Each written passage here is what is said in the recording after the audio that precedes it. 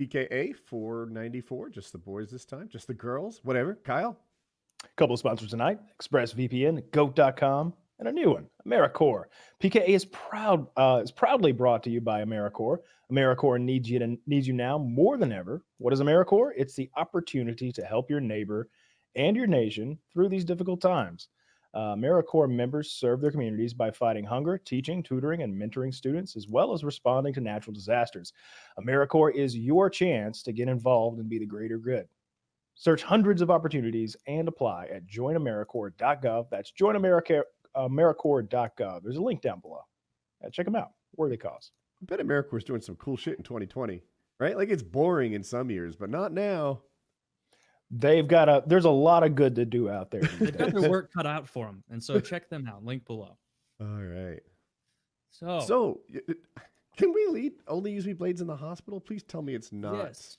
Well, I only saw the image. Someone sent it to me, and it had on his here is it, the image, and it shows him laying in the hospital with his feet down there, and it says they extracted 1,800 cc's, and so 1,800 cc's of fluid. That's a lot of fluid. How much is a coffee cup? I think a cc is a milliliter, isn't it? That is 60.86 fluid ounces of fluid. Fluid ounces of fluid, yeah. 60 ounce. Wait, 3 20-ounce sodas. 1,800 cc's? Yeah. Yeah. Because a cc and a milliliter are the same thing, I believe. 1,000 cc's is a powerful motorcycle. Oh my God. Well, I'm just because I know how big these pistons are. So what we're saying here, folks, so you can understand, is Blade had the displacement of a Yamaha R1 removed. A BMW R18, Kyle. Get it right. Which is faster, the R18 or the R1? I wouldn't or know. Blade. The R18 is old Easy Blade is the fastest. It had to be the R1. The R18 is not a sport bike. It's like a big cruiser thing. Anyway, it's the biggest ever flat twin. I guess I thought for sure anyway was going to lead back to Blade. Like, it's the biggest flat twin there is. It was supposed to. When you're on board the BMW R18, the last thing in your mind is the diabetes that is slowly creeping through your body. I promise you that. When you're on a Yamaha RX Blade, all you feel is the wind in your hair. 1,800 cc's of fluid. The Grim Reaper could never catch you on a Yamaha R1. There has to be a good 15% of the audience that identifies CCs in piston displacements like I do. No. What? No. What? Absolutely not. They would have to be in the small engines, first of all, and they would have to make an enormous leap. Because we're talking about Blade's medical situation. Yeah, well, this is insane what you've done. I can't do CCs in syringes. I have no idea. And then a light bulb went off, and I'm like, wait a minute. I know CCs. I've been working on small engines since I was a teenager. Yeah, it's like, I just thought of it like a CC is a milliliter, and 1,000 milliliters is a liter. That's a thing. Well, you know what a liter is. You've seen like a 1 liter like Mountain Dew. Why didn't we do 2 liters of Pepsi? Right out of the gate. I was trying to get there, and then you went to fucking we had important small engine shit to cover, Kyle. I said 320-ounce sodas right away. Imagine if we were the 3 doctors working on Blade, and he's laying there like dying as we argue over flat top, high piston displacement compression engines. Kyle's poking us both, and we're going whoop whoop whoop whoop whoop. Yeah. Viewers, I don't know why I didn't go to the 2-liter soda faster. So wait a minute. 1,800 cc's removed, that has to be a significant weight loss, right? Oh like, if you remove 1,800 cc's from anywhere on my body, that part of the body would look better, or at least smaller. Well, look I think the problem was the swelling. Look at his fucking leg, Woody. Oh, did you guys link a picture? Yes. His leg looks like I'll do it again. It's got 1.5 liters of liquid in it. Wow. Yes, it does. Yeah. Dude, if you had like if the doctor told you got about 3 ounces of weird fluid hanging out in your body somewhere, you'd be like, oh my god, oh no, 3 ounces. Jesus. That's a lot. If someone tells you you got, a 2-liter of Diet Pepsi just stuck under your skin that we need to flay open and pour out. Like that's I bet it was under high pressure too. So like they probably put that syringe in there and they did that thing where they pull the back off of it and it just If the doctor told me they had to extract 1,800 cc's, I'd be like, "Could you put it to me in automotive terms? Is that like a Honda Civic Big Can you motorcycle. remove it and then put it in my muscle area? Actually, yes, it is. The new Honda Civics have a 1.8 liter turbo. Now the turbo won't apply here because Okay, I've dragged that on too far. What if I want a nice bubble Wow. So I wonder oh, how that's that coming happens. back twice more. What do we just Law of 3. I'm not a doctor. What is swelling like? What would cause it? My My mind's well, I always to the am a dumbest doctor. places. and- Well, maybe he did the MMA fighting. No, that's probably not it. I am a doctor, Mhm. and I would say that he's got some severe fluid retention caused by something horrible that he has done to his body for the last 35 Wild. years. But Yeah. why kick on now as he's cleaning up? Right? Do we really think he's cleaning up? It's my understanding he's on a no alcohol George Foreman and spinach kick now. He was on a mostly no alcohol situation last time we saw him, which is like a month and a half ago now. Yes, that is a lot of time to pass. It And was mostly no alcohol. Who knows what that He said means? almost no alcohol. He's Yeah. like, well, yeah, I got drunk Friday night, but it was Friday night. You know, how often does that happen? They're going to cut that open and it's just going to smell like licorice from all of the all of the fucking Jaeger that's pooled in there. Just fucking, do you want ants? This is how you get ants. Clean that blood up. Good God. This is the stickiest patient we've ever had. He's what, 30, 35 proof? They're 70 proof, I guess. Yeah, this is rough. When you have that much fluid collected in your body, it's generally seen medically as a very, they call that a 2 thumbs down scenario. Yes. Yes. Mhm. Yeah, I read that. You know, when you're in the doctor's office, this is a number 8 frowny face. Do not want that, especially Mhm. number 9 and 10. So hopefully he, being in the hospital again, maybe it's scaring him straight again, or maybe, I don't know, but like, usually I've been if you're chatting with thinking- Blade a little bit on Discord every Really? now and then. I added him on Discord. Didn't know anything about this. This is very recent, I'm sure. I'll check with him after the show tonight if he's online, and I'll bring back some like information next week if I can get it. I ask hope he's real okay because I personal really do questions. like Blade. As a guy, I really do. Like we goof You do. around a little bit, but like I do like him. I genuinely do. Like I met like I don't know maybe every single YouTuber from that like Call of Duty era, and Blade's one of the most chill, laid back, nice guys that I've met out of that whole group. So The I best wish him version the of best. Blade is as good as it gets. Like that's my take on it. It's just we need that version to be the predominant version. Worst Yeah, version, yeah. not ideal. Yeah, he's in a tough spot, you know. Yeah, he's But struggling. that looks very unhealthy. Like if you're listening to the audio only version of this, you fool, then his right leg is, it appears to me, maybe it's just the angle, but it appears 3 times larger in circumference than the left. It looks like one of the Lord of the Rings forced perspective Hobbit tricks. Yes, it does. Can you believe one and of it's these his are both the same quad. leg?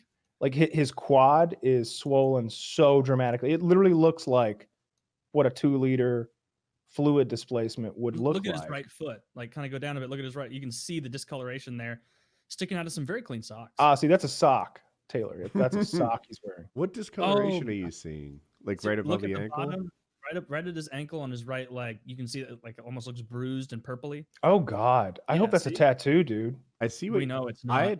You're probably right. I attributed it to hair. There's hair in my body that's not very dense, but if you look at it like vertically, it looks more Yeah. dense. A little downlighting. Yeah, I really hope that's a tattoo around the man's ankle because otherwise, that is wildly unhealthy. Again, as a doctor, I would say that's some sort of. So you fluid want like retention. a anchor, a skull and crossbones? Nah, I want you to make it look like my foot's about to die. So you want like a speckled bruise? the number 9. All right. Yeah, the number 9. Yeah. So best, thoughts and prayers fired out over to him. Yep. So yeah, that really Those that always really work. sucks. Those always work. Yeah. You know what? Instead of paying taxes, we should be able to pay in thoughts and prayers. You've been sending me any thoughts and prayers for my goddamn peeper? Yeah. Do you know how Good. many thoughts and prayers I'm firing about? I just fired one out just now. I felt it. Oh shit! I Oh, prayed slow for- down. You hit the wrong. No, I it's pressed the this wrong eye. eye, Yeah, I Taylor. was I'm gonna feeling say it that over was the here. wrong eye. This is the cancer eye. I'm feeling it over here. Do you have a date on that? I'm finding out tomorrow when the date is going to be and what the recovery period is going to be. I don't know yet. I'm not afraid to do it, but I have been putting it off. I've had a lot going on, and that has the cancer operation has been kind of low on the totem pole of like shit to do this week. Well, that makes sense. Sure. Yeah. You know, I am excellent at prioritization. Hey, you're Tarkov level 10 for fuck's sake. Obviously, as a doctor. I'm only level 10. I haven't been grinding as hard. I got a marked key and I haven't been able to turn it yet. I've died every time I've gone to turn it. It's been kind of upsetting. Not to go too deep into Tarkov talk, but which key? Custom store? For customs. Yeah, I bought it for 385,000 rubles. I found one for West. In the basement. Do I have that Basement right? of what? I do have it right. West on reserve. Oh, on reserve. The like ZB bunch of numbers bullshit key. The marked room. On reserve. Rooms, but yeah. Oh, in West, of course. Yeah, got it. All right, yeah. Yeah, that's enough Tarkov talk, but yeah. I'm only level 10. Did you get your cool eye patch yet? Did your I eye did. patch show It up? has not fucking arrived. Mine's here. They prioritize the guy with perfectly fine eyes over the guy with potentially Amazon versus life. Etsy. You know, I like a little human slavery in my products because they get here on time. That's true. Yeah, that's true. The Apple Corporation figured this out decades ago. They've all got COVID, just hacking their lungs up, making sure you get your eye patch in 2 days. Yeah. Ooh, gross. COVID from third It's not world even enough time for the virus to die off of it. Apparently not. That's a problem with Amazon shipping. No, I'll take the 4-day. At this point, I'm like I used to do the thing way earlier in all this where it was like, I'm going to take my Lysol and spray down the box. I have not done that in weeks because just the prospect of doing it is like, this is such a pain in the ass. I feel like the pandemic hasn't ended. I just stopped caring. Yeah, it's just a lot of people stopped caring, and it's frightening. So a fucking bug man came to my house today. A pest person, like not even they just walk the neighborhoods, and like I happened to be getting my groceries off my front step when he showed up. He looked just like Fwiz, and for some reason that was a look that really infuriated me. I was already like pissed off, like and I'm like getting my groceries. Not about some just other stuff. I was angry. I was angry picking up my groceries, and he's just like, "Hey, got some groceries, eh?" And I'm just like, "All right, now I'm angry." Right? Yeah, now I'm angry. Groceries? He said, "Got some groceries, eh?" That's not a thing to say. He. I'll tell you who he also. Stars. Remember in the movie Office Space, the guy who is talking to the main character about his girlfriend, like, hey, make sure you wear a rubber. Yeah. She gets around. And he's like, really? Like who? He's like, Lumber fucked her. And he's got that like blonde spiky hair. That guy fucked Fwiz, and they made a child who came to my house today to try to sell me pest control. And he was just like, hey, I'm the bug man. He said that after the groceries comment, and I'm at like an 8 out of 10 furious, and I'm just getting the groceries, and he's like, I'm all good. I don't need anything, and I'm just like walking back in. He's like, who's taking care of you? And I just close the door, and he laughs. I open the door back up, and I'm just like, what's so funny? People don't like being bothered in the middle of the fucking day. Get off my fucking yard. And he's just like, whoa, buddy, have a good one. And I'm just like, oh, I was so angry putting the groceries away. I'm so angry. You would have caught me a year and a half ago. You'd be limping back to that Hyundai that's I'm sure is parked around the block. Yeah.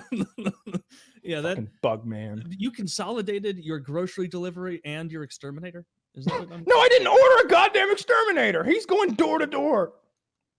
I had someone do that the other day too. I had a guy knock when I was in the middle of a call and being like, hey, I'm covering my buddy's thing. And I was like, yeah, what are you doing? Are you giving me a bill? Because I was getting a bill from a lawn service I was expecting. And he's like, no, I'm here to do a bug thing. And I'm like, I'm in the middle of a call, man. That's really not helpful. And he's like, okay, no problem. Let me just show you this. And I'm like, give me a card. And he's like, ooh, bad news. I'm covering my friend, so I don't have his card. And I was like, all right, well, then just have a great day, man. He's like, just 2 seconds of your time. I was like, no, I'm missing a call. My computer's here. Someone could be asking me a question. I'm looking like a real fucking asshole right now if I'm not answering. And then they're going to start to suspect every time my camera's mute or my mic's muted, I'm not paying attention, which is not true. And and he has the gall. He's like, all right, let me just, I'll pop back around at night. Is that okay? And I was like, no, it's not. I'd rather you didn't come back tonight. And this was literally last Thursday, because I wasn't about to tell him, because I didn't even tell him, no, I'm going to be on a call from 6 p.m. to 10 p.m. tonight, because no one would believe that. But it was like, no, just don't come back, sir. Please don't. So yeah, the bug people are out in full force. I had this is the second bug man who's shown up. The last bug man showed up while we were doing either PKN or PKA. And it was the second time he'd come by. I was busy the first time. I was like, hey, I'm busy. And he left. And then he came back while we were doing the show.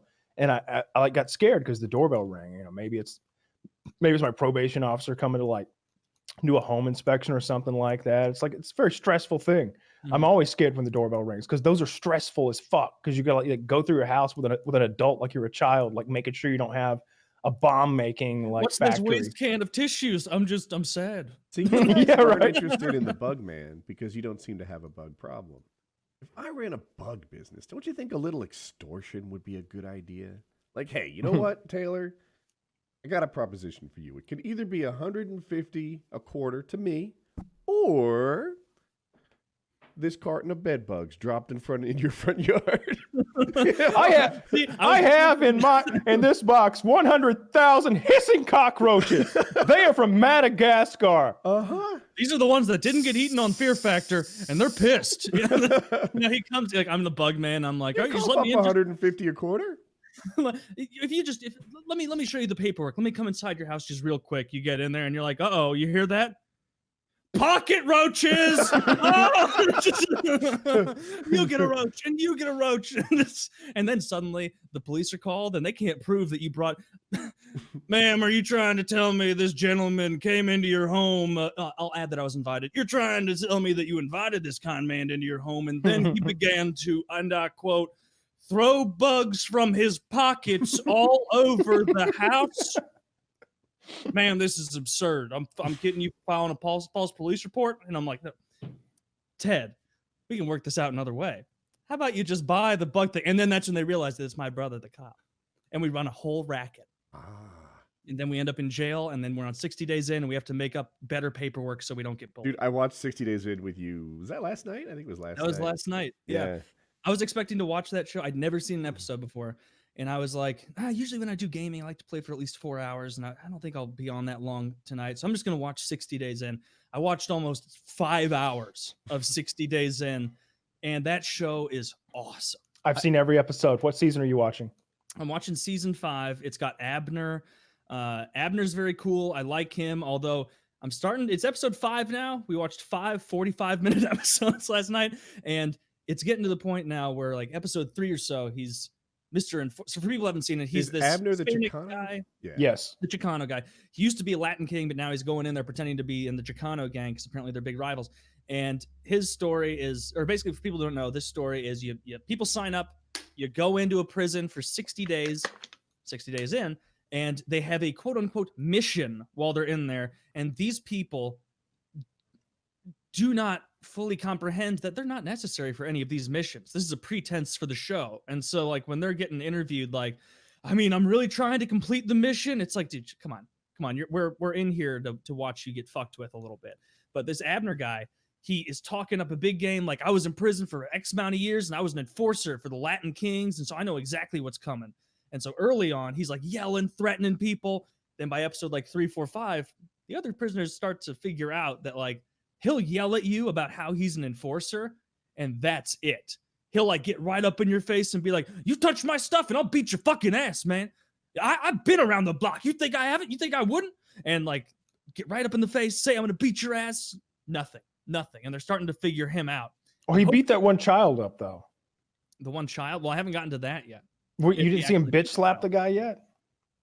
Oh, yeah, he like slapped a guy, but it wasn't He slapped the piss out of that kid. Oh, well, then I'm thinking of someone else then, because then it's episode 5, that hasn't happened yet. He hasn't open hand or fucked somebody yet. It was the kid who was like racially confused. racially confused. He's like half black, half Hawaiian, and like he wanted to like be able to hang out with the Mexicans and the blacks or something. No, we haven't hit that guy yet. The guy that the guy I'm thinking about that he was gonna pop was this weird looking Dumbo ear motherfucker, little guy who was just first day in. They're like, "What are you in for?" And he's like, "I steal $600 of groceries." And they're like, "How'd you do that?" And he's like, "I put $600 of groceries in a grocery cart and I try to push it out the store." It's like, they're like, "Oh," and he's like, "How far'd you get?" He's like, "Not even out of the store." And then immediately, like Abner or someone asked him, they're like, "You know, you're a thief, man. You got something in your blood. You got a problem. Like you're not stealing around here, are you?" And the guy's like, "No, I'm not stealing around here." The next scene, it's like Roberto's second hour in. He walks over to the head of the black gang and steals a Pepsi. And then it shows him like sitting there guzzling his Pepsi down. And then not one scene later, it shows him throwing the Pepsi away, walking back to the same guy's locker and stealing a second soda. And it's like, Roberto has decided to steal a second soda from the head of the black gang. And it is a hoot of a show. The women in this season, at least, people are telling me the women in other seasons are much better. The women in this season suck because the whole mission is supposed to be the three that are in that block split off and like make little connections and get to know everybody else in the block. All three of them instantly just form a little clique and they're just talking to one another. And then how's one the of blonde them doing? The blonde is doing better than I thought. Hmm. We were all convinced The conservative. Absolutely. Yeah, everybody else is like, it's like, it was like I was saying on the stream, it's like they ask you when you're on there, like, "What do you want on there?" "Oh, construction worker." "What do you want on there?" "Oh, ex-con and you work real estate." "Perfect. Ma'am, what would you like on there?" Veterans. "Oh, military veteran, former CO." And then she's just like, "No, I want right-wing conservative on there." It's like, what? It doesn't, whatever. She did not say that. I guarantee it. They were like, "Let's call her a right-wing conservative. Everyone will hate her." Yeah, well, I was convinced she was going to do the worst, and then it ended up that the ringer from that season, Steve, who they built him up in the beginning. They're like, and then for our final ringer, because they have 6 people going in on their own, and then just in case those 6 people get compromised because of some sort of information leak, they have a ringer go in who's totally independent. The other 6 have no idea who this guy is. He's just blending in, and he is pumping his own tires. "I'm a private investigator. I've been in lots of fights. I've seen things you wouldn't believe. I've done undercover work. I've done undercover work for organizations But I can't like even bad name undercover for you." work. Like people shoot at me when I'm in the trees. Yes. It's like, people shoot at me when I'm in trees. People, when they catch me tailing them, they'll rear end me. It's like, okay, so you're not a very good one. He gets one day in, he lays under a blanket, and then someone asks him like, "How long are you in for?" He's like, "I don't know, maybe like a couple of months." And then like the black guy walks over to the camera in the corner. He's like, "Shit, you on like 60 days in?" It was day 1, and the guy's like hiding under his cover, like, "Oh no, I've been here for 40 minutes and I'm already exposed." And then all of these inmates in there know that they're being recorded, and so 2 of these crazy people start talking about a way to get drugs in that they're clearly not actually using. And they're like, "So what we do is we dip a birthday card in acid, and then we let it dry, and then we soak the birthday card in cologne, a couple sprays, so that when it's coming in the jail, they smell it, and they go, 'Oh, this is just perfume.' They don't know that it's just an enormous tab of acid, effectively." And this guy laying down is like, "Jackpot." And as if the problem in U.S. prisons is LSD. And so immediately he's been in there for 1 hour, shows him like interviewing, and he's like, "I found what I needed. I'm out of here." Day 1. Yep. And the way you get out is you go, "Ooh, like you're supposed to walk up to the camera and be like, "Ooh," grabbing your shoulder. "Ooh, my shoulders. Ugh. Ooh, whoa." Doing that. And by just a couple minutes in, he's walking around going, "Ooh, both of them now. Please," like walking up, and he loses his mind to the point because they're not responding to him because they're like, "Bitch, this is a show. You're not actually on a mission. We need you to be entertaining in there. You're content." He walks over to the payphone, calls them, and is like, "I've been doing the sign. Have you been missing my sign? Have you been missing it?" They're like, just stay in there. We're not interested in LSD. You can find more stuff for us." And he's like, "I'll tell you what. I'm making the sign again right now, and you're going to be in here in 10 minutes, or I'm going to stand on this table in the middle of this pod, and all of these motherfuckers are going to know what's going down. And immediately they're like, get Steve out of there. He's going to ruin the whole show. And so they just pull him out. And Steve's like, I thought they were going to put me on a different assignment because I discovered it so quickly. And then they just told me, you can't threaten us and expect to stay on the show. Do you know how hard it is to get kicked out of prison? And so that guy is lowest of the power ranking. Highest power ranking now is the black guy who's a cop, because he's already becoming a ranking member of the gang. Like, he's screaming at people, being very alpha. He's going overboard a little bit. Guy's jacked. Yeah, he looks good. And he's threatening. When somehow, maybe I saw his face or like collarbone up, and he looked pretty skinny, a little skinny to get by in prison. And then I saw him longer, and it was like, what the fuck? He could be a wide receiver or something. Like, he's a fit, big guy. So him and Abner are my two favorite ones so far from that season. But I got to watch more of this. It's cool. Yeah, I love the show. If you go back to, it might be season 2 and 3. They're in. I know one of the things they'll do is like season 1 and season 2 might both be in Indiana. I know the first season is Indiana.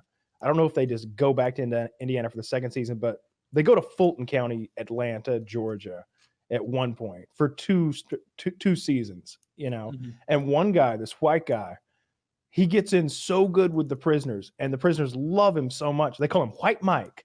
White Mike. They're playing ball. He's like good at everything. He's an ex-Marine. He's like athletic, like playing basketball with all black guys, and he's holding his own, and he's just good at stuff. And he's friendly. People like him. He's in.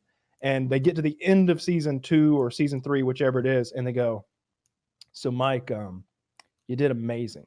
You did amazing. You found a lot of great intel. We got to ask you though, would you like to do 60 more days? And he's like, I need to think about that. Yeah. The next day he's like, you son of a bitch, I'm in. He was doing so well, he's in for 120. He does 120. And they earn $1,000 a day. Am I right on that? We've done a lot of research to determine what they get paid. It's impossible that it's $1,000 a day, though. If you look at the economics of an A&E show, like there's just not enough money involved for that to be profitable. With like, let's call it 8 contestants, $8,000 a day for 60 days. It's not going to work out. It's a lot of money. I think us doing math could be a new tentpole topic. It's $480,000, I think, just off the top of my head. But it's hard to do this and do the math in my head. But still, it seems like too much. I think I read that they pay them maybe $10,000 a month each or something like that, which is still a lot of money. I was guessing, yeah. I feel like that's enough to draw a lot of people in, but not so much that it breaks the bank for a show. You know, another motherfucker on that season 5 that I like, who he's like this, he's a super fan. His only thing it says under his name is fan of the show. And he was like, his like intro was like, you know what? I've watched every episode and I just don't want to be the first one who gets kicked out, but I think I'm going to do okay. You know, I've watched enough episodes. And he gets in there right away and there's someone screaming on the floor having a seizure. And he's like, I always watch the onboarding process and I thought, man, how are people getting scared already?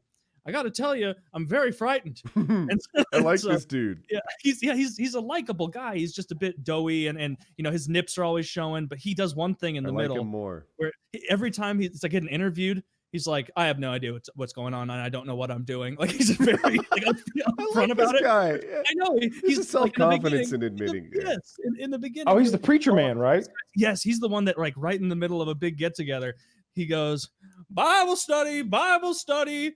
And that guy, he's walking around. That guy beta mails his way to second in command, which is fitting as a beta. He gets to the point where he is number 2 of all the whites, and the leader of the whites has him as like his, I don't know, his commander or something. He's the one who like goes out and organizes. He's the one who delivers the orders.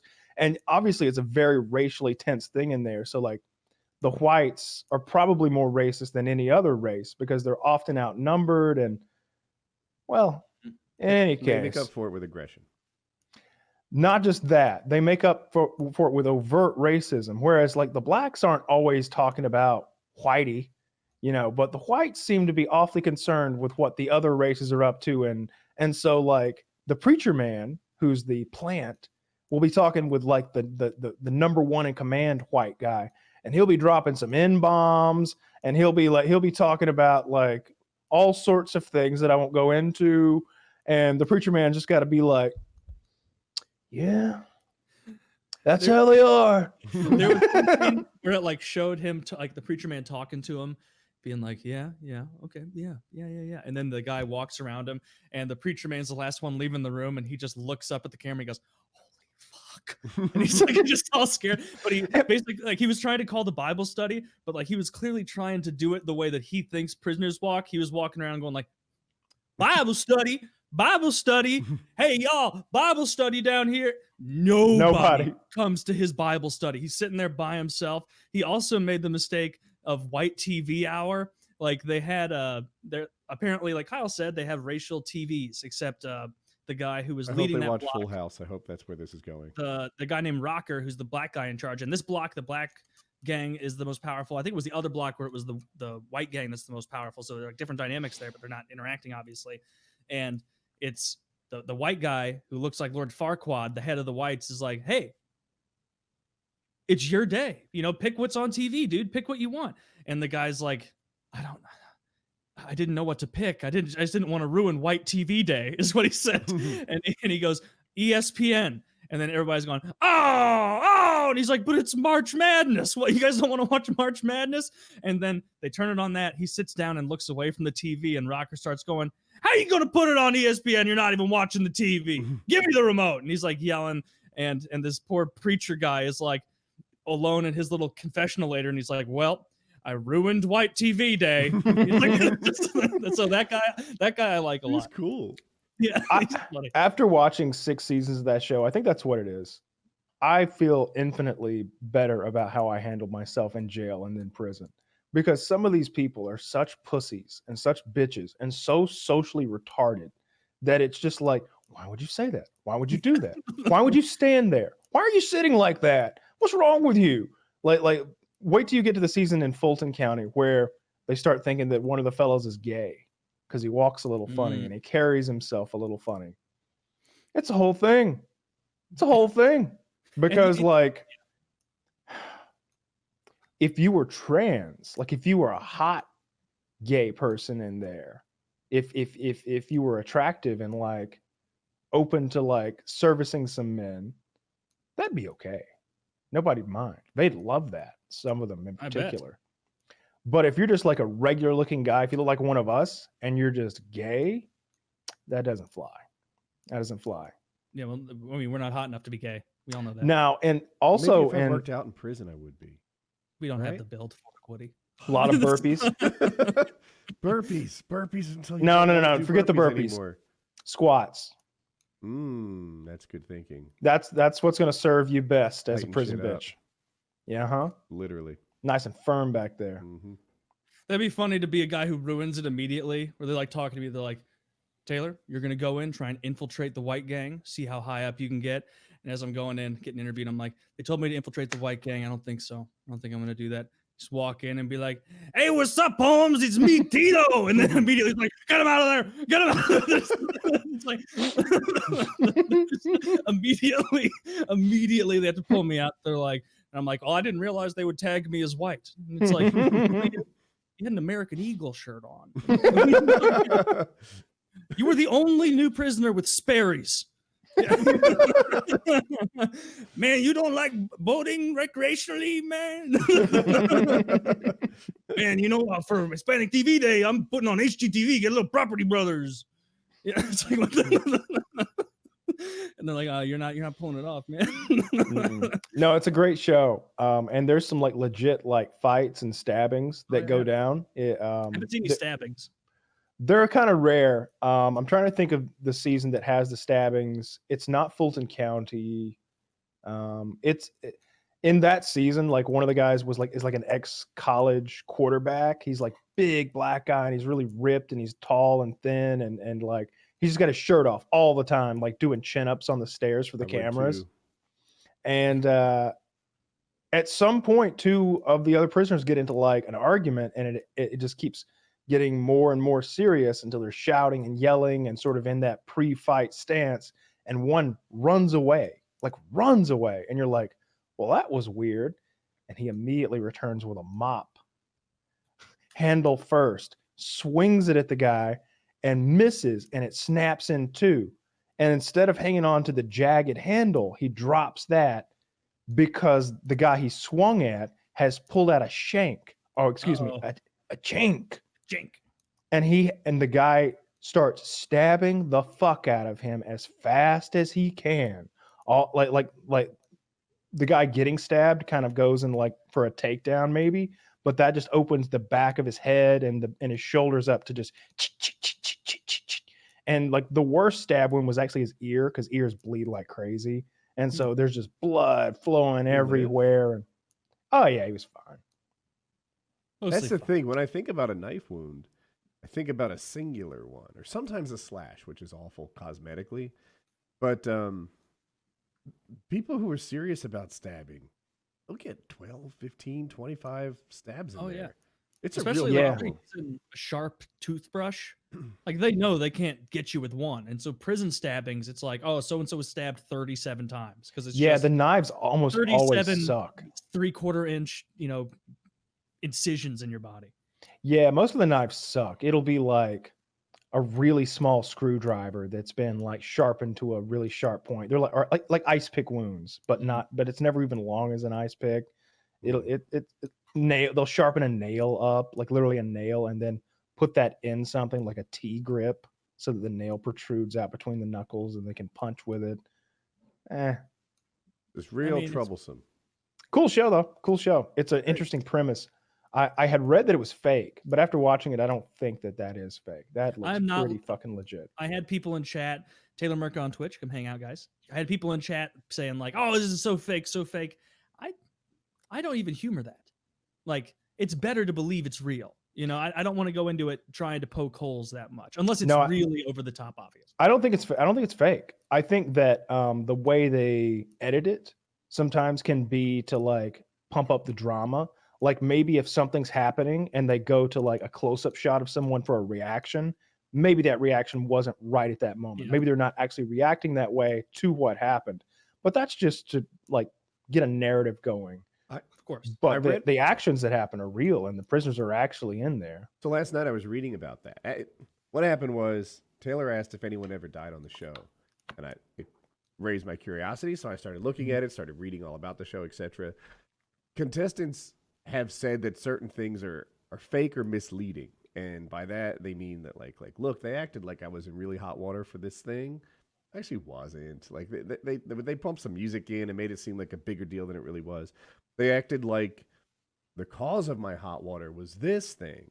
Like actually, they were mad about something else, and they just stringed together some misleading editing and to make it look like the anger was caused by that, or take a couple events and turn them into one bigger one with a longer yelling match. But all the footage is real. Better yet, it's edited but not scripted. I think that's the phrasing I'm looking for. Certainly so. Yeah. And so that definitely doesn't make it fake. But if you look at any other reality show like Survivor or Big Brother or anything like that, that's just fake as fuck. It's so fake. It's so fake. All of it's so fake. Mm-hmm. I haven't watched Survivor since. I wonder what level fake it is. Like for example, do they choose who wins the competitions? Who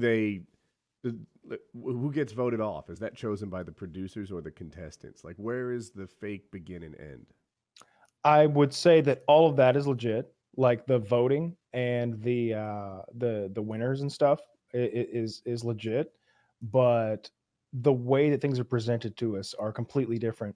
And they might suggest that like contestants don't know a thing, when in reality, like Jeff Probst just walked over there and like, all right, so here's what we're gonna do. Y'all act like you're hearing this for the first time when we do it in a minute, but just a lot of it is scripted, really, like reactions and all that stuff. It's super fake. Mm-hmm. I'm gonna watch more of it.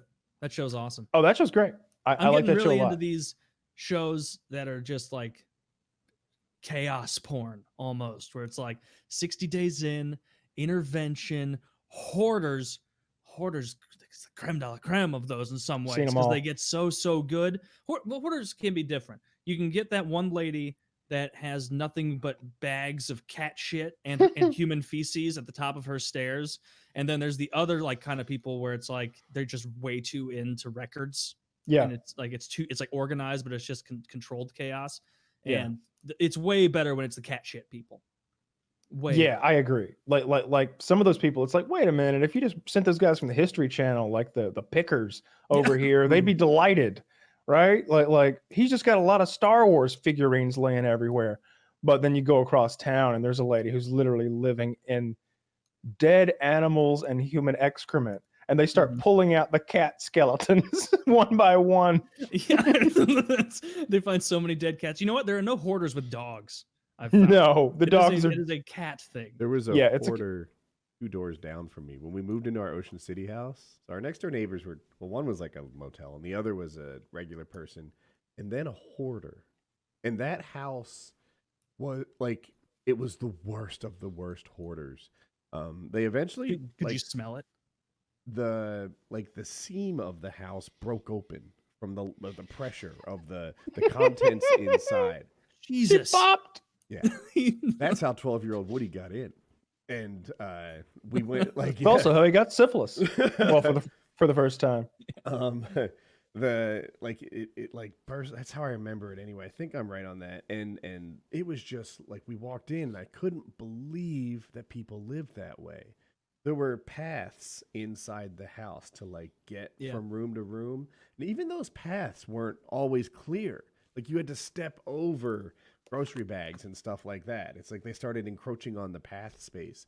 And it wasn't organized and it was junk. Like junk.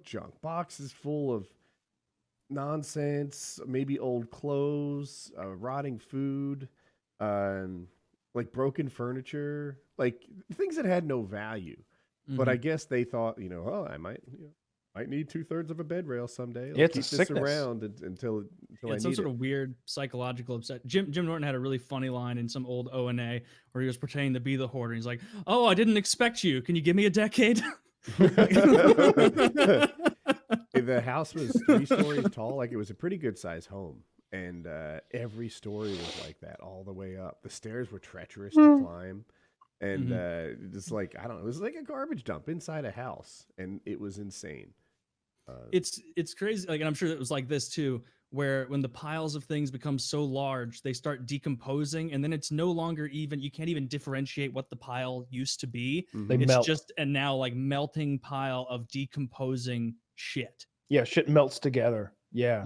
Not like literal shit necessarily, but like even like newspapers Some- and all this pulpy stuff. Yeah, there's lots of literal shit too, depending on the number of cats or like, Dude, or if they're like pooping all over those the floor. people who can't like figure out what to do with their own shit, it's like this isn't a home anymore. This is a dump. Like I can't imagine a world in which I no longer have a place to shit in my home. Like can you like I just can't imagine like I'd go outside. I would go outside. I'd rather be like- camping than live in a dump. Like if my toilet broke and it was like emergency shit time, there's woods behind my house and I'm going into them to shit. And if that, short of that, if it's broad daylight and the neighbors are out playing football, I'm gonna poop in a bucket or something. And then that bucket's going in the woods. Like there's no circumstance in which I just like continue shitting into the toilet that doesn't work anymore, wiping my ass, and then taking the shitty toilet paper and adding it to the pile of other shitty toilet paper. And that's what they do. The only people who liked that hoarder were the garbage men, because guaranteed she didn't put anything on that curb for over a decade. Yeah. Just all of it kept in the house. Yeah. So yeah, and that was one of the episodes where it got condemned. And it was like, She was no, crying. we have to burn your house down because it's so dangerous. You've endangered everyone. That's where COVID started, is what they're gonna find out. But yeah, a lot of the time, like, it's rare, but sometimes it's like with like that show, My 600-Pound Life.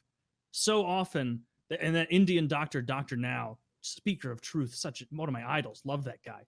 But it is refreshing in like 1 out of 10 episodes where someone will come back in and the guy will be like, "Tim, I am so proud of what you've done here. You've lost even more money or more weight than we were thinking." And it's like, yeah, Tim, hell yeah, dude, because it's a nice, you know what I mean, Kyle? Like, I know you've watched a lot of that show I also. I love don't it. know if you have, Woody, but like it, and the reason that's satisfying is because 9 times out of 10, they will come back in, they will lie to his face about, I've only been eating 800 calories a day and somehow I'm putting on more weight. Have you ever considered that it's not the food that's doing it? Have you ever considered that, doctor? Are you so wrapped up in your science that you can't?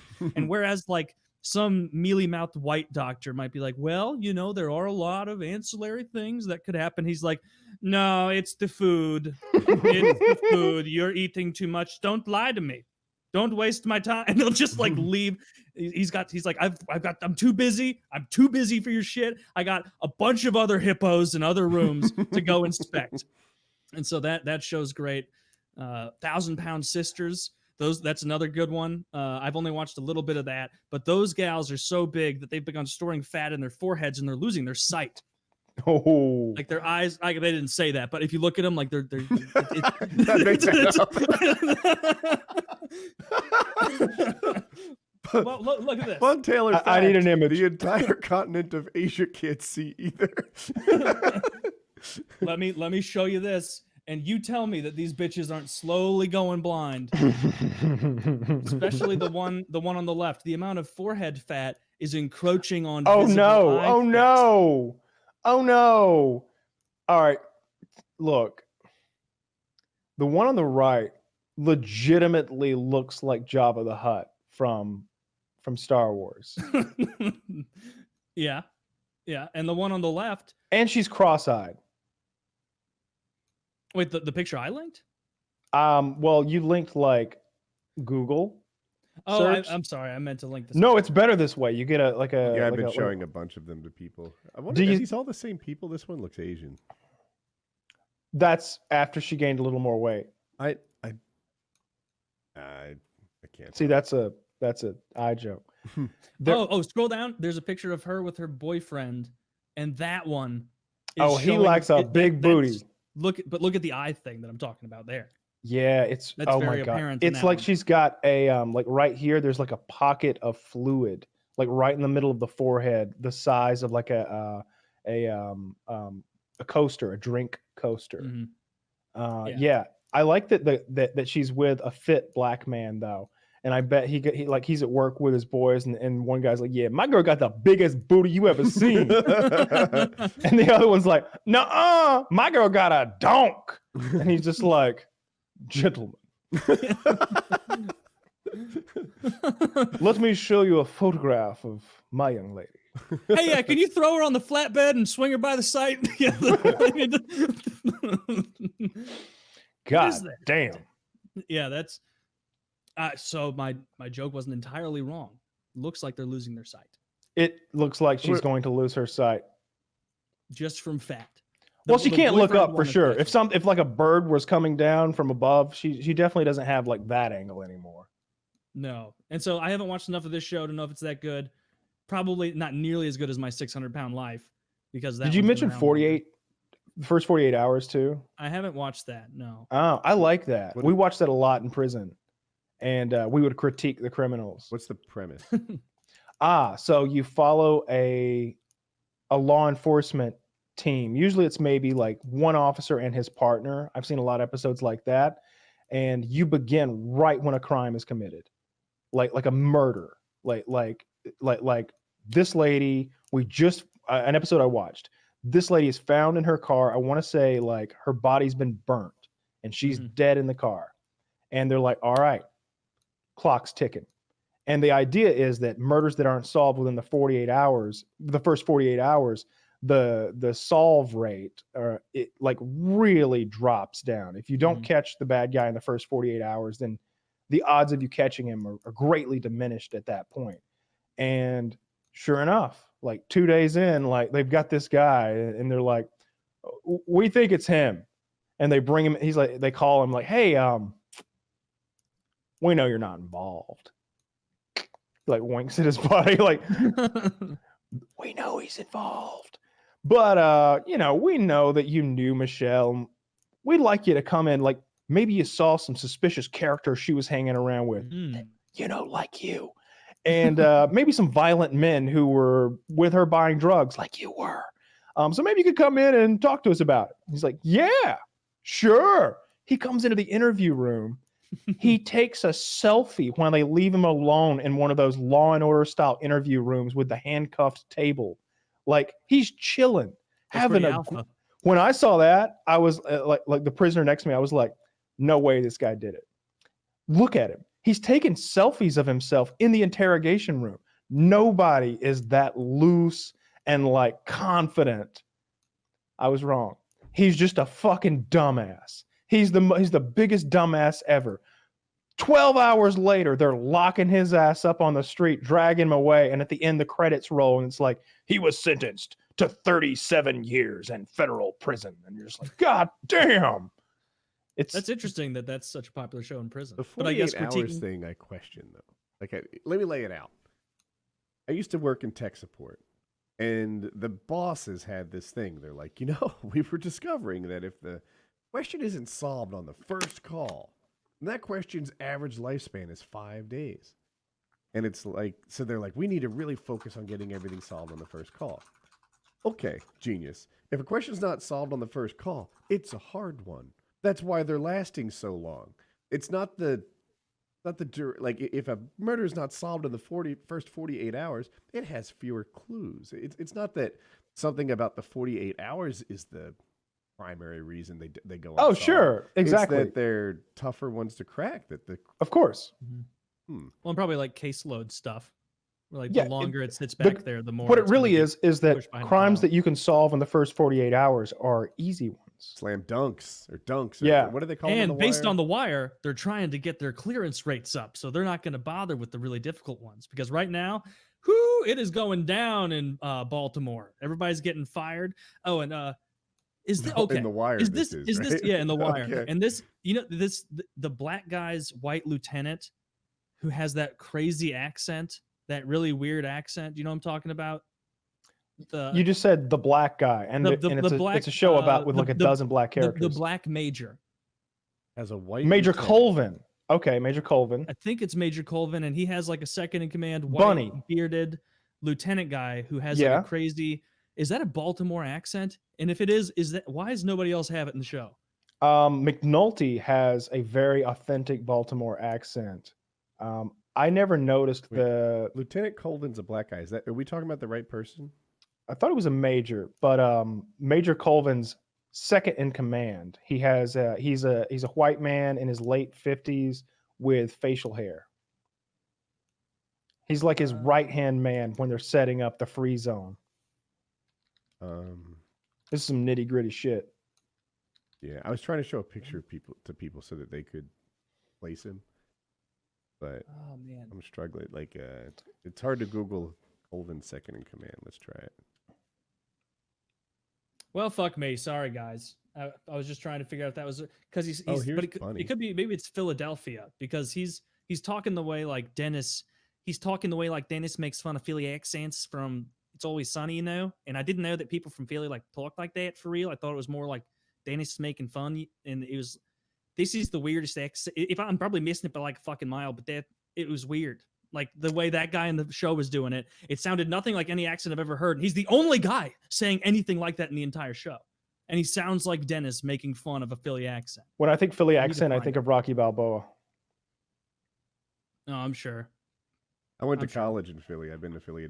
They sound like me. Most of them. Okay, well then Dennis. Then I don't know what the fuck was wrong with this guy. Maybe he has a speech impediment.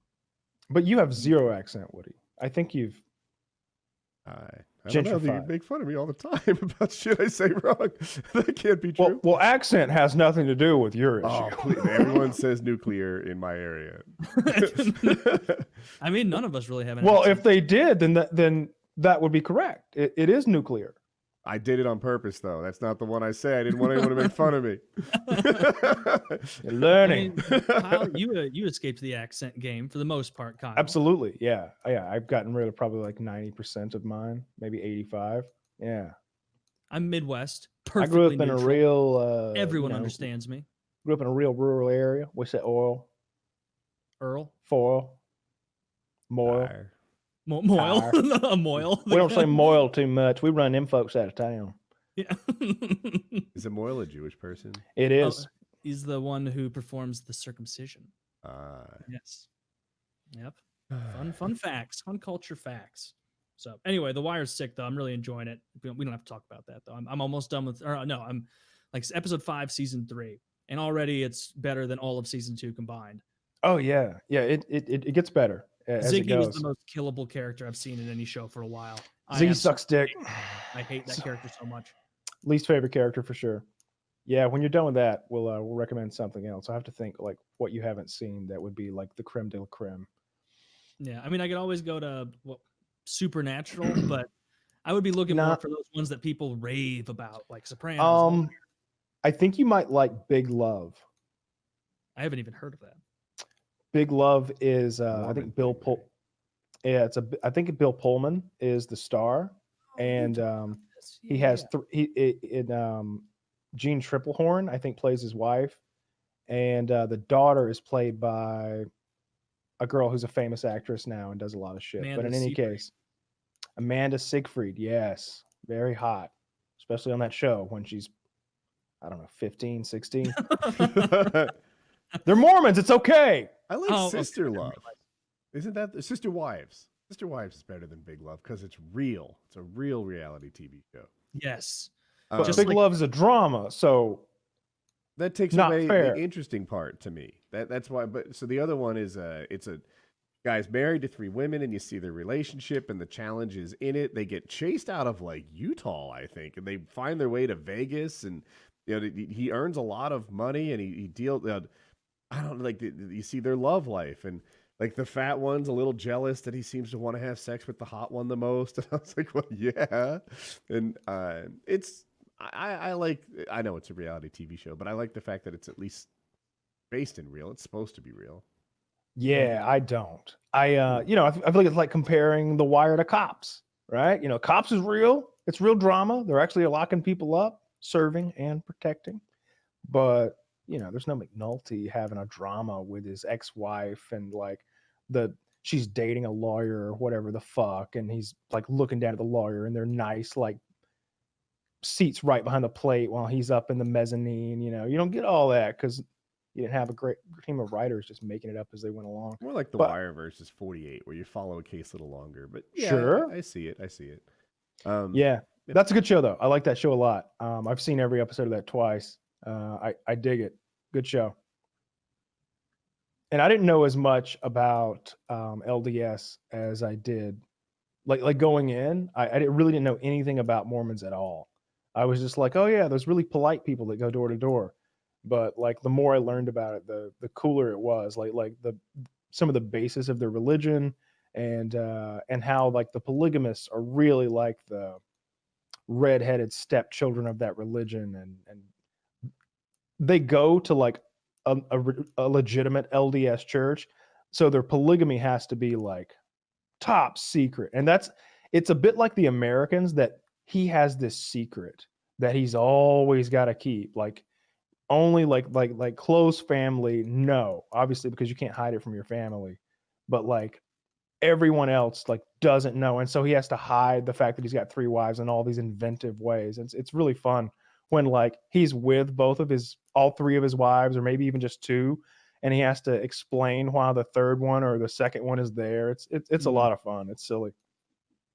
Well, I mean, Mormons are good people, so I mean, sure not so much on this show. There seem like some awful people. He's great. He seems like a nice guy. Like he doesn't cheat. He's respectful. He's a provider. He's always trying to balance his time to like give to each of them. Like he'll pray sometimes, and his prayer, that's where you get a real good insight into like what's going on with him when he's alone by himself praying to God.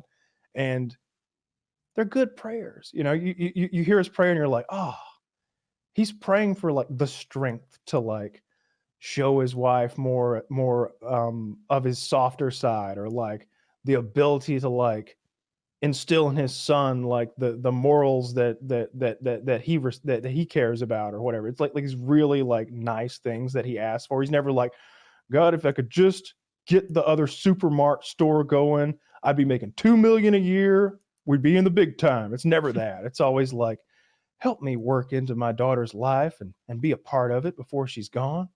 It's always good stuff. He's just such a lovable, likable guy in a wholesome weird world. We'll have to check that out after The Wire. Well, that's going to be quite a change of pace.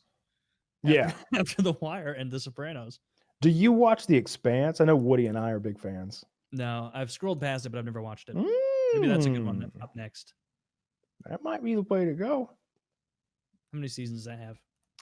I would guess 3 or 4.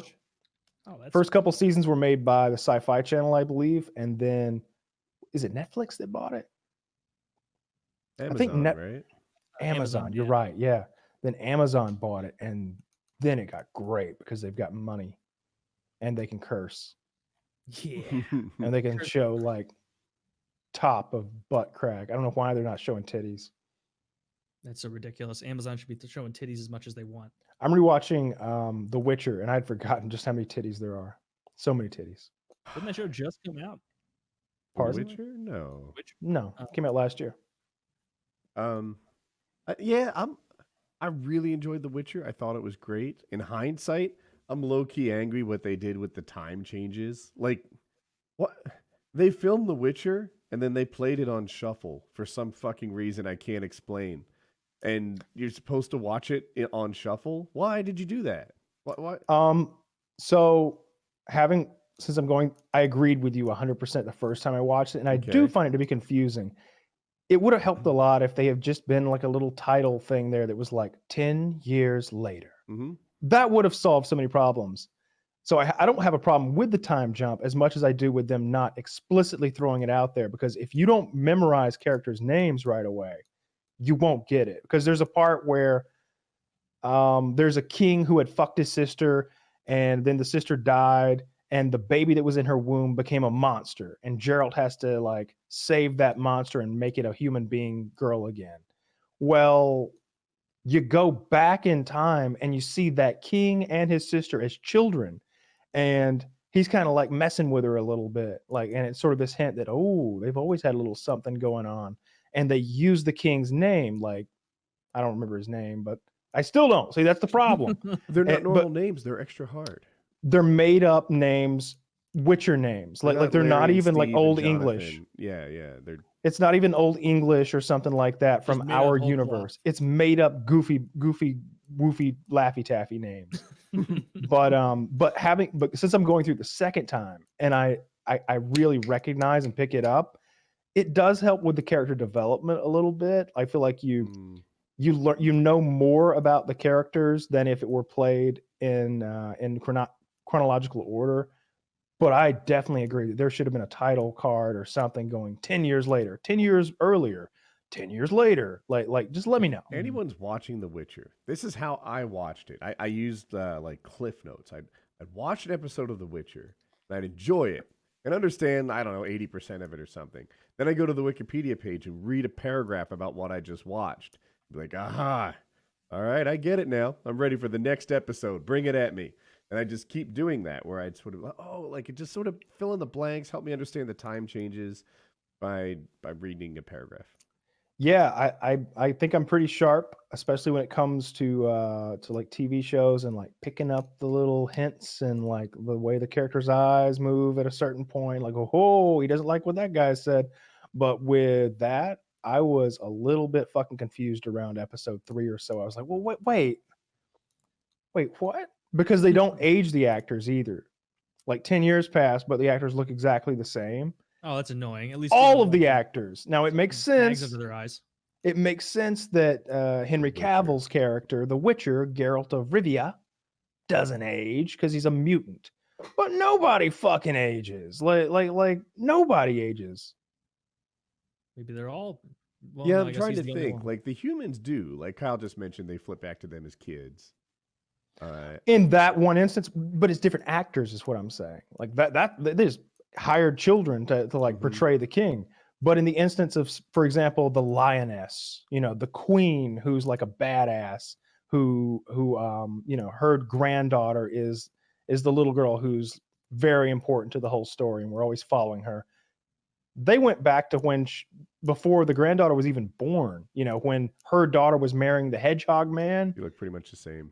Look pretty much the same. Yeah. Pretty much the same. Like minor differences, but like she just had fought in a battle, you know, she was all bedraggled. So it was like, but in any case, that's a great show too. I like that show. It's what I'm watching right at the moment. Have you seen The Witcher, Taylor? No, I have not. No, I haven't watched I any of think that. that's better than some of the other suggestions we've given you. I do too. The ones you guys have said, Expanse is tickling my fancy the most. The Expanse is very cool. It's Which is kind of up your alley, though. It As is a guy that fantasy, liked yeah. Game of Thrones before it was terrible and still likes Lord of the Rings. The Expanse is sci-fi with just a little bit of fantasy, and The Witcher is fantasy with just a little bit of sci-fi. Okay. Yeah, in the Witcher. So essentially, like Cliff Notes, a Witcher is a mutant that has been made using magic to make a human being into a superhuman being for the purposes of fighting monsters. And our main character based on the game. Yeah. Oh. And I think the game might be based on some sort of literature, but I don't know. Yeah, I would assume a book or something, unless they're just making it straight from a game, which didn't work out for Halo. They didn't make a Halo movie. Yeah, I thought they made a Halo movie that sucked. No, they made a like a Halo. That wasn't a movie. They made some live action stuff, but there was a point where Peter Jackson was attached to make a Halo movie, and for whatever reason, it fell apart. I don't think it was that it got disillusioned on Peter Jackson's part. I think there were some funding issues and some timing issues, and studio nonsense. A lot of the props that were going to be used in the Halo movie that Peter Jackson was making ended up being used in District 9, that Blomkamp movie. I haven't seen that movie in forever, but I remember liking it. Yeah, they made that on such a shoestring budget. Like, I don't recall what it is, but like it looks like $100 million movie, and I think they made it for 10 or 12. Well, good for them. They probably made a lot of money. But yeah, I'd watch The Witcher if I were you. But I love The Expanse because I love sci-fi, and it's like a mix between it reminds me of Firefly a little bit. It's sort of like cowboys mixed with like astronauts, like doing their thing. And there's like 3 different factions. There's the Earthlings and the Martians and the Belters, the people who live out on the asteroid belt and are primarily miners. And they've lived out there so long, their physiology is altered. You know, they're all long and lanky and don't have muscle tone because they live in low grav. It's cool shit. Nice. Their bones are not strong. They're low bone density. Yeah, that's what I'm going for. Yeah. Ad or AMA question? Both. Ooh, ad first. Admit it. You think that cybercrime is something that happens to other people. You may think that no one wants your data or that hackers can't grab your passwords or credit card details, but you'd be wrong. Stealing data from unsuspecting people on public Wi-Fi is one of the simplest and cheapest ways for hackers to make money. When you leave your internet connection unencrypted, you might as well be writing your passwords and credit card numbers on a huge billboard for the rest of the world to see. That's why we decided to take action, which is why we're recommending that you get ExpressVPN to protect yourself from cyber criminals. ExpressVPN secures and anonymizes your internet browsing by encrypting your data and hiding your public IP address. ExpressVPN has easy-to-use apps that run seamlessly in the background of your computer, phone, or tablet. Turning it on, well, that's just one click away. Using ExpressVPN, I can safely surf on public Wi-Fi without being snooped on or having my personal data stolen. For less than $7 a month, you too can have the same ExpressVPN protection that we all have. ExpressVPN is rated the #1 VPN service by TechRadar, and it comes with a 30-day money-back guarantee. Protect your online activity today and find out how. You can get 3 months for free at expressvpn.com/PKA. That's expressvpn.com/PKA, EXPRESSVPN for 3 months for 3 months free with a 1-year package. Visit them today. Link down below. Learn more. Check them out. Check them out. Yeah. How you avoid cybercrime. Internet security, very important. Kyle, have you... Oh, Taylor's here. Taylor, have you seen the new Louis C.K. stand-up? I still haven't seen it. You still haven't watched that? No, I need to put that on my list as well. Everybody says it's great. Yeah, I've heard it. Yeah, I'm sure it is. I would have called it good. I didn't like the one before. I didn't either. His previous one, I didn't think was that the funny. But Maybe one? Was it black and white? I don't remember. I think that's the last one I saw, I think. he's like, yeah, we all hate that children are being bombed, but maybe, children shouldn't be at bomb sites or whatever it is he said. Is that the most recent one? It may be. Yeah, I don't know. I'm remembering the black and white as well. Yeah. I'm getting them mixed up. But anyway, I saw the new one. He addressed the controversy twice. Could have gone deeper, but it was Could have gone deeper. Yeah, the rapist's biggest regret. If only I had more time, I could have done so much more. Yeah, I thought it was good, not great. I thought he addressed it well, not outstandingly, if that's a term. But it was an AMA question. I was wondering your thoughts on it. But you haven't seen it, so. I know. Cool. I need to do that. Ooh, I like this one. Get sent back to the 1800s. This is once again from the AMAs. Get sent back to the 1800s, and you can take 3 items with you. And what would you do for money? So what are your 3 items, and then what do you do for money? I assume all of us will choose to rob. My first thought was woodworking. I used to do a little of that. I feel like I could get back at it. No, the 1800s? A trade that other people are already doing there. Other people are already robbing Taylor. Yeah, but not with a Gatling gun. Okay. I don't know why you had to go to the Gatling. There are better guns now. Well, whatever the best gun is what I'm bringing them. You want the best gun from now, not the best gun from then. Come on. Right. Well, we've both answered poorly. So I'm just trying to think. What could you bring? If you bring back something too fancy, you're going to get burnt at the stake or killed, and they're just going to steal it from you. So it can't be over the top too fancy. So what do you fucking need? I would imagine you need some. It can't wear out too much, right? Yeah. Like, oh, I know, I'll bring a good lighter. Well, fuck, that'll last you a week, and then what's your plan? Like, that's a stupid thing to bring? And probably lighters exist in the 1800s. They do. Yeah, they got fire. Right? Yeah. This is not dinosaur time. Yeah, down pat. I mean, also, does it just say the 1800s, like broadly? Let's say, the year 1800. We'll say the U.S. is a fresh nation. Oh, you know what would be smart to bring? Like Encyclopedia Britannica or something. Like that would have a lot of useful information in it. That would be. And I like this. That's a good one. I really like. Fuck, you could like invent gasoline or something with the knowledge that's in there. I don't know if that exists in the 1800s. But like, there's a whole lot of shit that you'd have figured out that you could. Fuck, how do you more efficiently mine for coal? Like, oh shit, check this out. You figure out everything. You could be the greatest. You could be a real Edison and steal the valor of hundreds of inventors who are not even born yet. You're inventing a light bulb. You're inventing the correct kind of fuel, antibiotics, all sorts of shit. I'm not smart enough for that, even with a book. I guess they just made mold, right? So that's my understanding of it. Yeah. Some of them you could make, right? Like even if you can't cure malaria, you can invent penicillin, or maybe telling people that germs are a thing. That's pretty impressive. Expose that fraud Helen Keller. When was she?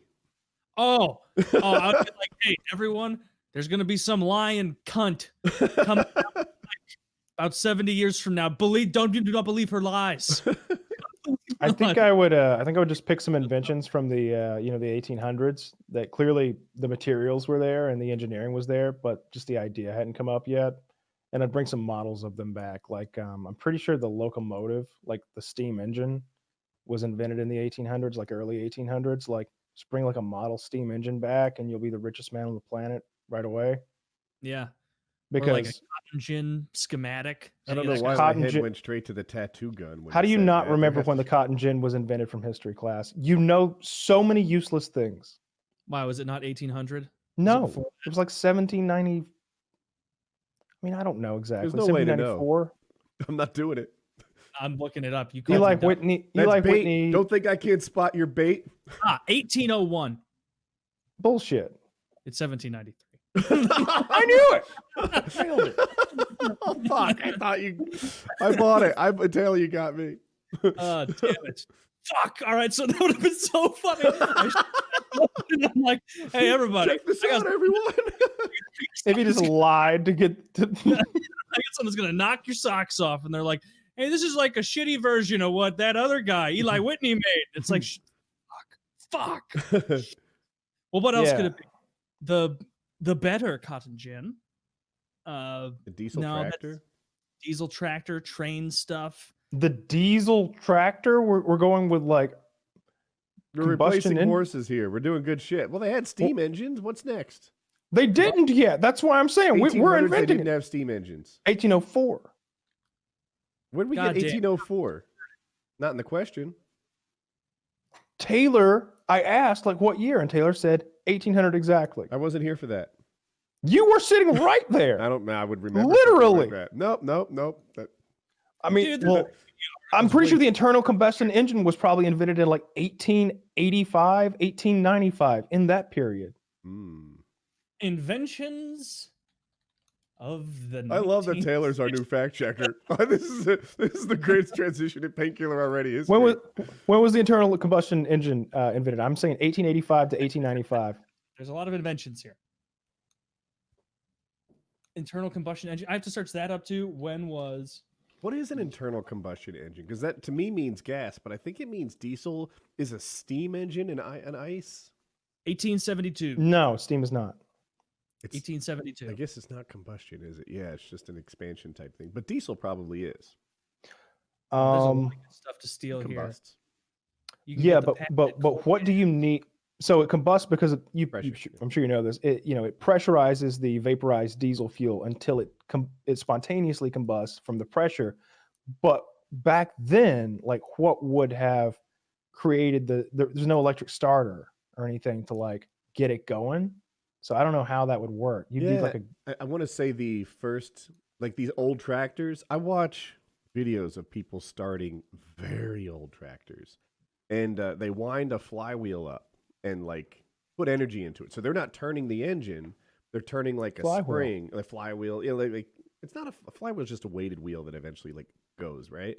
Mm-hmm. This is like they're pre-winding a spring to create tension, and then they kick it off, and it initiates the engine. It takes off, and there's a lot of gears there, a lot of gear ratio. That's interesting, Kyle. So you could bring a schematic for the Colt breech-loading revolver and invent that in the year 1800 instead of 1836 when that bastard Samuel Colt invented it. So yeah, I'm sure that won't ruin the world. Revolver. How yeah, cool. let's give people fucking a much more efficient way to kill 35 years earlier. Damn, they invented steam engines before this motherfucker invented toy balloons. You could have given the South better weaponry for the Civil War. That would help the bad guys win. The microphone. I'm not touching that. It's too soon. Too soon. All right, so we're all stuck on the invention thing now because that's clearly the right move. Every time I'm asked a question about the past, I always have it in my head where it's like, haha, you'll be the only one with the guns, but it's like, oh no, that's not far back enough. Some motherfucker with a Colt breech-loading revolver is gonna cap my ass while I'm walking up there dressed like a juggernaut from Modern Warfare 2. Every time I hear a question about the past, I think, aha, you're a genius by 1800 standards. Your knowledge of efficient Google searches and, I don't know, GPS systems will blow them away. Like, actually, Woody, most of your knowledge is kind of worthless. I mean, yeah, you can sharpen a blade. That's a cool thing, I guess. I mean, if you go back far enough, your ability to read and write are pretty important. That's going to set your education is going to put you really, really far ahead of a lot of people. If you want to just, you just forge yourself I would say, as a fake doctor, I know more than a real doctor from the 1600s. Maybe, right? Oh, I could definitely riff better than a doctor from the 1600s. Mm-hmm. What do you got? Oh, demonic influence. Clearly. He's got blood ghosts. Blood ghosts. Demonic influence. Get them out of there. They're spooky. All right, you're going to take 2 spoonfuls of hot lead daily, and by the time you die, I will be far out of town. How much mercury do you have in the home, ma'am? About 1800 cc. Oh, that's not enough mercury. So I see your husband's right leg is terribly swollen, so we're going to inject his left leg with 1800 cc's of mercury, and then they'll match. And Back in the day, even those doctors were like, can you believe just a few hundred years ago they were wearing those crazy bird masks? Anyway, in the bloody water, I got to clean up. Like, no, not the pit. Well, you can piss it in if you want. It's fine. We don't know what germs are. I mean, piss is sterile. Nightingale has Piss ruined is our. not sterile though. It's sterile. Taylor, can you not fact check it and see if piss is actually sterile? It's not. Not sterile. And here we were talking about bringing I've blueprints. Googled it. So many people say it's sterile because they saw it on Fight Club. I think it's not. Urine is sterile. First thing that happened when I Googled it. Urine is sterile because it contains no living organisms. But that doesn't mean if it's pissed into a water pot with blood and shit that it remains sterile. I don't know why we have to add blood and shit. We're talking about urine. You can. Oh, I was talking about the old doctors joking around them. So am I. They can piss. You can piss right into that thing. You can wash your hands with piss and perform surgery. Nothing bad will happen. What's your eye doctor's name? I'm gonna give him a call. I'd rather not say. Hey, he wants to. This is what we call a social experiment. Somebody's gonna call like the night before my appointment. Like, hey doc, it's Kyle. I changed my mind. Just take the eye. Yeah. And let's not talk about this tomorrow. I'm real nervous. Real scared. We got you. The ultimate prank. Guys, we pranked Kyle. He's a cyclops now. High five. I'm just Johnny Knoxville, and this is steal your friend's eye.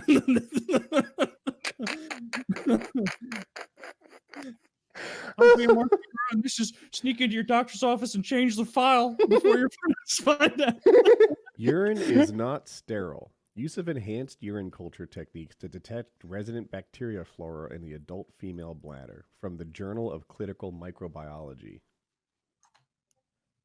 Urine is not sterile, neither is the rest of you from Science News. Urine not sterile from Popular Science. I just copy Urine pasted. isn't actually sterile from the Smithsonian. Now, Steve, you got to eat the eye. Eat the eye. Eat the eye. Blah, blah. The vomiting on your eye. Oh, good idea. I do see your result from The Guardian, from Peter Lund, University of Birmingham. But So the reason urine isn't sterile, according to this, is that sometimes people have bacterial infections, like bladder infections, and it touches your penis. even your And I think the source real says issue there's is that less bacteria in urine than tap water. and the real issue. Drink piss. And look, the internet is sexist. We all know this. What they're not telling you there, Woody, they're acting like all urine is created equal. False. Male urine is virtually sterile. Female urine is hitting all kinds of shit on the way out. LiveScience.com confirmed urine is not sterile. Like I feel like I've got source after source. Science says no, urine is not standard. From Ripley's Believe It or Not. I mean, that has to be true. Well, if Ripley says so, then I'm sold. Have you ever gone the clevelandclinic.org, urine isn't sterile. I could go on and on. Please do. I'm not gonna. It's enough. I need Wikipedia, at least urine 5 is more. not sterile, not even in the bladder, which blows apart the girl stuff. It's just all of this is like all of my results are different. I think I've got better Google than you. You're using Bing. Woody's Binging everybody. Well, That's what's happening here. If you use Google, you don't get pictures of urine. So Woody's looking at pee porn websites right now. That's where he's getting this from. Google is urine sterile. Decide for yourselves. That's it. No more fact checking from me, you guys. Yes. You Do your suckered me in. research on urine. I want a thesis from each and every one of you by next Thursday. I need nitty-gritty details and at least 5 sources. None of them can be Fight Club. Works cited page. Fight Club is absolutely a source. That's true. Fincher wouldn't lie to us. See, Chiz is on board with me. He says if you can get it from the bladder, drink up. The real issue is it touching the tip of your penis on the way out. If you piss hard enough, then it won't even touch that. Your pee hole is just like and it's just not touching anything on the way out. It's that lady pee that you got to avoid. Urine's folks. not sterile even in the bladder, but okay. Man, another win in the man If they have tally. bacterial infections, there's no. It's sterile. You're right. There's no bacteria in our bodies. Only good bacteria. Okay. Probiotics to get more good germs. I take a probiotic. Yeah. Yeah. I just eat dirt. So I haven't That does figured the out trick, how to too. make money in the 1800s without a lot of sweat equity, and there has to be a better way. You guys have come up with the invention thing. You really want to run your own business? That's a pain in the ass. I maybe I could be a professor or something and just talk about shit I already know. I mean, you could invest in things, right? Like you don't even have to be the inventor. You could just invest in the companies. You could buy the land where oil deposits are, gold deposits are, uranium deposits are. If you've traveled back in time via some sort of time machine, let's just say, then you could go back in time, work as a goddamn coal miner till you got yourself $100, invest it, just throw it in a savings account, like go back in the future, pull the money out, and now you've got future millions where you don't have to like smell like a Don't have piece of any shit all day. 1800s money. I'm not sure. I had to think about how to get around that. You know, how to invest my here it is. They're like, dude, there's a picture of Lincoln on this. That's not. a good Oh, well, example. you'd want to take material back, like gold. That might work. Yeah.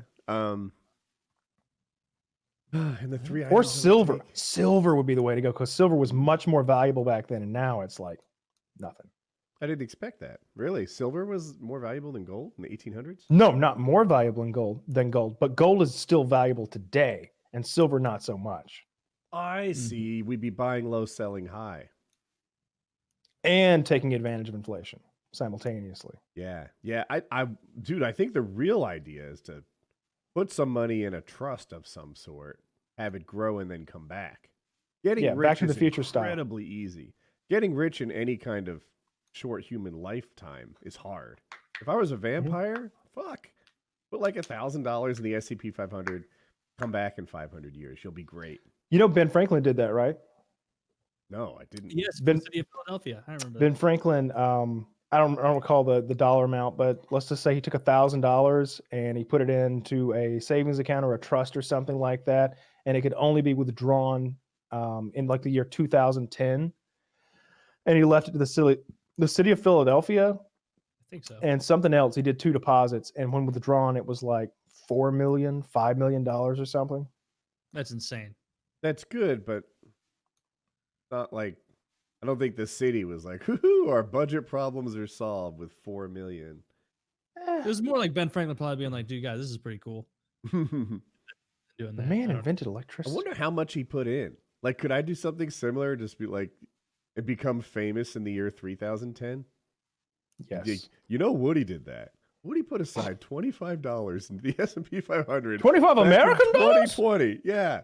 And now in 3010, we've got an amount that the city barely gives a fuck about, but it seems it would be a lot for you. 1,000 years from now, I think any of the countries are still going to be around. I don't They're either. Mixed and matched. I mean, maybe some of the long-standing ones will still be there. China, I don't think so.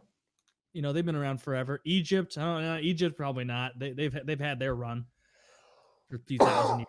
I feel like I'd be looking at the ones with geographic advantages. Like America has a nice thing in that we're kind of friends with our northern neighbors and usually with our southern ones. And after that, it's hard to attack. Like you're at a real disadvantage trying to come across the ocean and get us. Yeah.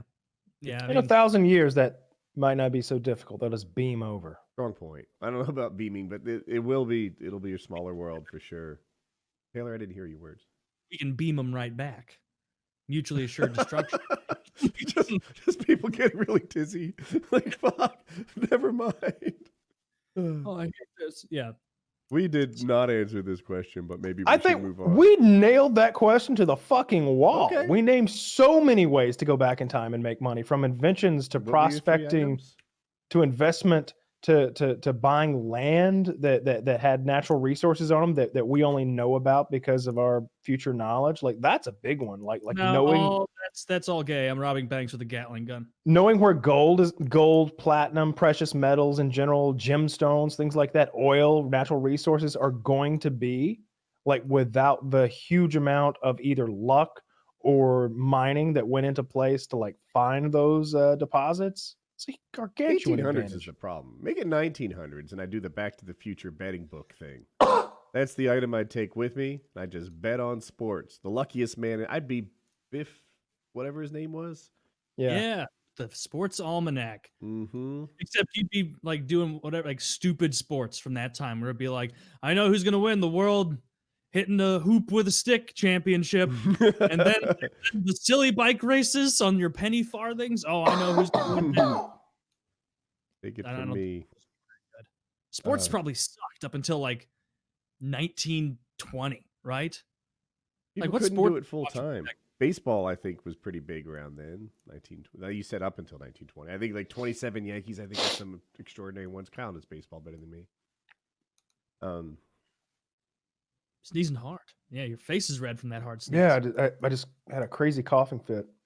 What would you do if a large group of rioters found their way to your doorstep? Why would they do that? You're questioning the question. That's not how you do it.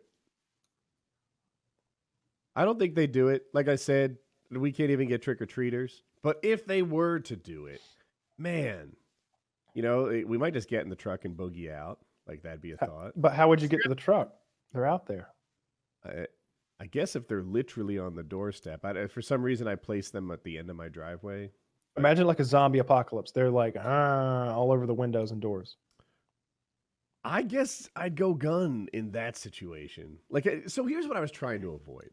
There are a lot of rootin' tootin' tough guys who say, you'll take my guns from my cold, dead hands, without specifics. There's someone in my universe, not Kyle, where that happened, and the police came and took their guns, and there was no cold, dead handage involved. There was some they're right here. Just come get them, officer. I was locked up at the time. Yeah. This person wasn't. And, that's the way I think it would go with most people. And it's the reasonable thing to do. If you look at the impact on your life, you'd be much better off giving up your guns than going to prison over it and dying and like the other stuff that could have happened. It was a smart move. Okay.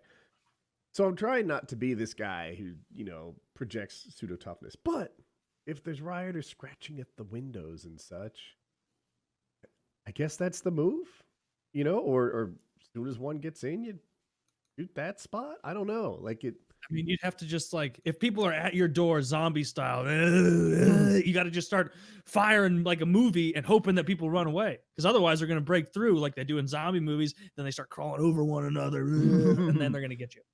I think I just leave. My car's in the garage. You can't leave. They're surrounding you, and it's a very thick, massive zombie. Wait, are we on zombies now? Or are we on? They said rioters in the question. I would prefer if the question were about zombies. Can we do that? Yeah, I just I just stay in the house. Like I don't know if they start breaking the windows. I guess I get in my car and I plow through the crowd. Going down to the Winchester, have a nice pint, wait for the whole thing to blow over. Yeah, that's what I would do. Yeah, I don't think it's gonna happen though. They're not. It seems like they're more into like doing other things, like eating flesh. Yeah. You switched us to zombies. I was joking. We can't actually switch to zombies. No, I'm I didn't know the rules. Okay, so yeah, I feel like I'm trying not to be some tough guy. Yeah, hey, you know what? If I was there, I'd have beat up those 4 guys who were bullying that cash register operator, cashier. And it's like, no, you wouldn't, you faggot. I should have said that. No, you wouldn't, you fake tough guy. You would have sat there silently or maybe sheepishly said, leave that poor man alone. But you're not going to... It's weird how hard that word hits these days. Right. When I was in high school, that would just roll off your tongue like mellow yellow. But, mellow yellow, another nice little blast from the past there. You got two things from the past. But here, this is what you do. Here's the move. I make my way upstairs. I find a way onto my roof. And then while I'm laying down, all the lights are off in the house. I'm like, hey, I found a way onto this guy's roof. Let's I'll let you guys in. Come on. And I start helping people up, and then I hope insurance pays for all of it because hopefully they'll believe that I'm now on their side. I think they'll be able to tell you're not. Nuh-uh. So it's the blind rioters. Okay. Shit, another hole poked in my plan. I don't know. I guess I'm just gonna cry and die. Well, if any of you listeners would like to take that opportunity to ask a better fucking question than one of the last two, It's $10 a month. Join the Patreon. There's a link down below. Lots of cool shit you can do. And the $10 you get PKN the moment it comes out. You get a bunch of notifications, early information, and you get to ask us one of these really well thought out questions. When you ask a question, you need to really get detailed with it because you see how our minds work. Like we can't say the 1800s. That's 100 years during the Industrial Revolution. Like a lot of shit happened. Like you say difference between 1800 and 1899 is gargantuan. Give me an exact year. Give me an exact year. All right, I've got a better question. I think it's better. Not for me, but you guys. Do you have any advice on finding a romantic relationship outside of school? I don't have much dating experience throughout high school and college on account of my weight. I just graduated college and focus on improving myself and my health. Down 60 pounds so far. All right, so this guy is in a new class of attractiveness. Down 60 pounds, that has to make a huge difference. Yeah. But once you leave school, it's not the meat market of peers, right? School's nice. They put hundreds or even thousands of kids your age next to you all the time. The options are huge. You leave school, and suddenly, the pickings get slimmer. Sounds like he's asking for a girlfriend, not a fuck buddy. He wants what he can get. Romantic relationship outside of school. I interpret that way too. Girlfriend. He wants what he can get.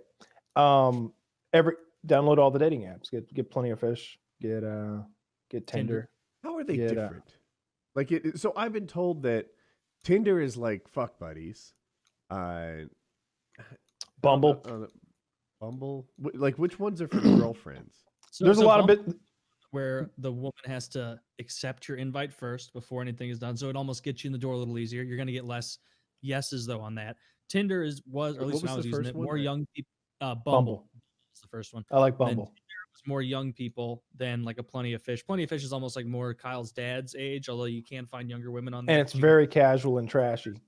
It's very casual and trashy. Tinder also casual and trashy, and it's almost like it's an understanding that it's younger and more sometimes casual. too young.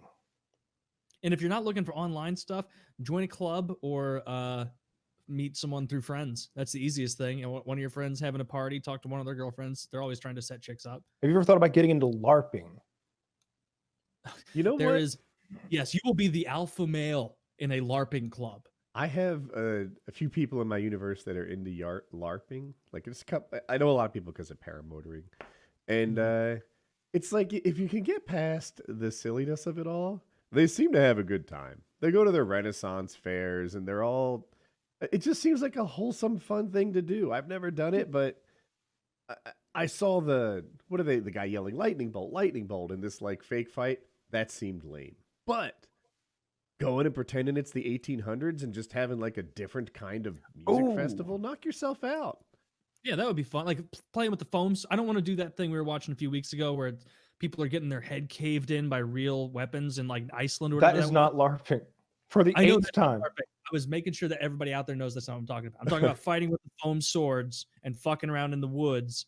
That sounds like a blast. As long as it's understood that you're going to cheat and not go back to base when you get hit, and also understood someone's bringing snacks, and you don't have to pretend to be a character. You're just the same guy, and you're fighting with swords. I don't want to fight at all. I just want to be in the presence of some chick that devotes all her time to playing an instrument from the 1700s. Oh no, that's what you do. You become a wizard at one of those things. You find the hottest girl, and you're like, I cast on you a spell of paralysis, and then you pop on. Just like one of those Japanese pornos where you fall in love. Why'd you have to? How dedicated are you to your LARPing as you're dragging her back? This isn't a van; it's a carriage, and it's driving her away. So yeah, that's what you do. You no, you shouldn't rate people LARPing. You ever go? Hey, we're 16th century authentic here. It's not rape. All right. Back in the kitchen. Yeah, that's what you would say. Yeah. Except they or whatever they said back then. Back to your pot sitting under that awning, wench. You ever go to the Renaissance Fair? No. Looks like fun though. Dude, it's so much fun. I went to like a king. I did. I didn't think it was gonna be fun at all. My girlfriend and all her friends were going. It drugged me along. I'm just sitting in the car like, this is bullshit. We could be watching a movie. We could be playing fucking laser tag or something. We could just be at my house smoking weed. You know, we could all get so high right now. And they're just like, oh, we're gonna be high. That's what's gonna make it so fun. And so yeah, we went to the Renaissance Fair in Atlanta. Enormous place. Like it's out in the woods and there's already infrastructure there, like for the thing. And it's like a big fair, like a county fair, how there's booths, but the booths aren't modern. They're all old timey, and the things you get are old timey as well, like big mugs of beer and turkey legs and shit like that. And it was a ton of fun. There's like lots of the chicks there are dressed with those, like, I don't know what you call it when they're like tits are just mushed, push up things, just mushed. Mush titties everywhere. And even gross titties look good mushed. You mush them good enough and the worst titty will look great. And we watched a guy do fire whip. The fire whip guy, if you want to see the actual guy that I watched that day, he's easy to find. You just YouTube search fire whip guy, because there's only one. There's only one. Big hit with the ladies. They loved him.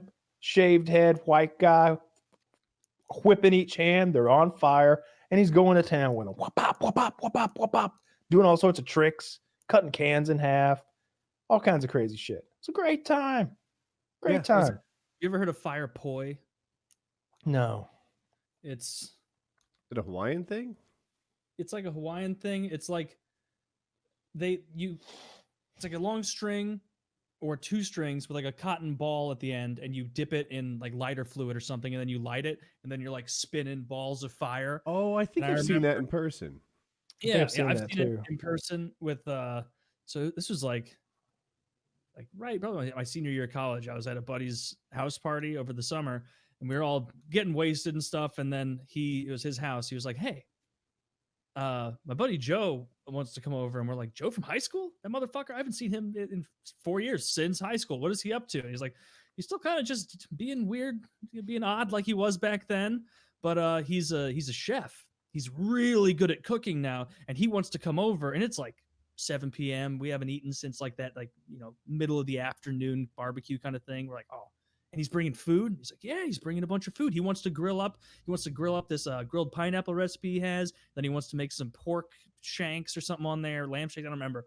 And we're like, hell yeah, bring him over. He shows up, and he is so high on mushrooms. And he's not making a lot of sense. He's losing himself in like conversation, not paying much attention.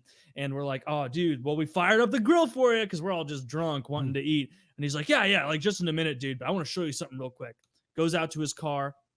45 minutes passes. We all think he just left. We're like, that guy's weird as shit. This is a very small neighborhood. His car was visible from the backyard.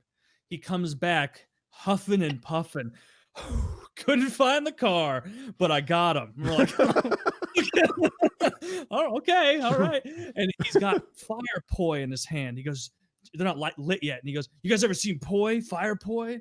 And we're like, are you going to make the grilled pineapple? That ship sailed, and he's like, just in a minute, I'm going to go down there. This buddy of mine's yard is very big and it slopes downward. So he kind of goes down the middle of this big yard. We're all sitting up. We can see him. And he just lights these poi, and his eyes look insane. He's so high. And he just does like, honestly, probably a 12 to 15 minute interpretive dance out there. And he's swinging. He's getting really into it, going up and down and back and forth. And like the first couple minutes, we're like, damn, that's actually really cool. And then it went back to like, Joe, we grilling? And that was the second to last time I've seen him. He was doing much better than the most recent time. Yeah, that's right before the accident. Yeah, before the fire accident. But yeah, goddamn, that was an interesting evening. He did end up making the grilled pineapple and the snacks. So was it outstanding? Did it meet expectations? Really good. I think the waiting an hour for it made it better. Yeah, he knew to have it. He had a captive audience, and he knew it. These motherfuckers are full and drunk. There's no way they're paying attention to me. Fire point. Would you guys like to hear my script I wrote? Fuck. That poor. Is there pineapple after? Yeah. Interpretive fire dance. Yeah, that was so funny. Yeah, so bro, it sounds like join some clubs and meet some girls that way. Clubs with girls in it, I presume. Nothing I'd join. And the dating apps, I feel like that's changed the game since I was in the dating scene. Like dating apps is a simple, easy answer for them. It's made everything easy mode. If you're looking for companionship, dating apps. How all there easy is it to get laid? Right? Very. Like depends who you are. I mean, I'm hearing it's like Amazon, where you just go and sort of choose girls off the list, and like, girls fuck now. Girls have to choose you back. And Girls always fucked. Yeah, they've always fucked, but I mean, probably more now because there's no social, stigma to it than in the 50s or 60s. Well, 60s that kind of started falling apart, but yeah, I don't know. Yeah, but girls were fucking in the 80s. Well, 80s, 90s, sure, but not sex like going up and up. The whole first date thing, I feel like, was much less common than it is now. Or maybe I'm wrong. Often go on a first date, but then there's sex right after. Yeah, that's how it was often on Tinder, where it's like, hey, you want to go grab a drink? And then so here's the thing. I think like just like for Woody's sake, I guess maybe. They don't want to come directly to your house because they don't know if you're insane yet. They also don't know if they're being catfished. So everybody wants to meet somewhere first for like coffee or some drinks or dinner or something like that. Then if that goes well, we're going back to my house or her house if she feels safer there and she doesn't mind me knowing where to go to find her in the future. Sometimes they do. But yeah, it's you almost always kind of fuck on the first. If you've already arranged the first date, then the sex has already been discussed most of the time anyway. The first date is really, in my opinion, just to make sure that you're not A, a crazy person, B, you are the person that you like displayed in your pictures, and C, that there's nothing weird about you. I don't know, that there's not bizarre, like some sort of eccentric, like you're on BO. You covered that with A, but I saw what you did. You needed 3. So I needed 3. I had to expand upon A little bit. A, they need to make sure you're not a weirdo. B, they need to make sure you're kind of cool. And C, definitely no strangies. Yes. So in my experience with it, it wasn't always, fuck on the first date. Like you could tell and get a vibe pretty early on whether or not they were scouting you out to just fuck, or if like based on the conversation, oh, this person's looking for an actual relationship out of you this. weed those out. Yeah, it's not gonna happen. So, but yeah, I had a great situation when I was living in the city where I was, because I'd set it up at this bar that was right next to where I lived, now out of business, stinks. And so it literally right where I live, same building, 20 yards down. Sit there, have some sushi, have some drinks. Then you get them drunk and they can't drive home. And you're like, I'm 30 steps away to my place. You want to sit, maybe sober up a bit before you head home? Fish in a barrel. That move's called the Cosby. Yeah. Now I only live a few yards that way. So basically, yeah, it was a little bit. I would feel kind of creepy sometimes, where it'd be like, "Hey, do you want to come back, hang out for a while, have another drink at my place?" It's like, "Yeah, that sounds really nice." And it's like, "Where do you live?" It's like, "Oh, and we're here." So, oh, you live right here, huh? Yeah, it's just that place has the best Philadelphia rolls in town. That's why you ordered sashimi, bitch. I love the Pepsi there. It's just well carbonated. They mix it perfectly. Also, why were you giving me all of your drinks? See, I'm so out of it. The last girl I picked up was in the 90s. Took weeks or months to get laid. And it's tainted my, like, I can't even fathom this, like, getting laid on the first night thing that seems so common now. I mean, there's been plenty of times where, like, within an hour, like of like initial communication. There's also that, yeah. Yeah, it's like girls are on there sometimes because they want to fuck now, right now, and they're like, well, I got to be in bed in 2.5 hours. Let's see, we have sex for half an hour. Do the math. Average 45-minute drive, possibly. All right, I got to find a dick in the next 37 minutes. I remember doing that like math myself, where like friends, it'd be like You're a in luck. Friday Blue night. Chew takes half an hour to kick in. It lasts for 36 hours, so you're always ready. And so like I remember like talking to friends or whatever, and they're like, "Hey Taylor, we're going to XYZ bar around like 10:30 or something." Oh, that sounds like a lot of fun. Oh, but I got a Tinder date, one of the ones where it's like someone I've probably met up with before, and they're just coming back. And it's like, but they're showing up at 7:30. They're like, "Oh, come on, you can get that, you can blow that off." Then they come over, you fool around, get it all done and everything, and then you start doing like the walking around, like getting ready, like, "Oh, what are you doing?" I got dinner with my grandparents. It's like at 11. It's like, yeah, and I They can't tell flew you. in from Osaka. Yeah, they flew in from Osaka. It's the early bird special time for them. I'm adopted. You know, my entire family's Japanese except for me. Yeah, and so yeah, that was always a little more. But even that wasn't uncomfortable because they knew the drill too. It's not like they were coming over thinking that a hookup was a relationship. They like get it. Like if I went over to their place and they had some plans later in the night, it wasn't like I was gonna, "Oh, you mind if I tag along?" It's like, no, this is an understood thing. One weird thing about me, I guess it's weird considering like the situation. Like I don't like to like hook up with somebody and then just send them on their way.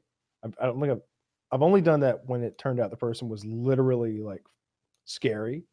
Like there's been a couple girls that I was like afraid of, like for my safety, or Blood for gas. them like telling some lie about like hurting themselves and saying it was me. Like they're so insane. I don't know. They might start a fire. They might shit in the floor. They might cut their own throat and like Destroy the toilet. He had to block her, by the way. He's like, I blocked her fucking number. She's crazy. She's just a wrecking ball of a woman.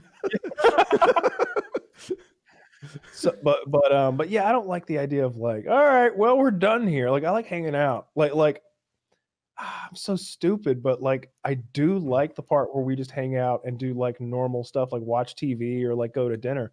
Like that time that we got prostitutes in Houston, I fucked the prostitute, paid for it, then took her to one of the most expensive dinners I've ever been on. Why? I don't know why. How was she dressed?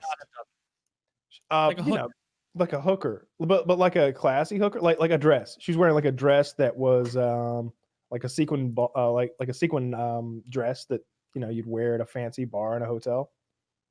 It was kind of steakhouse friendly. Is that what you took her to? She was dressed she was dressed fine. Like I took her to Fleming's. If anyone wants to look up Fleming's in Houston, it was a wonderful experience. If any of you are ever in Houston, go to fucking Fleming's. So good. Didn't know how she was dressed. Like, like a prostitute. She had high heels with goldfish in them, really short mini skirt. You've never seen a prostitute before, have you? No.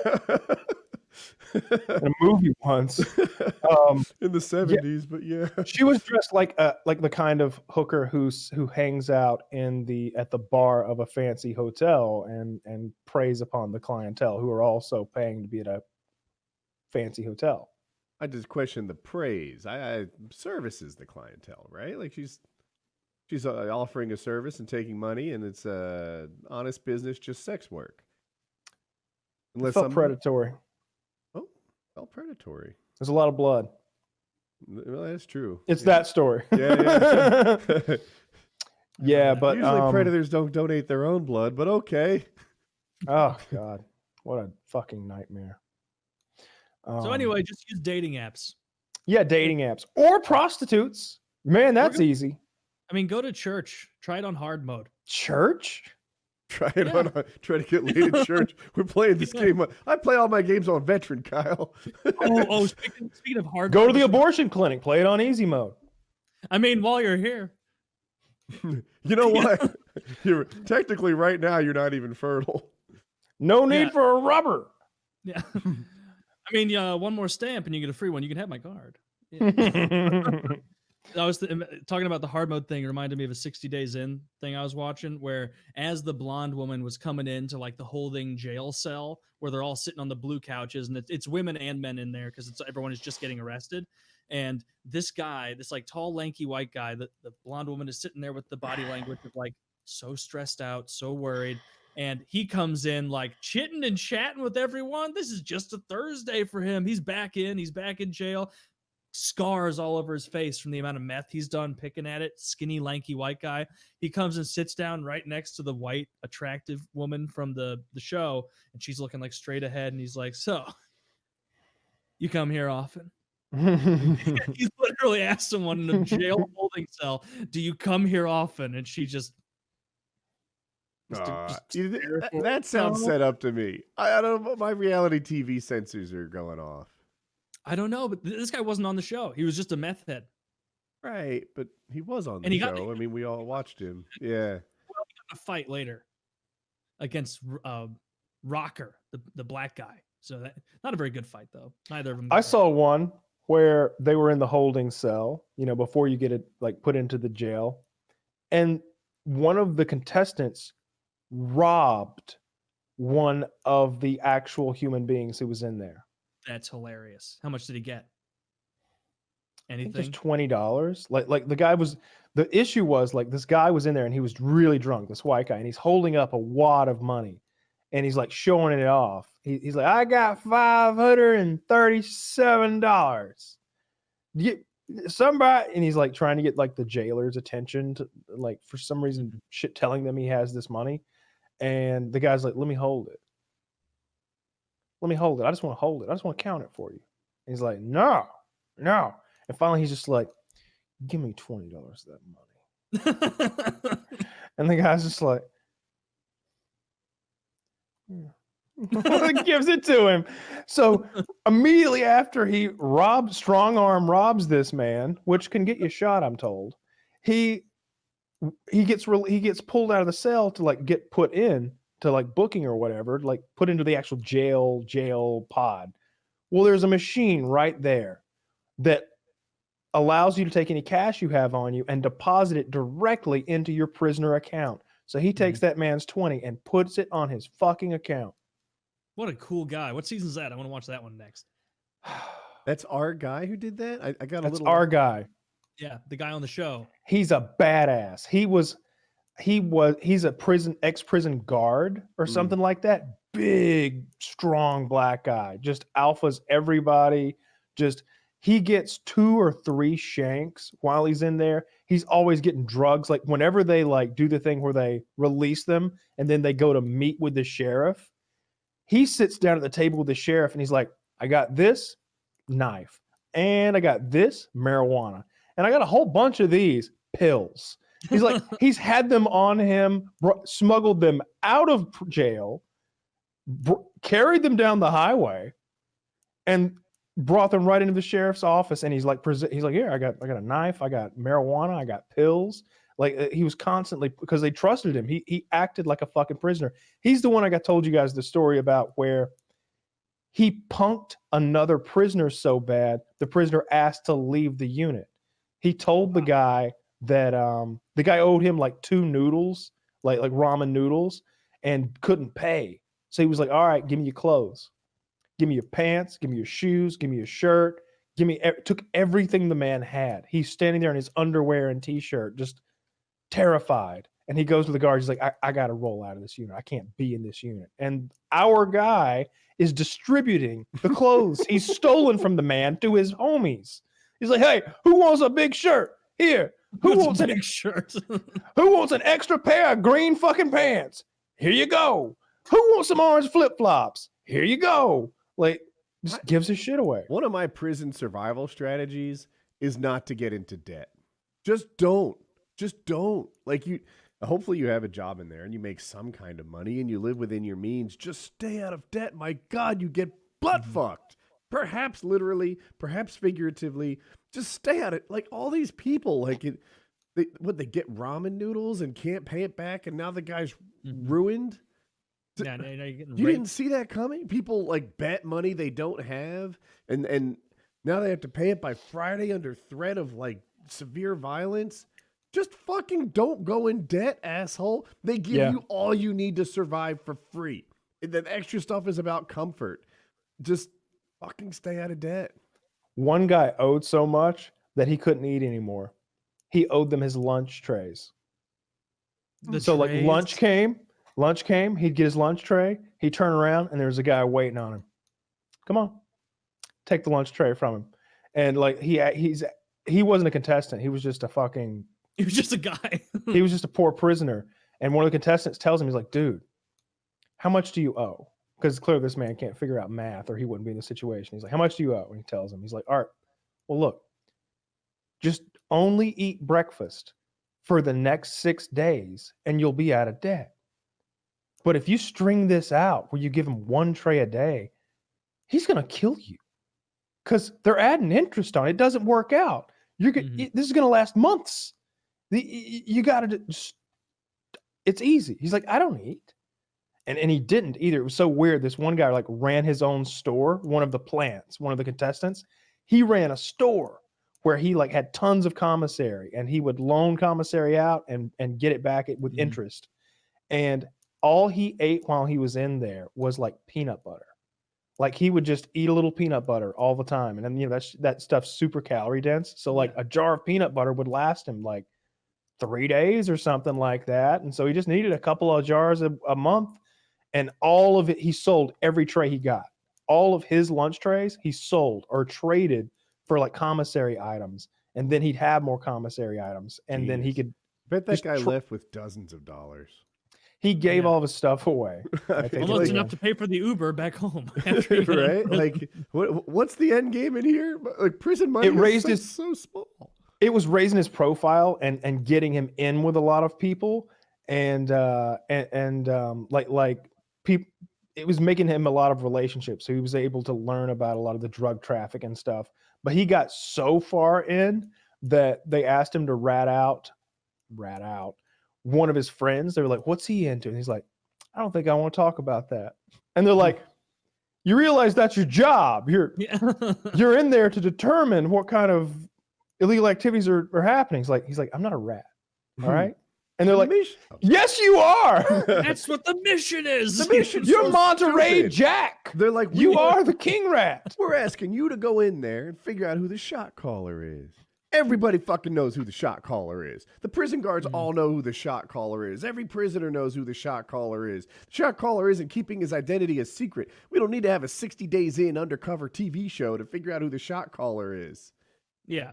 And it's like, you just know that the people producing the show and the police officers around there are sitting there watching the monitors like, hey, do you think this blonde bitch is going to figure out all the stuff we know already? Oh, no way she's going to figure out who the head honcho is. Look at them. They're all sitting together bitching about how bad the hot dogs taste. Like, they're not bringing home any new information unless you're this motherfucker Kyle's talking about, who apparently genuinely was pilfering items, or not even pilfering, just having them given to him because he was trusted. So I want to get to the one where the guy does 2 seasons, apparently, because he just I want to hear that one too. Just having a blast. He's like, you know what? After this, I don't even miss my wife. I don't miss my children. I don't miss my wife. I'm going to be the head of the white gang. So we have, good God, a page and a half lumped into one paragraph of "Am I the asshole?" Yes, I can read it if you want. Yeah. All right. You can do it. You'll do it well. Am I the asshole? Let me make sure I'm close enough to Stay the near mic. your mic. Yeah. Am I the asshole for calling the cops on my roommate's girlfriend after she shit on my bedroom floor? Wait, read that again. Am I the asshole for calling the cops on my roommate's girlfriend after she shit on my bedroom floor? So I realize you've got a lot of reading, but let me just go ahead and jump in and say no. I'm also coming down on no, but we'll see. So all the names have been changed to protect the anonymous people. Last summer, Jason, male 21, my girlfriend, Stella, female 21, Katie, female 21, and myself, male 22, moved into this house together. We each paid a quarter rent and utilities. Oh, I could tell spelling is going to be an issue. Things were great. We never argued. We hung out together, and there was never shit on the floor. Jason's girlfriend, Christy, female 24, was in veterinary school on the island of St. Kitts. She couldn't get into any vet schools in the States. Occasionally, Christy would come visit Jason and us for a few days when she was on the break from school. The school did trimesters instead of semesters. Things were fine for the most part, except when she was at my house. I would find little turds on my bedroom floor. So naturally, I cleaned it up and asked the gang about it. Oh, I'm so sorry. Pascal must have done it. Pascal was Christy's chihuahua that she never went anywhere without. Pascal the dog kept shitting all over the house, and whoever found it would clean it up and tell Christy. Fast forward to September, Christy fails out of vet school and comes back to the States. She tells us about how she was so depressed there, but she's going to reapply in the spring. So now that she's back, she's staying with Jason every night. Her parents live about an hour away. After a while, she's living in the house rent-free full-time. I talked with Stella about it a good bit, and we both decided to just be good friends and let it be. Christy unemployed, and she sleeps in Jason's room. She lived in the house for 8 more months. That's bullshit. The entire time she's living with us, she never paid a utility bill, never paid rent, and her dog kept shitting in my room. The dog never shit anywhere else in the house except my room. I'm not exaggerating. I'm not exaggerating when I say I've found dog shit in my room over 100 times since she moved in. 8 months, 240-ish, 245 days, 100 turds. That's awful. I confronted her multiple times. I tried everything. I tried being nice, stern, angry, the whole bit. And every time she had an excuse. Her favorite one was to blame it on Stella's cat. This brings us to last month. Stella, Jason, and I have secured jobs in our respective fields in town. So the three of us decide to stay in our current house for another year and replace Katie, who is moving back home after graduation, with our friend John, male 24. John graduated a couple years before us and works in our city. Katie moved out when the classes went online due to coronavirus. John agreed. Oh my God, this is long. I didn't realize how much. John agrees to pay Katie's rent for May and move into her room early. Our lease ends May 31st. 2 weeks ago, Stella and I are watching TV in the living room while Jason, Christy, and John are playing a board game in the kitchen. Stella and I head upstairs for bed, and there it is. A big steaming hot pile of dog shit on my rug and a wet spot of piss in the carpet. I'm furious because this is the 4th day in a row that her fucking dog has shit in my room. I storm downstairs and lose it. I absolutely unload on Christy. I tell her she's a bad dog owner and that the dog needs to either stay in a kennel in Jason's room or at her parents' house. While I'm berating her, she stands up, starts yelling, and comes towards me. She starts wailing on me, pushing and hitting me. I'm a 6'1", 200-pound man, and she's maybe 5'4", 140 pounds. I am not scared of this bitch. It took everything it had in me, but I waited for this woman to stop hitting me, and I told her, "You're going to hit me in my own house? Get out right now." I walk away to my room and try to calm down. I talk it over with Stella, and I decide to call the police. I didn't want them to intervene. I just wanted it on the record that the cunt who didn't live here came at me, and I didn't hit her back. I was worried she might do something rash, and I'd get blamed. Smart move. 2 cops show up, and I explained what happened. They asked to talk to Jason and Christy. I go in and tell Jason the cops want to talk to him. Jason and Christy come outside. Christy is hunched behind Jason, acting small and making sad puppy eyes at the cops. As soon as the female cop sees them, she says, "Oh, so now she's acting sick. Ha, hell nah. You got 10 minutes to get your shit and get out." Cool cop. Christy and Jason go back inside. Both cops laugh and tell Stella and I that they've seen that act before and that if she comes back to give them a call. The cops wait until Christy and Jason drive away and then leave.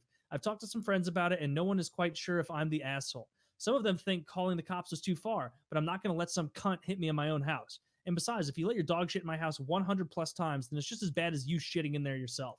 Stella and I decided to move out to our own place after the incident. I do feel bad for John because he's only just been moved in for a week when all of this went down. Am I the asshole?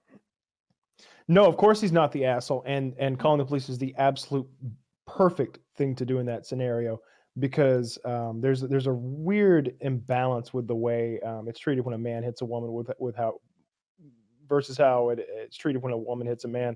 Mm-hmm. And if she lies and says that, you know, you did something, then oftentimes the woman's word is just taken 100%. Yeah. You should always believe a woman, right? So I mean, that's like an actual policy in some places, like it absolutely is. The more vulnerable party, whatever. Like it's just a law. Yes. Like they take the side of the woman regardless. Anytime someone assaults you, like no matter what the situation is, you call the police and you get it on record. You did the exact you could have done this more perfectly. I wouldn't have put up with shit in my room for that long a period of time. Frankly, I'm a little curious why you didn't close your door. Yeah, maybe he doesn't have a door. That was my thing too. But 100 times, that happens 3 times, and that dog is out of there.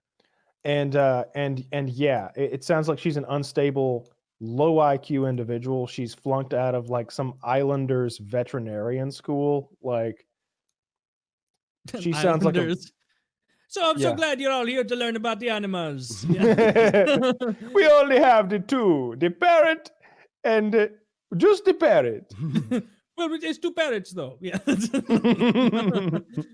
Yeah. So yeah, you're not an asshole at all. You're 100% correct. Nailed it. And anybody who thinks differently is a real white knight piece of shit. All right. Any man who thinks you did the wrong thing is a piece of shit like fake Pussy. white knight, no pussy getting half man.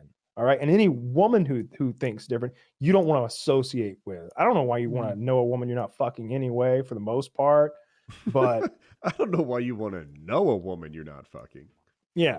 So yeah, anybody who honestly like that's the sort of opinion that if somebody in my life has, I just cut them out of my fucking life. Women are really just life support systems for cunts, right, Kyle? Oh Jesus, I don't know why you That said, you don't know why you want to know a woman. You're not Kyle fucking... going, oh, geez, I don't know why you said that. I made Kyle I'm guess. paraphrasing you, but carry on. just the language. Just the language. I've been watching a lot of Australian streamers. Got a real foul mouth over there. Real potty mouth. Cunt doesn't So, say nearly. this is the guy who used to say shucks. Now it's faggot this and cunt that. Well, shucks, she was being kind of a cunt. That's about right. Yeah. Yeah, I think the guy did. Oh, do you want to keep going? Yeah, just in closing, you handled that perfectly. You're my hero. You did exactly what I would have done. Only you may have waited around too long. I'm curious about the door situation, but it's very disrespectful to allow your dog to be pooping in somebody. I can't imagine doing that. Like I'm putting myself in her shoes. Like I'm living with my girlfriend because I have flunked out of weird fucking Islander veterinarian school. It's already hard to fit in those shoes, but now I've brought my goddamn animal into their house and I'm not paying any bills and my animal has shit. I'm just imagining like the first time my animal shits in someone else's house. I'm so embarrassed and I'm so sorry that I'm never going to let that happen again. Like the dog will either be in my hands or in a fucking kennel. I can't imagine how disrespectful and ignorant and a piece of shit this girl actually is. Yeah, after a friend of mine brought their dog over within like the last 6 months or so, and their dog peed in my living room. Just pee, didn't shit. So not the end of the world. Carpet or hardwood? Enzyme. Yeah, carpet. Which was it was more annoying, but I have a steam cleaner and I also have like a bunch of this enzyme spray stuff that seems to get rid of the I mean, after like the regular steam cleaning, my human nose can't pick it up, but I know dogs' noses can, so I don't want my dog sniffing around where it's in there dog forever. pissed. Yeah, it's in there for a long. You have to get like it professionally cleaned to get it 100%. Even then. Well, they haven't pissed. My dogs don't piss, so they must not be able to smell it. But the person whose dog it was so like red-faced, over-the-top embarrassed, like with an appropriate response of like, she never does this. I am so humiliated. I'm never bringing this dog back again. It was like, and I felt bad almost. I'm like, no, it's okay. My dogs have peed in here too. It's going to be all right. It's fine. I understand you're embarrassed. I'd be humiliated too if my dog's pissed all over your house. So yeah, that's. And then she killed the dog right in front of you, which. No, I killed the dog. I said, yeah, we're going to make sure it never happens again. And sure, you might think a microwave kills the dog quickly, but whew, after 5 minutes, we just had to add a couple more. It took forever. The fastest way to kill a dog with a microwave is to just cave its head in with it. Yeah, just smash it with the actual microwave. Right. Here's my take on it. It's like by letting the dog poop in his room over 100 times, he practically established that as a norm that's okay. I know it's not. I know he might disagree with me saying this, but she must have thought that it wasn't that big a deal. That it wasn't like we're getting the police involved. That it wasn't like she must have. Maybe he was too cool about it too many times for her not to address it more seriously before the final incident. Go ahead. He said he had been stern with her. He had been angry with her. And he did. And of course, the police were only involved after she assaulted him. He did say that. It would be weird to me if there was like not a steady escalation, not like how this happens 100 times. I have to imagine dozens of those times, maybe half of the times, he quietly cleaned it up and said, I guess this is my life now. You know? Yeah. And it would have been better not to ever let that pattern become a normal, you know, to stand up for yourself a little. He said he did, but, you know, like, come at it sooner. The fact that it happened weird over 8 months is too long. It's weird dealing with like if you're a responsible adult and you've mostly surrounded yourself with other responsible adults, when you run into one of those outliers who like is a wild man, and you use the normal human being like conversational techniques, you're like, hey, princess shit in my room. you immediately expect them to have the same reaction Taylor just described. Oh God, no! I'm so sorry. And embarrassed. Where's the spick and span and the cleaning equipment? Do you have any gloves? I'm gonna scrub the floor. This will never happen again. Princess, come here. Whack, smap. You expect somebody to like. So when she didn't, when she was just like, yeah, she did have a big breakfast. It's just like, did she just reply that the dog had a big breakfast? So the math works out. So that happened about every other day, right? Mm-hmm. 3 weeks into this, there's a look, we're not living together anymore. We might be kicking you out. I might get out of this lease. I don't know. But you're not on the lease, and this is not my new life. Like, maybe not even 3 weeks, maybe 2, maybe 1. It's like this. Dude, I'm telling you, the third time that dog shits in my fucking room, it's meltdown time. So this went over 100 times. And I think that he was too nice. During the escalation. I don't really have a temper about like most things at all, but like that's so disrespectful, and just so like you can't get your head wrapped around like their side of that. Like if somebody backs into my car, I'm literally not mad at all. I'm just not. I'm just like, oh man, I've been there. All right, well let's swap insurance, and we should probably get a police report on record. If you got anything in your car you want to get rid of before the cops get here, I'll look the other way. I've been there. Hey, that's my reaction. But this blatant disrespect in this bizarre way, and something about the fact that it's a woman also makes me mad. It always does. Because she was hiding all that authority behind her boyfriend who actually lived there. And so she thought she was untouchable. The real question should be, is he the asshole? Her boyfriend. She's a cunt.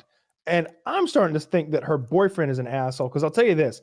If Taylor and I lived together and my girlfriend's dog, who wasn't on the lease, was routinely shitting in his room, I would be so embarrassed. I would be like...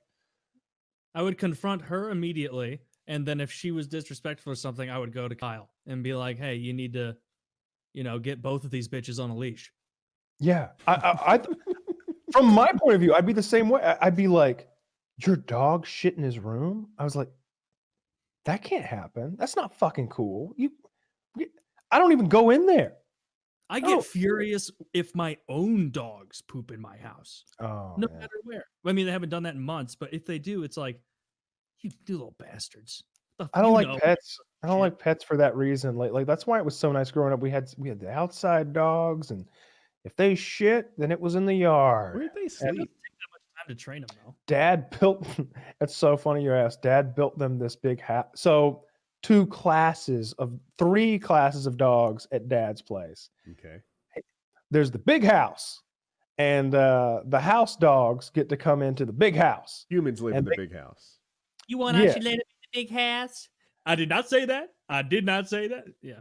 Very few dogs get to come into the big house. Those are dogs who are very well house trained, very low energy, and they know that they're being given a great privilege, and they sit on a chair or a cushion and they don't fucking move. They don't roam around exploring. They're like, maybe if I don't move, it won't bother him, and I won't ever have to leave.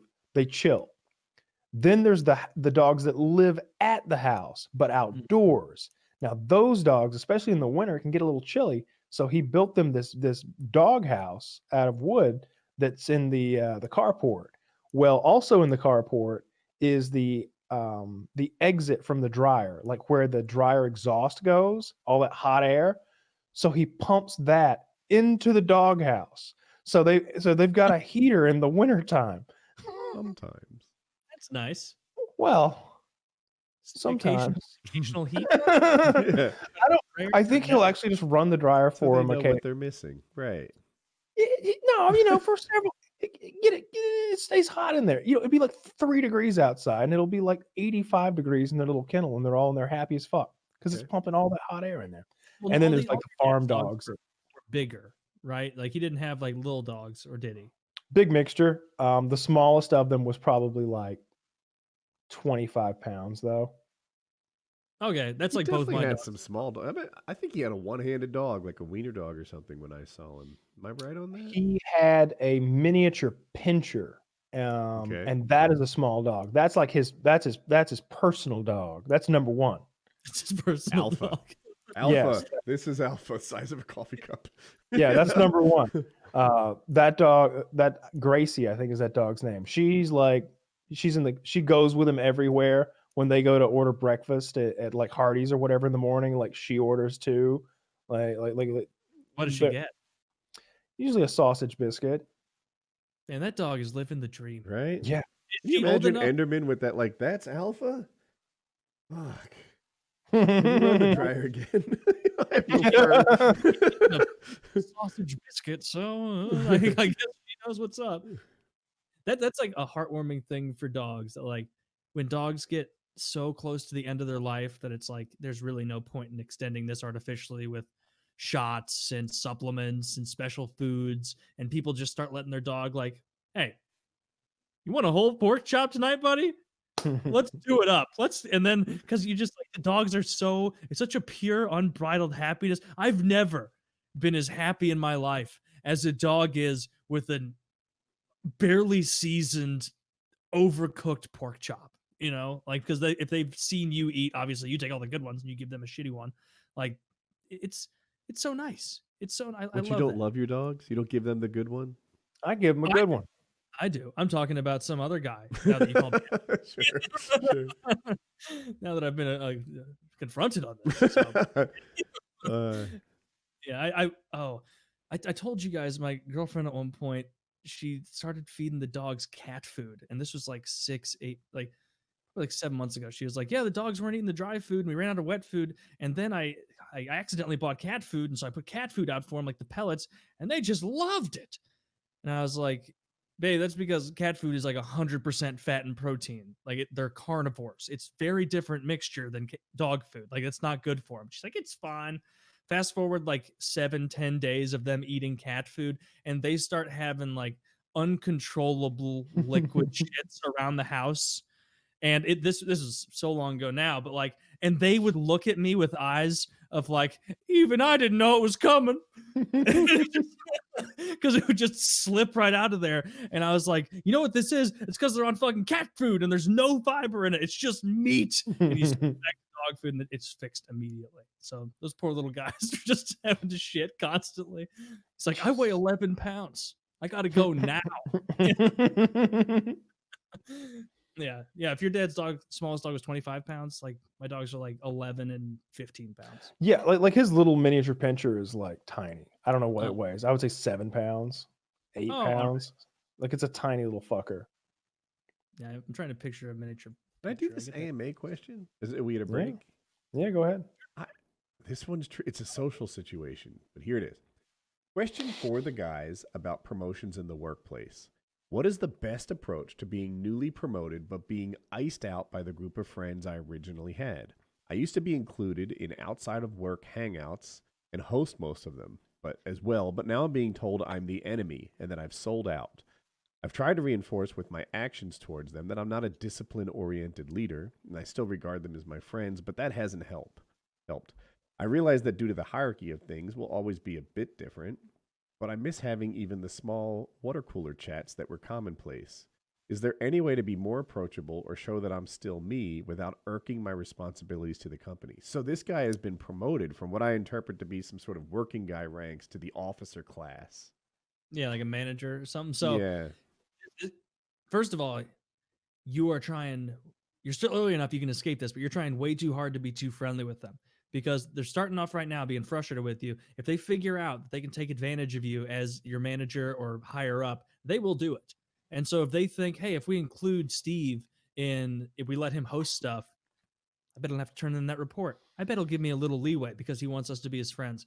Sadly, based on the way they've responded already, they're not good friends, and they probably weren't to start. You don't fuck with somebody like that after they get a promotion. They should be happy for you, and if you're their friend, they should trust that you'll do a good job. So if anything, they've made their decision. Now just be the boss. Pull back.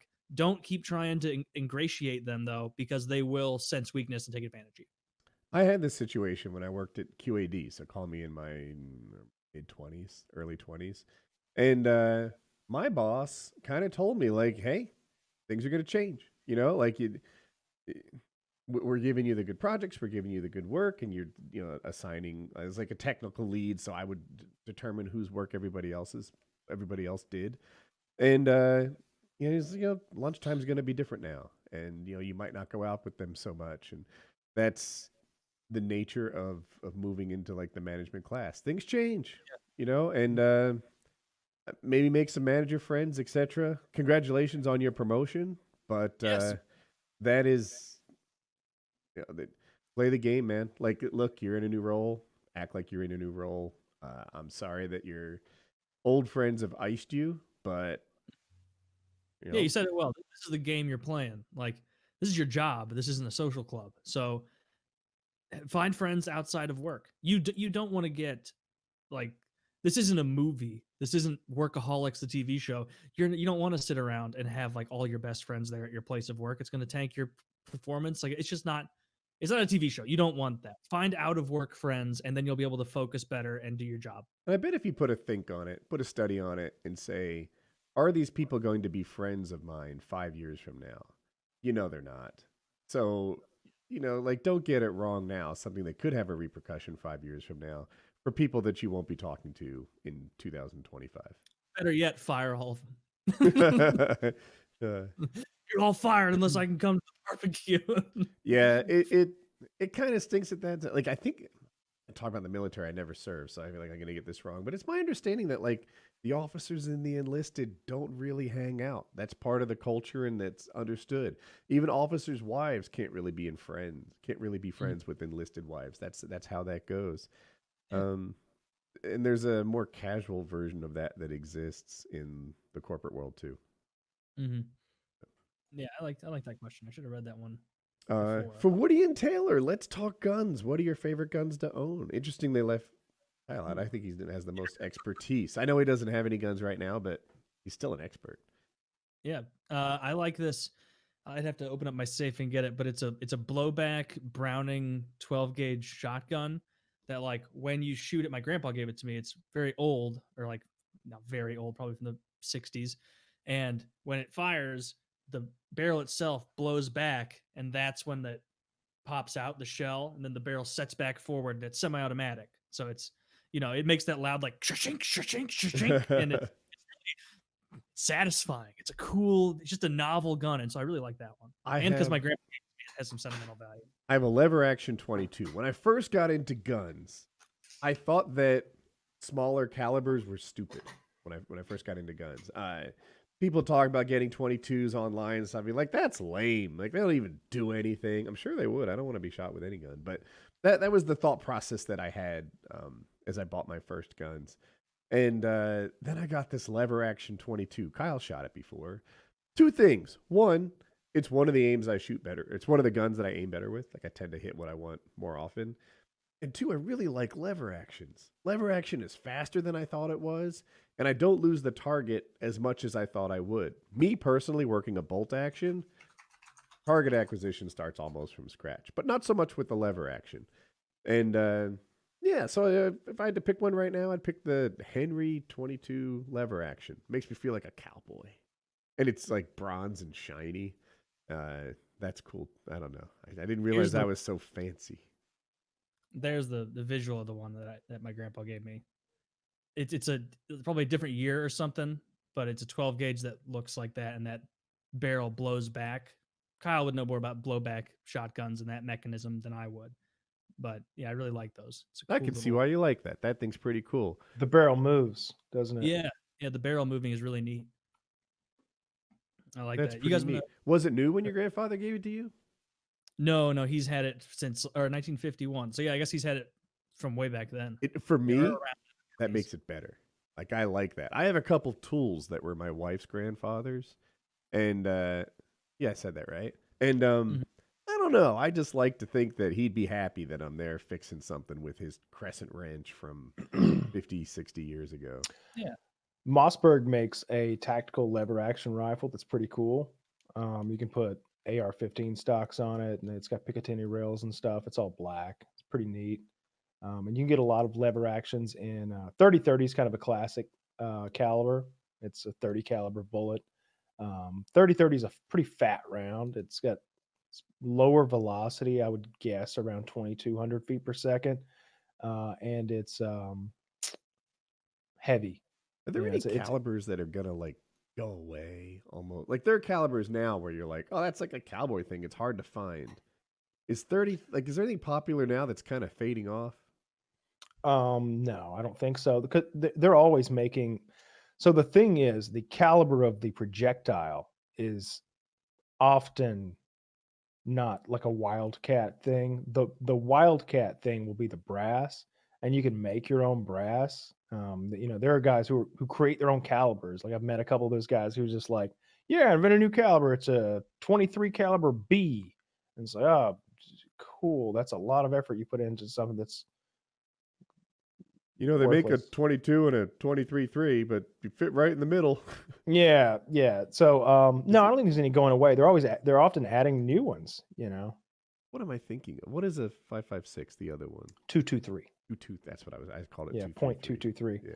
But again, it's all about the caliber of the projectile, and you can buy those in packs, and they're interchangeable. Oftentimes, the 30 caliber projectile from one thing will go right into any other brass because they're all 30 caliber.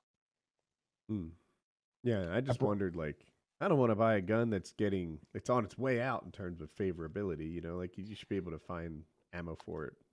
The main thing is the cost of the ammo. If you're not going to hand load, is 308, 5.56, 12 gauge, 22 long rifle, 45 ACP, 9mm parabellum, stuff like that ain't going nowhere. For one thing, they're often used in military and police weapons, so there's going to be massive stores of that stuff just being made, and the infrastructure to make it is always going to be there, and there's just lots of it. It's plentiful, and therefore it's affordable. Whereas if you're shooting like the ammunition that an MP7 shoots, there's not as much of that out there. 4.66? What is it? Yeah, it's like 4.6 by something. I don't know what the second number in that little equation is anymore. Or even if you're shooting 5.7 by 28mm, that shit's expensive. Like the ammo that P90s and 5.7 shoot. How much as is well expensive? I couldn't say offhand. But I would guess $3, $5, something like that. No, that's crazy town. See, the thing is about when I say expensive, I mean expensive to shoot, right? So like if you're shooting a 5.7 pistol, that thing holds 20 bullets. Mm-hmm. So like if they're $1 a shot, a magazine's $20. You can spray $20 away in just a moment. Or if you're shooting a P90 with a 50 round magazine, like holy shit, do you want me to hand it back after 10 or what, man? like this is outrageous. And if you've got a fully automatic one, the rate of fire is crazy. It's just all right. Well, there went $75 fucking dollars. Like I don't feel like seconds or so. Yeah, I didn't get $75 worth out of that. But if you're shooting like a 338 Lapua sniper rifle that's bolt action and the rounds are $3, $4, $5 a shot, you can that spread out over a long period of time. You shoot $100 worth. Yeah, I mean it is $100 worth, but that's a lot of shooting with a bolt action. That's a good point. A gun that shoots $5 bills can be cheaper than a gun that shoots $1 bills because of the nature of it. You shoot once every couple of minutes. You line it up. You admire how well you did and learn from it. Yeah, you might be shooting for like 3-shot groups, and that's kind of your whole goal. And you do 3 of those, and it's like, all right, well that was fun shooting today. But like the kind of shooting I always liked is where you pop the tailgate down on a pickup truck and you lay out 5 or 8 different guns, and somebody's loading magazines and everybody's shooting and kind of mix and match a bunch of different shit. But yeah, 9mm 45 ACP, 5.56, 308. That stuff's not going anywhere. 22 long. I used to like a gun that made a really loud boom, right? Everyone should know I just shot. Do that 1,000 times, and you'll appreciate a gun that goes click. You know, what like a quiet gun? I'm trying to say, not one that didn't work. You should get yourself a Your, suppressor. Yeah, to be honest, your experience with the suppressor thing and how they like had accident. No, I don't have any drugs in the house, but like, I'm like, maybe I don't want that. Maybe I don't want to be on the federal registry. Yeah, there's other ways to handle that. You could deal with a lawyer who handles firearm trusts and talk about that, and I think you'd be in the safe. Oh, okay. You wouldn't be as vulnerable as I was, and it was my issue was sort of an after the fact kind of thing because we beat the state of Georgia, and they were like, well, what are we going to do? It was like, well, it was registered for this and that, so technically the feds had the right to go. It was a whole complicated thing, but I'm gonna have to buy a thing. Well, I did buy a thing today. Broke my phone, so I don't have a phone. That stinks. Is that what you bought? Yeah, I ordered a. I'm looking. That explains why you didn't respond to my latest nude. Shit. Maybe I'll be able to recover it from the new phone. I sent him my new on Discord, thinking ahead. I got a Google. It's similar to the other one, but with more asshole. This time I wasn't flaccid because I'm learning my lesson. Yeah, I'm learning. It looked like you took two pieces of Velcro and pulled them apart. I didn't know that was your ass. I didn't know that was your ass. God. Black hole. Is Neil deGrasse Tyson about to start commenting on this? You're talking about I got the Google Pixel 3a, I think. Oh, is that like one of the flagship phones, like one of the premieres? I think it was $300. I don't think it was too premier, but it had good stats and it came in white, which I wanted. And, I just the basic overview of what it did looked good to me. I don't know. I think it was like, I don't remember what the processor and the RAM was, but it seems like it was 4 or 6 gigs of RAM and a fast process, maybe an 8-core processor. I don't remember anymore, but it looked good to me. So that one. I always put a fair amount of thought into what color phone I should get, and then I put it in a case and never see it again. Got a clear case.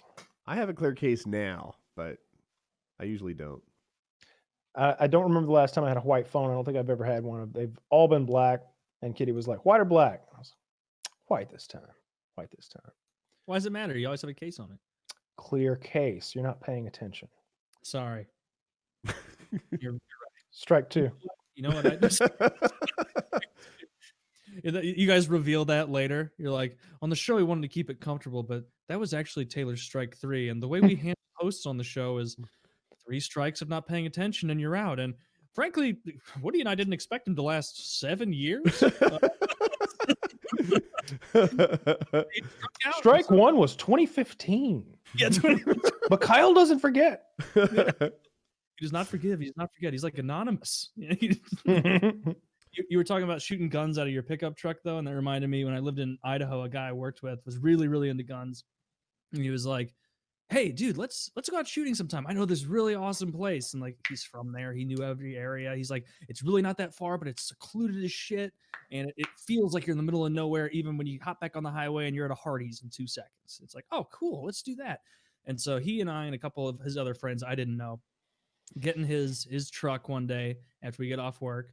And he supplied all his guns. He had a nice collection. He was like, oh, doing that gun thing, which is very wholesome and nice. As we're driving, he's like, and you're going to love this one because XYZ, and I have this accessory on it and this and that. And he's one of those just so excited to do it. And I was like, oh, this sounds awesome, dude. So we get out there, start loading everything up. He's explaining all the guns I'm not familiar with. And we start just popping these little targets, these little foam targets that we brought with us. And then we take a shotgun out and we have like a self thrower. So I'm heaving up clays and shooting them, having fun. And then after maybe 30-35 minutes, this like little, those tracker cars, those like old Ford trackers, they're like short, like little crappy ones. But it was Chevy maybe or something. Yeah, it looked like a Geo tracker, but not quite that shitty.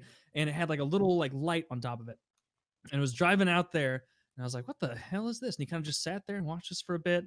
And the guy was like, "It's no big deal. Like I'm sure lots of people come out here to just shoot guns." And in my head, then I'm like, we're the only people I've seen. Matter of fact, I don't see anyone else out here. After a couple more minutes, the guy drives over and gets out. He's got like a security like security / almost like army looking is what my first thing was. And I was like, what the hell is this? And he walks up and he addresses my friend who like does that, like, he's the guy who's brought us there. So he like goes to meet him out a few feet, and the guy's coming up, and the guy's like, hey, what are you doing? We're like, he's like, we're shooting guns. And he goes, yeah. You're doing it at an Air Force testing field. What are you doing here? And I was like, oh no. Like, am I going to get in trouble for this? I thought we were going to a fun this little is a minefield. It's Air Force testing field, apparently, is what it was. And the guy was very cool. My friend who brought me there is like, I'm so sorry, man. I've been out here like a dozen times before. I thought it was fine. And he's like, yeah, I guess a lot of people do. We don't see them that much. There's cans everywhere, but you got to get out of here. You can't be shooting guns on an Air Force base, basically. And even if it's in the middle of nowhere, because Air Force bases are apparently ginormous. Huge. And so, yeah, then we just hopped in and left. And I just felt lucky that we didn't get like a ticket or something or whatever it would be. Because out in New Mexico, that was something I discovered that I'd never seen in Georgia, because Georgia's rural for the most part, but it's not desolate. It's all owned. Like, someone owns everything in the East Coast. Yeah, and there's a Bureau of Land Management land out in the West. And I read something or watched a documentary once where they explained why that is, and I don't even remember anymore, but there are gigantic tracts of land out west that are just public lands. Mm-hmm. And I've filmed a lot of videos out there where we would just pull off of a regular road, like a 2-lane highway or whatever, onto a dirt road, and then we'd drive that dirt road out for 5-6 miles, and then we turn off of that onto what amounted to a path, not a dirt road anymore, and then we'd follow that for like 10 miles, just out into, like, it looked like something from a Clint Eastwood movie, just more miles than you needed, Kyle. We were going to shoot a minigun at a mountain, so seemed like we needed to get one of a lot of miles. Okay, we wanted as many miles as we could get. And it was blowing shit up and shooting a lot of big stuff. And there's nobody out there. There's the tagline for the movie Aliens was, or for Alien, is like, no one can hear you scream in outer space. And it was like, no one can hear you fucking scream out here, dude. Like no one. There was no, like, I've been to places where you're like out in Texas at the Ox Ranch, like, you'll get up on a hill and you'll look and you're like, yeah. I think maybe that's a house way over there. Like, mm-hmm. I don't know how far you can see off the top of a really tall hill when it's flat land forever, but seemingly many miles. Yeah, way over there. That's a house, or that's a tower, like a radio tower. Out in New Mexico, you'll be in places where it's like, you'll get up on top of a really tall hill and spin around 360 degrees and be like, there's nothing. There's nothing. There's no trace of human life. There's nobody out here with us. It's crazy. It's kind of cool. Like, I definitely saw that in Idaho, and I would go shooting in areas that were legal, where it was like, oh my God, I could just build a cabin out here and no one would find me ever. It stinks that North Carolina and the whole East Coast really doesn't have that. I don't know if Bureau of Land Management owns anything here. I feel like even the parks are easements onto people's properties and such. North Carolina outside Raleigh has these nice, like, greenway trails where you can ride bikes and skate and whatever. People walk their dogs. It seems to be like somebody's land, or they just bought it and all they have is a little path, and it's people's yards. You can see them as you're, like, kind of walking past them, and nothing's unowned. In Georgia, around Elberton, Georgia, which is the granite capital of the world, it's also where that monument was built by no one knows who, that tells you like how to rebuild society in like a dozen languages, and has a compass and a calendar built into it. The big big granite monument. But there was like public hunting land there, which I didn't usually go on to, but it was a huge tract of just public hunting land, really just a forest that anybody could go in and shoot deer out of. But it's nothing like what they've got out west. And with the shooting, they're super comfortable with guns in New Mexico. Like, You'd be driving down one of those desolate highways, and on the side of the road, there'd be a makeshift gun range. Just a little part where you could tell cars would pull off just off the road, like just right off on the shoulder. And then there'd be a bunch of pop-up targets and like beer bottles and bullet casings. Just crazy. Well, yeah, I'll do that ad. All right.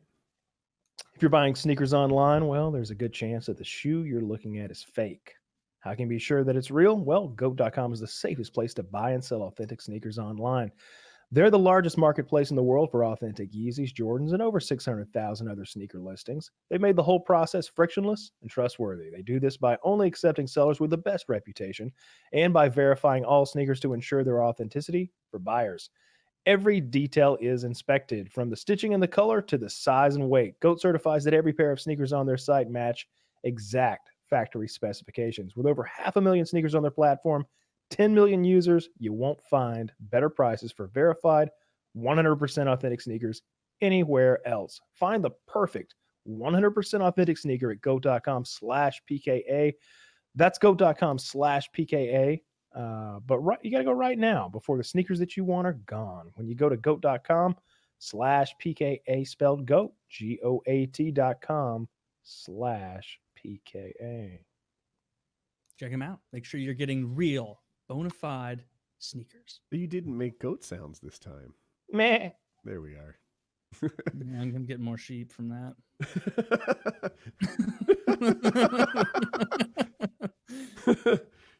Get a little hard. Yeah, get a little harder. A goat's a rougher sheep, rougher around the edges, Woof. like a street sheep. Butt. Street sheep. Yeah, street sheep. You know, a goat's just a sheep that's wise to the ways of the world. Did you guys see Jake? Actually, I don't know my Paul brothers, so forgive me if I mix them up. Either Jake or Logan Paul went to the protests. He was looting. No, I don't believe it. He says he's not. The photos are not of him looting. And he's a multimillionaire. I think he was touristing. He was visiting the scene of the protest or looting or whatever's happening there. Is this the guy who did the suicide forest thing a year or two Look, ago? Woody. Around here, we back the blue. Mm-hmm. They say Jake Paul was looting, and he has been arrested for his looting ways. He has been arrested, but not for looting. It's like civil trespassing and unlawful gathering or something. Charges are pending. But isn't that his thing? Like, he did the suicide Japan forest, right? You no, might be right. brother. I can't tell my Paul brothers apart, so I don't want to get it wrong. I'm already out of my depth. So there we go. When it comes to the Yeah, Paul brothers. Logan did the suicide thing. And it's Jake that was at the place? Correctamundo. Okay. Which one fought? Logan did, right? Logan. Yeah, but Jake trained. Jake probably kicked my ass too. I've already They're forgotten big boys. which one did which. They're big, strong guys, and they like to train fighting. If you watch this, I don't wanna. You'd be bullying. Just Did you so see know. Logan spar? Don't you believe a word of that? Woody will take you anytime, anywhere. Don't you? You should have heard what he was saying before we started the show. I will leave it there. A couple of words that were actually repeated on this show.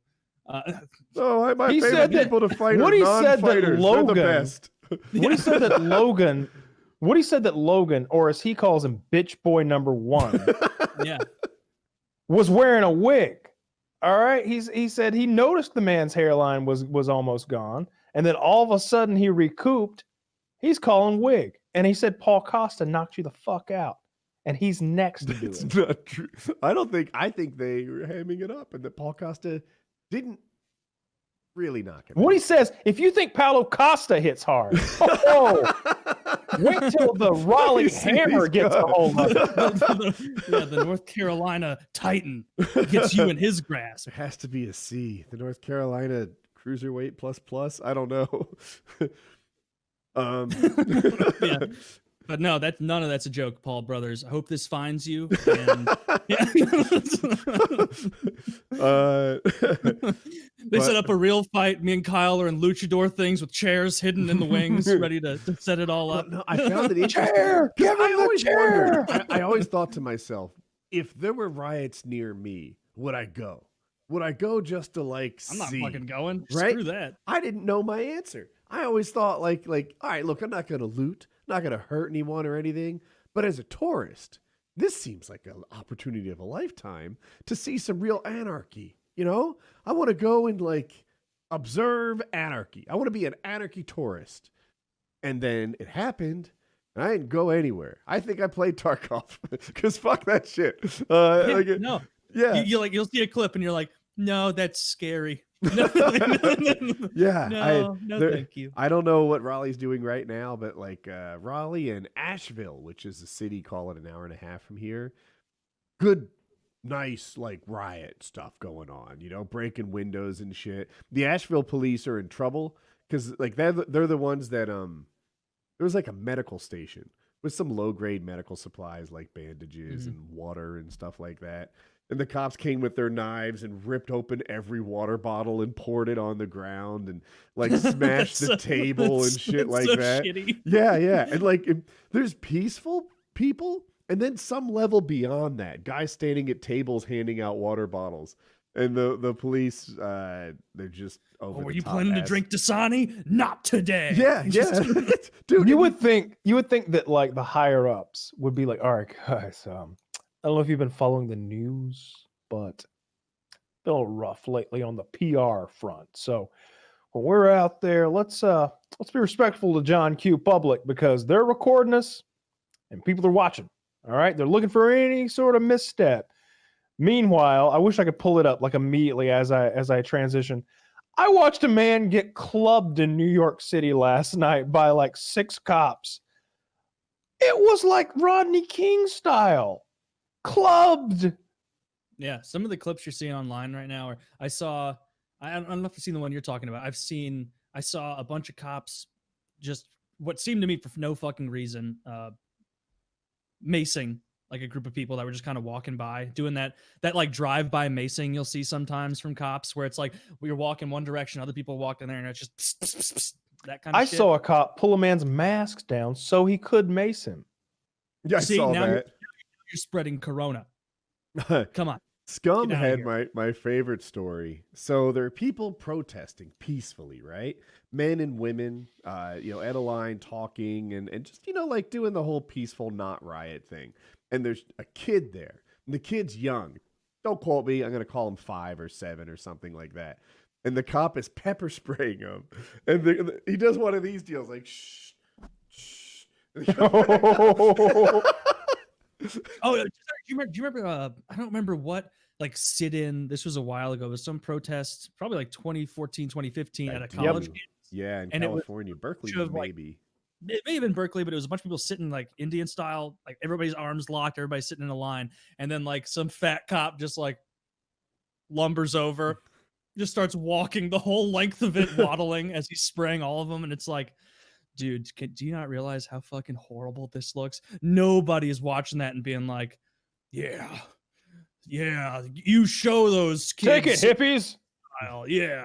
So yeah, that's ridiculous. Yeah, I always remember that clip. Just the top. You hate the looting enough that you understand some like harsh counter tactics, right? The tear gas, I'm out of my depth when I talk about beanbags and rubber bullets and stuff, but like you get it, right? But when they're like peaceful protesters with women and children and shit like that, and they're breaking out the pepper spray and the tear gas, it's like, maybe you're over the top on this. I hear you. You don't bring your kids to a riot. Yeah, I get like I would never bring my kids. I would never ever bring my kids. This is sexist, but I almost don't want girls there. What if like they're just less able to deal with like a stampede situation? There's right, there's wrong, and there's a little something called common sense. Practical, right? And just exercising my own common sense. If my girlfriend was like, yeah, I'm gonna go to the protest, and I'm like, one man's protest is another man's riot, just like one man's freedom fighter is another man's terrorist. They all get treated the same way though. Like they're shooting people with rubber bullets, they're tear gassing, they're pepper spraying. I've been tear gassed and pepper sprayed, and I've avoided rubber bullets like the goddamn plague, but I've shot them before, and I'm telling you, you could die, you could go blind, Oh, you could every be single time scarred for one life. named. you see half a dozen people who get like their eye fucked out, like fucked out of their fucking skull, like in their. I saw a Like, when lady's back today. She was like in panties, but she sort of pulled them down so you could see the full effect. And it looked like she'd been shot maybe 8 times total, head to toe in the back. And they were bigger than paintball bruises, like apple-sized bruises, I Have you would ever say. seen, I know you've seen Jackass. Do you remember when Preston, the fat one in Jackass, pulls his pants down and bends over and lets that guy shoot like it's not a rubber bullet, it's like this thing that's like that big, like a canister. Yeah. And it's not like a gas canister, it's just got a big rubbery tip and then looks like a shotgun shell almost, but girthier than a shotgun shell. And you just load it in this thing and fire it. And it showed his ass the next day. First of all, he's a very fat man, and even that fat man's entire upper back thigh and his ass cheek black. Yeah, that's 37 millimeter he's getting shot with. That's a grenade launcher. Yeah, well, I knew it looked scary, and he got hit with it so hard he didn't even like scream. He did that like. That's kind of funny though. Like when the shower goes all cold. When I hear grenade launcher, I don't know quite how to interpret that, right? Because like that's a much lower velocity, but it's a much heavier projectile, I would assume. It almost seems like maybe I'd rather be hit with a grenade launcher sandbag than a shotgun sandbag. Maybe you tell me. No, I don't know though. I haven't seen. I don't want to get shot with that 12 gauge fucking beanbag, man. Right? That shit is so rough. Like I hope they're not shooting people with those. I don't know what they're using. I've seen the designated grenade launchers that they've got, that like less than lethal launchers, and those look essentially to me like not an underbarreled grenade launcher, but like a designated less lethal grenade launcher from Modern Warfare 2, the thumper-ish. Yeah, like kind of like a thumper type situation. I don't know if they're shooting 37 millimeter or 40 because they're law enforcement. I would guess that they use 40, but I really don't know too much about like the higher end, less lethal stuff. I just know about the stuff I was always able to get, which was 37 millimeter or 12 gauge. That shit hits so fucking hard. I mean, it blasts through drywall. It dents your car door so bad you just want a new one. It blows right through a goddamn mannequin. Might break a bone if it hits one close to the surface. If it were to like hit like your arm right here, like that's a good example, right? Or maybe a rib. It'd snap that motherfucker. Oh, it'd break your ribs all to hell and back. Collarbone. It could stop your fucking heart. It could crack your goddamn skull. It could kill you if it hit you in the eye. It just keep going. It hit brain. It hit brain. That's someone was saying that the other day. I didn't think about it. Maybe it was in the hangout. Like I hear hit in the eye, and I think loss of vision. But actually, I don't think there's much behind your eye to protect your brain. Not a ton. Not enough to stop that thing at close range. Now the thing is, like, they're supposed to be shooting a lot of this stuff at the ground in front of the protesters, so it ricochets up and hits them in the lower extremities. And they're not, because cops can't fucking shoot for one thing, and they're being jerks for another. I see a lot of them that look like they're having the time of their lives. I'm troubled by that too. Yeah, I'm sure there are plenty of cops who wish this wasn't going down, but there are some that are like, "Oh my god, this is my dream come true." They let me put on the suit. Yeah, let me at them. Let me at them. LARPing cops. I was saying, no, I'm totally agree with you. There's definitely some LARPing cops out there who are treating it like they're in an active Afghanistan war zone, just going ham. But this is something I was thinking of when I was like reading all the stories and seeing the clips. Have you guys seen the long range acoustic device thing they use, or they say they're going to start using for protests or riots or whatever? Yeah, that's cool. They should use that. How it works, but apparently it makes a noise that is so it like fires in a direction, a noise that is so overwhelming that it scrambles your ability to like process stuff, and you just have to get out of it. Yeah, it messes with your inner ear. There's a term for the type of sound. It's not ultrasonic. It's like it's low. It's a low pitch. It's like super low. Okay, I'm playing the Infra trailer's video. Sonic, It sounds high, but I'm sure I'm not getting the proper effect on YouTube over my, the headset. Right? Oh yeah, this isn't it. This is lame. Oh, this Oh, isn't it. Oh, this is just a fucking loud noise. oh no, I thought it was gonna be that cannon thing that like The boom, boom. sends. I think Yeah, I've seen something comparable to what Kyle's talking about on MythBusters, where they like searched for the brown note. Yeah. It was. I think I saw it on Future Weapons or something like that. The other thing is they've got this microwave beam that like heats your skin up like really hot. So I really like the idea of water cannons because I think they work super well and they don't hurt people like bullets and sandbags and stuff like that. The problem is they used water cannons in the 60s and they're associated with the bad people fighting against civil rights. You know, back when people were peacefully demonstrating for civil rights, the authorities used water cannons to stop them. So now that's their history in America. It's almost a bummer because of the tools we're using now. I think I'd pick water cannons over most of them. See, Bad optics. I was actually, Bad optics. It's horrible optics. Man, I'll tell you what. You better.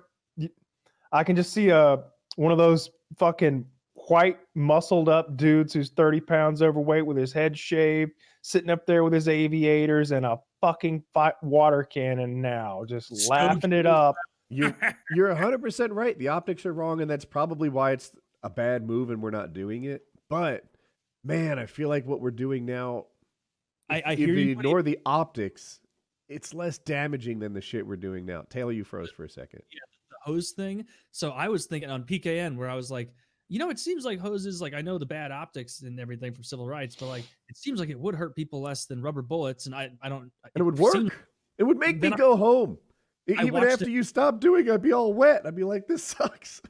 It would suck to be all wet, but I watched a riot or something in Eastern Europe where they used one of those things, and it was like the speed that water shot out. I don't know if it was the same kind we used, but it like they shot him right in the face with it. It like flipped his entire body twice. He was daring them.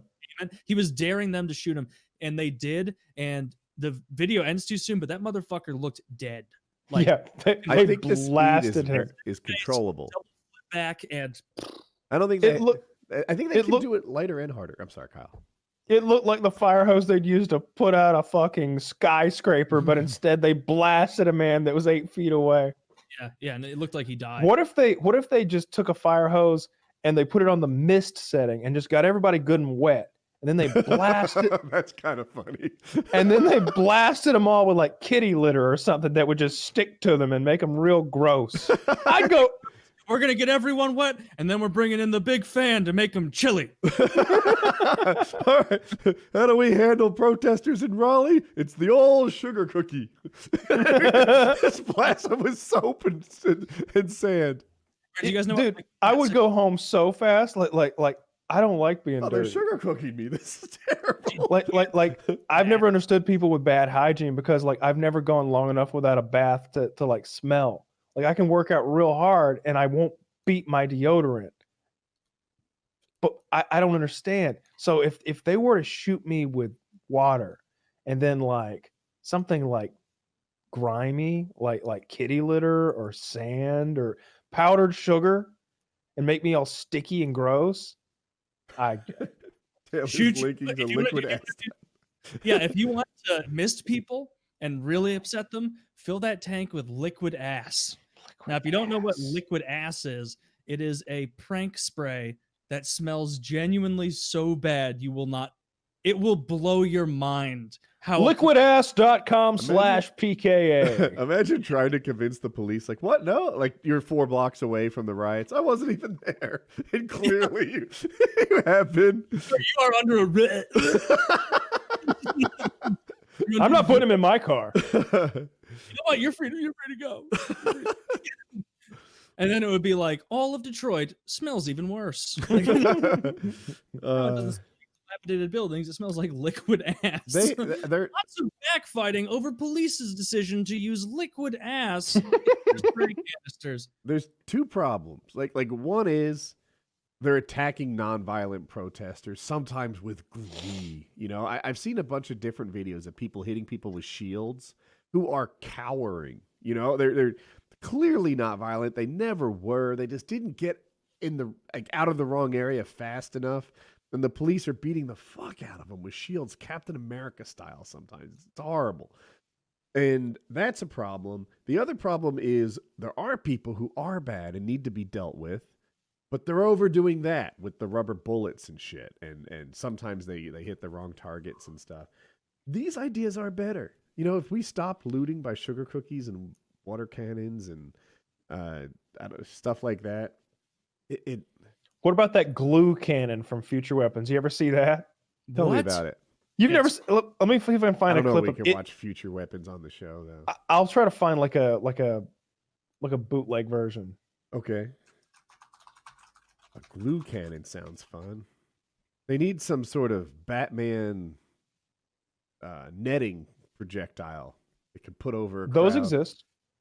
Yeah, I don't know if they're as big as the ones in my mind though. I need to catch a good 150 people at once.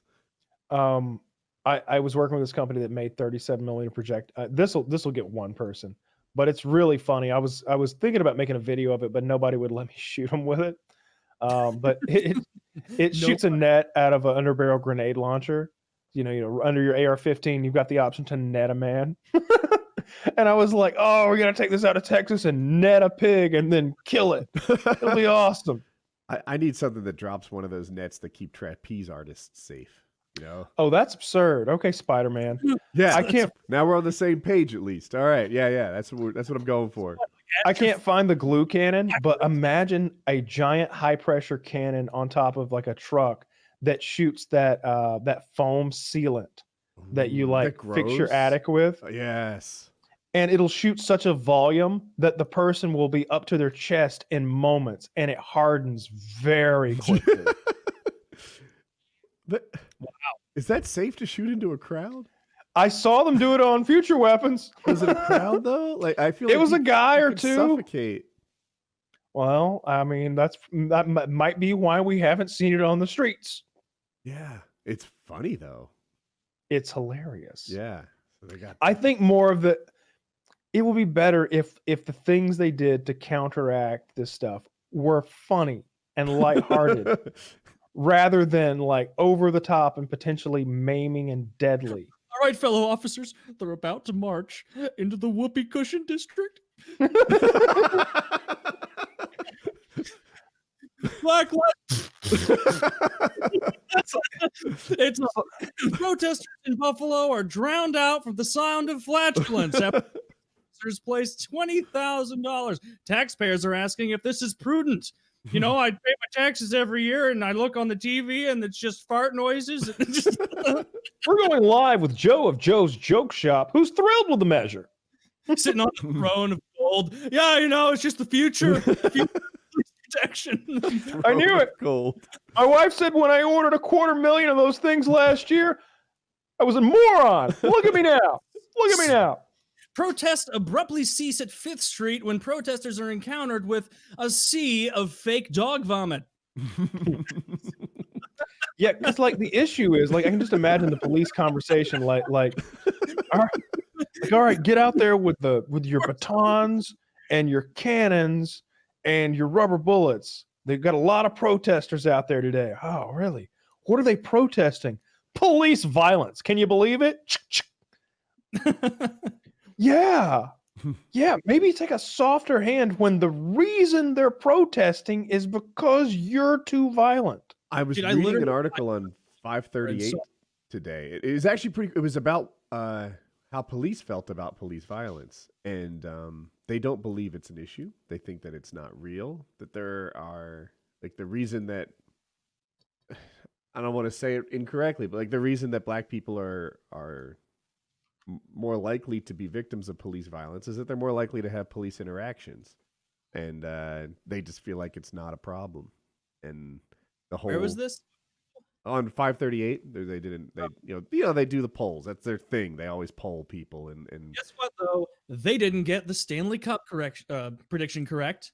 The Blues won. They had no idea. It was corrupt. Exactly. That corrupt, those bastards at 538 had all their coins in the Tampa Bay Lightning corner. And then who ruins their prediction? No. 538 knew all along that the fix was in, that the Blues were going to cheat their way to victory, and they put their money there while getting the suckers to bet on Tampa Bay and Boston. If you were in my Twitch chat, you'd be banned. Oh shit. Oh yeah, NHL and NBA are back. Like it's confirmed they are coming back. They're doing some sort of weird round robin-y. Way more people get into the playoffs. They do. I think both NHL and NBA are doing like a 5-game round to qualify for the real 7-game series stuff. And so I'm really stoked sports are coming back. It has been way too long. No crowds, I think. Right? They're just playing to empty audiences. If anything, that's better. That's novel. You'll be able to hear people yelling for passes, calling for stuff. You'll get a different aspect of the game. I'm interested in it. It's my prediction that hockey doesn't suffer from a lack of crowd, because I feel like the crowd excitement isn't part of a hockey broadcast, but in basketball it is, and that it'll all be players talking and the squeaking of shoes and the bouncing of the ball, and it won't be the same thing. Oh my God. I think these police just killed an old white man. Oh, I was just about to say that. Yeah, as we were talking about the police brutality, I looked over on Twitter and someone posted, I just retweeted it. It was just a bunch of police in Buffalo walking, a huge wave of them, and just some old ass guy like walks up towards them. And the first two like appear to like talk to the guy. And here's the video. Yeah, we can watch this. I don't know if I'm going to pre-watch it. The guy bleeds, so I'm not sure if that's allowed. I think they just killed that old white man. I don't know if he's dead, but the worst part is he's got a helmet in his left hand. Look, kids, wear your helmets. Unironically, I didn't realize he had that helmet. That would have really helped, because basically that would have helped so much. One of the cops, the guy there were 2 cops on each side that like are looking towards him, and then a third cop jumps in the middle and just shoves him, and the guy stumbles back, as old men are wont to do, cracks his fucking head open the sidewalk, and now he's bleeding. Yeah, so he's on a wide open sidewalk. I interpret this area to be like in front of City Hall, but I can't be sure. I don't know Buffalo. And I can't tell what he's doing. What is in his hand? A phone that he's like he's touching the policeman's arm with it. It looks like a phone. And the cops push him backwards. Does he trip over his own feet? He's just old and has bad balance. Yeah, but even if he did over the corner of one of those circles, like that's not his fault. So one cop, one hand pushes him, and another cop 2-hand baton pushes him, but I can't tell if the baton guy even touched him. I guess I'll show it. And then it looks like the national government has to come in and start performing first aid on him after the cops shove him over. Or at least it looks like you can see some like army guys coming in and bending over him. So I don't know why he's touching that cop's arm with that device. But the cops kind of, in my opinion, maybe casually pushed him away. Like when you said they killed that man, I don't think they meant to hurt him as bad as they did. Now, obviously, if you get a guy that fragile, you don't treat him the same way you would like me, for example. Why shove anybody? He was especially. You don't stand there, right? That's where all the police are. And what the fuck is he doing touching the cops? But why is shoving a maneuver that they do? Period. Like how is that part of? Okay, is he under arrest? Have to shove to create space. If he's under arrest, we don't need to shove him to put him in arrest. We say, "Excuse me, sir. Put your hands behind your back. Put that down on the ground. You're under arrest." If we want him to leave, we say, "Hey, get the fuck out of here." Yeah. If he doesn't leave, then he's under arrest. But at no point are we striking him to the ground. I think you're right, Kyle. Yeah, they didn't handle it right. They could have said, "Psst, buddy, you're standing in the shoving zone. Leave first." All right, turn around, zip tie his hands, give him to the guy behind you or something like. But they led with the shove, which no one expected him to freaking fall over from. I hope this guy's family. I hope there's a huge civil suit. Oh, those people need to be fired. The police department, the city needs to lose millions of dollars. That's the only way any change is going to happen. It's like I think I'm the too blue one, right? Like Blue I as hate police. I love the police.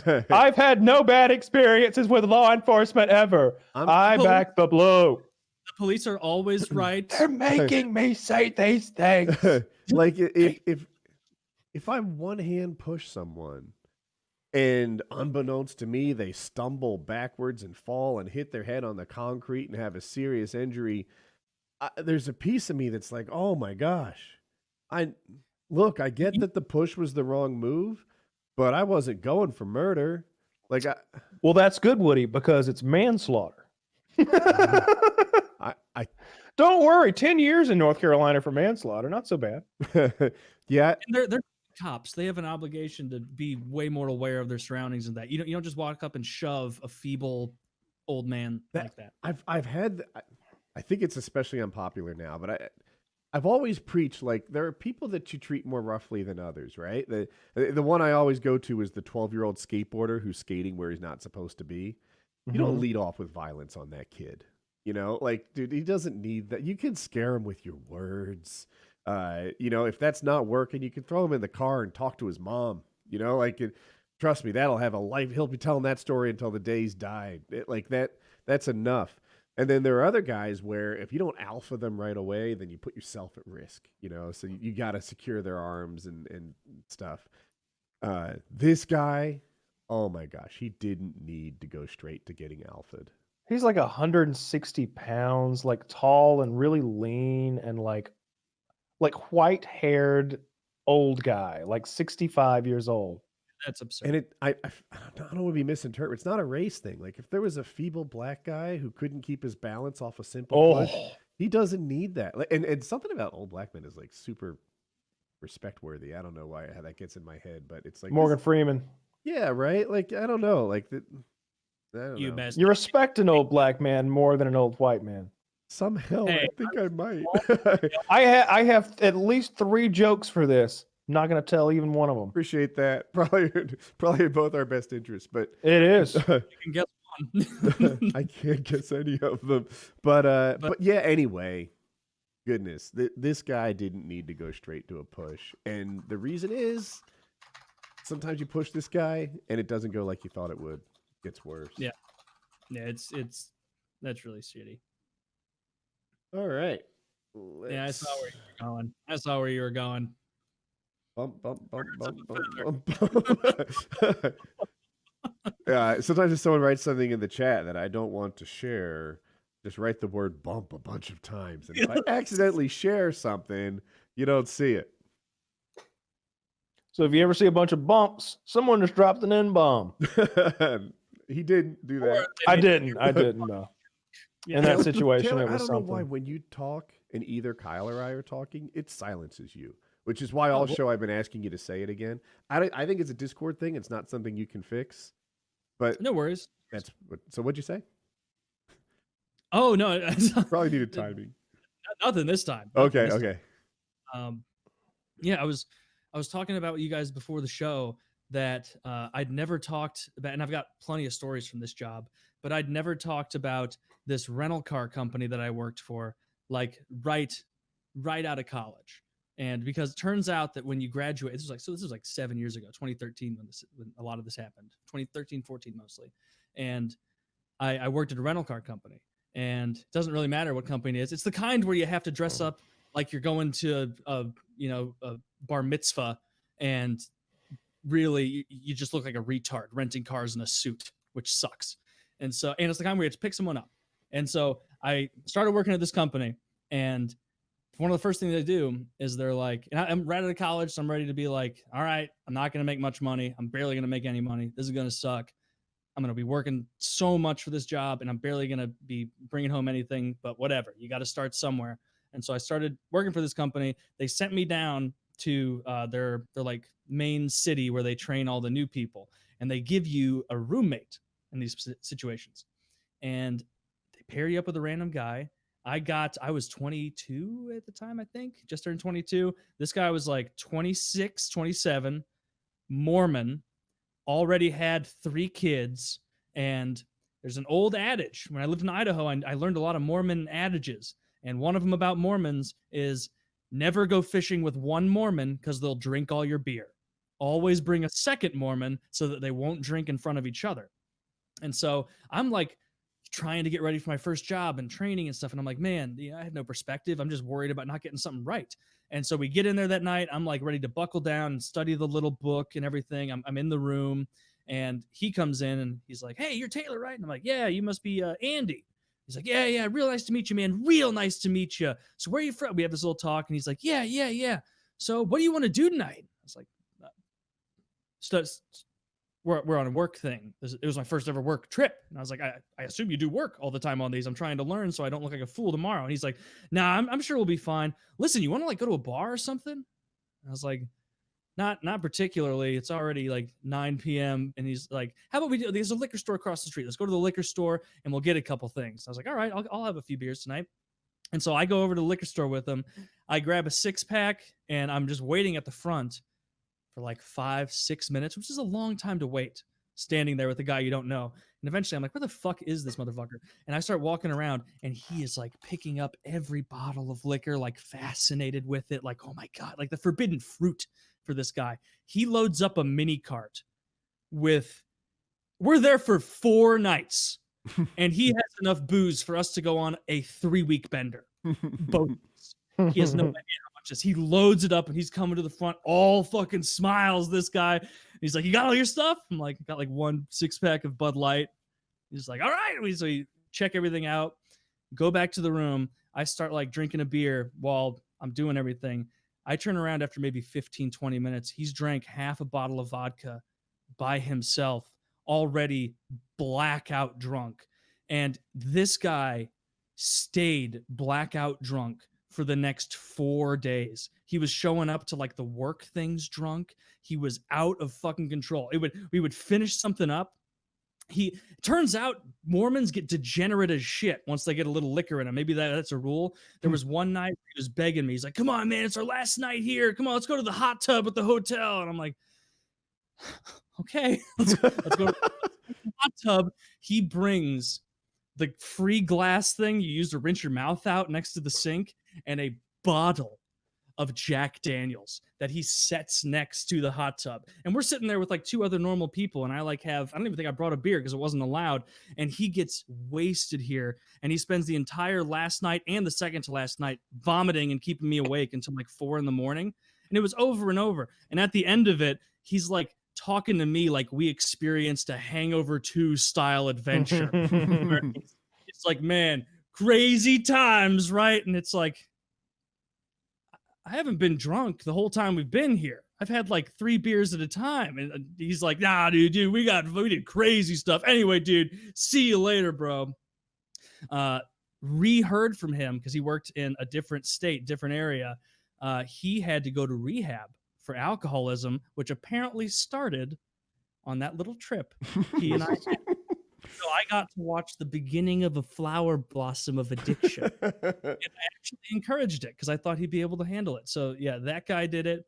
Another thing about rental car places, do not buy the insurance if you have your own insurance. They're going to try and scare you because they tell the salespeople to scare the shit out of you. And what I discovered working out in Idaho with this, where there's a lot of Hispanic people who, like the first generation, don't speak English, and so they have their kids talk to you. The only people who buy insurance are people who don't need it, and the only people who don't buy insurance are people who do need it. Where like I can't count the number of times I'd be like at a fucking airport location, and some person would come up, like some Mexican lady, and then her very young, like 7-year-old kid, and I'd be like, "Hey, how can I help you, ma'am?" And then the kid would have to say like, "We want a car." I'd be like, "That's great. Can you tell your mom that I need her license and her credit card?" And she hands me a license and a very dented debit card. And I have to be like, no, this is a debit. It's a debit card. You need a credit card. She's like, no, it's credit. I use a credit card. It's like, yeah, you can hit credit when you're buying a Diet Coke at a 7-Eleven. But when you're renting a $75,000 Yukon, we can't run it as that. You have $75 in your account. And like the number of times I didn't try and sell like rich people any insurance. Like I was the fastest at writing the tickets because I'd be like, you got insurance, brother? You'd be like, yeah. It's like, you're fucking perfect. Fucking good, dude. Should I buy the insurance? No. Like, get out of here. I don't get commission for this. Why the fuck would I rip you off? But then when there would be like a Hispanic woman who comes up, I'm like, ma'am, please. If you wreck this, Javier, can you tell your mom what I'm saying right now? If you wreck the Yukon, that's an $80,000 car. 8,000 car. That's not. Yeah, 80,000 car.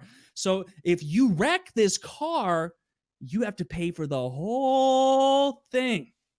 The whole car. Javier, you're obviously you're looking at the vending machines. Javier, your mom, the whole car. See, yeah, whole car.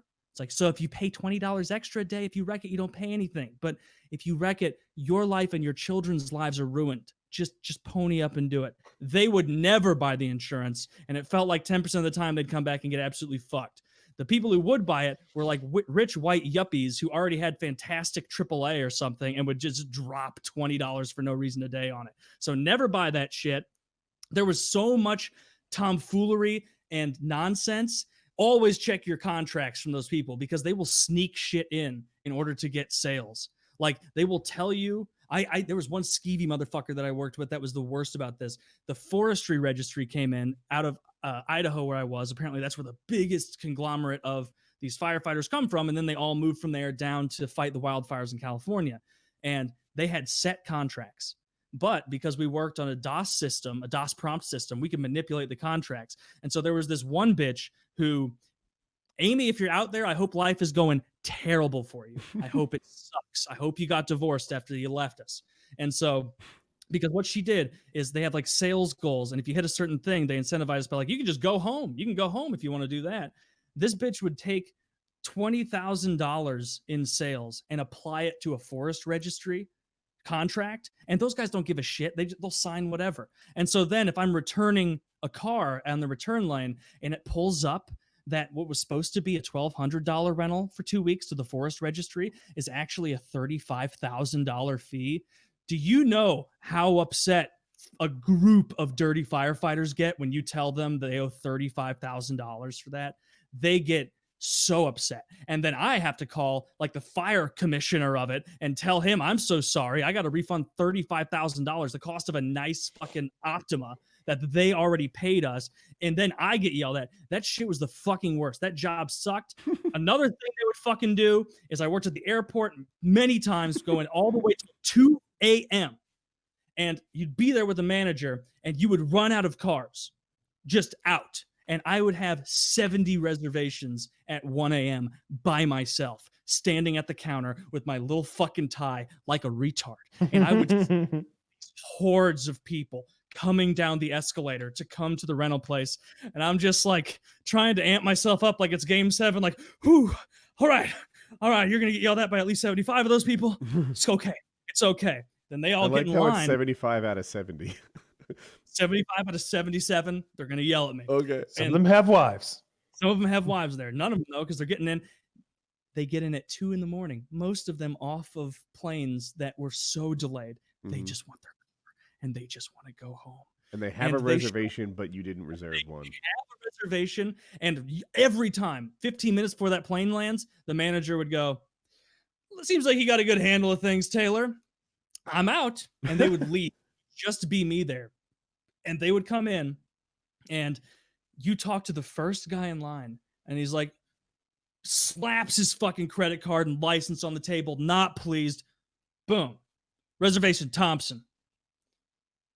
We're out of cars, Mr. Thompson. What? I have a reservation. The best you could hope for in that situation is that the guy would say the Seinfeld line and I would go, But like that was the best you could hope. Usually you would get screamed at, berated. They'd ask for your name. They'd like call and complain. I'd have to try and be like, the reason they did this is because they're trying. By the end of my tenure at this company, I was like totally like Stockholm syndromed with the shitty customers. I'd be like, we're all in this together, guys. We're all in this together. I'm so sorry. I hate this as much as you do. I make $30,000 a year to get screamed at. I'm not happy. I'm not happy at all. And just doing that. You want to rent my car? I could use the cash. What you get to do then is I have to like lean over and talk to the Hertz guy and be like, Tom, please please, can you get some of these people going? He's like, Taylor, I'm so sorry, dude. We got like 2 cars and I got to save them. And so I would have to stand there until like 4:30 in the morning with every one of these people, calling cab companies to take them where they need to go, then paying for it over the phone with the corporate card. And then after one of the companies runs out of cabs, I have to find a new cab company for all these people. It was the fucking worst job. It sucked. You get yelled at constantly. I would be so mad. It was awful. The only good part of that job is that if somebody came in hot and like you could even whiff just the slightest of alcohol, you could shut it down. Nope, not renting to you. You smell like whiskey. You smell like, and it was only a couple times that a person would come in like stumbling drunk and yell at you because you wouldn't rent them the car they wanted. Also, there's a fundamental misunderstanding about how reservations work. You do not reserve the car. You're not reserving anything. That's how reservations work, though. No, for everywhere else. Yeah. That... Rental car companies, they shouldn't call it a reservation. They should call it a consideration. They should call it a prepayment because that's what it is. You're just signing. Woody and I showed up at a hotel once, and they'd given our reservation away. Oh yeah. And I think we said, "I don't think you know how a reservation works." Yeah, I think we did. How a reservation works. Do you know how many times I wanted to leap over that counter and strangle someone to death for saying that Seinfeld line for the 100th time that day? And it was infuriating because the fucking Why didn't you put a sign up that said "all out of cars"? We would, but there's still 80 reservations for the top of the hour, and they still think that when they hop off the plane, they're getting it. Yeah. If there was no more cars, but I had a reservation, I would think you only have the reserved cars left. I'm sure you have the vocabulary to make a sign that explains that. These people are not wanting to read. Yeah, but if you could just peel off 20% of them, you know? I think I'd still need to hear it. I think I'd still be like, well, wait, I have a reservation. Because I know how reservations were supposed to work. Yeah. I make a sign. All reservations are null and void. We are out of cars. 0 with the word 0 cars. Now, are you out of cars or are you out of clean cars? What if I have low standards? So usually the way it works is like those late night ones, there's no car preps there. And so you're literally out. But how it is sometimes, if it's like 5 p.m. and someone shows up and they have a reservation, it's like, I need a minivan. I have to like phone over to the car preps, who are the most degenerate group of no good nicks on earth. You leave anything in your rental car, that shit's getting stolen by one of the ex-cons that work in the car cleaning. I would get asked twice I knew that. a day. They were gifts all along.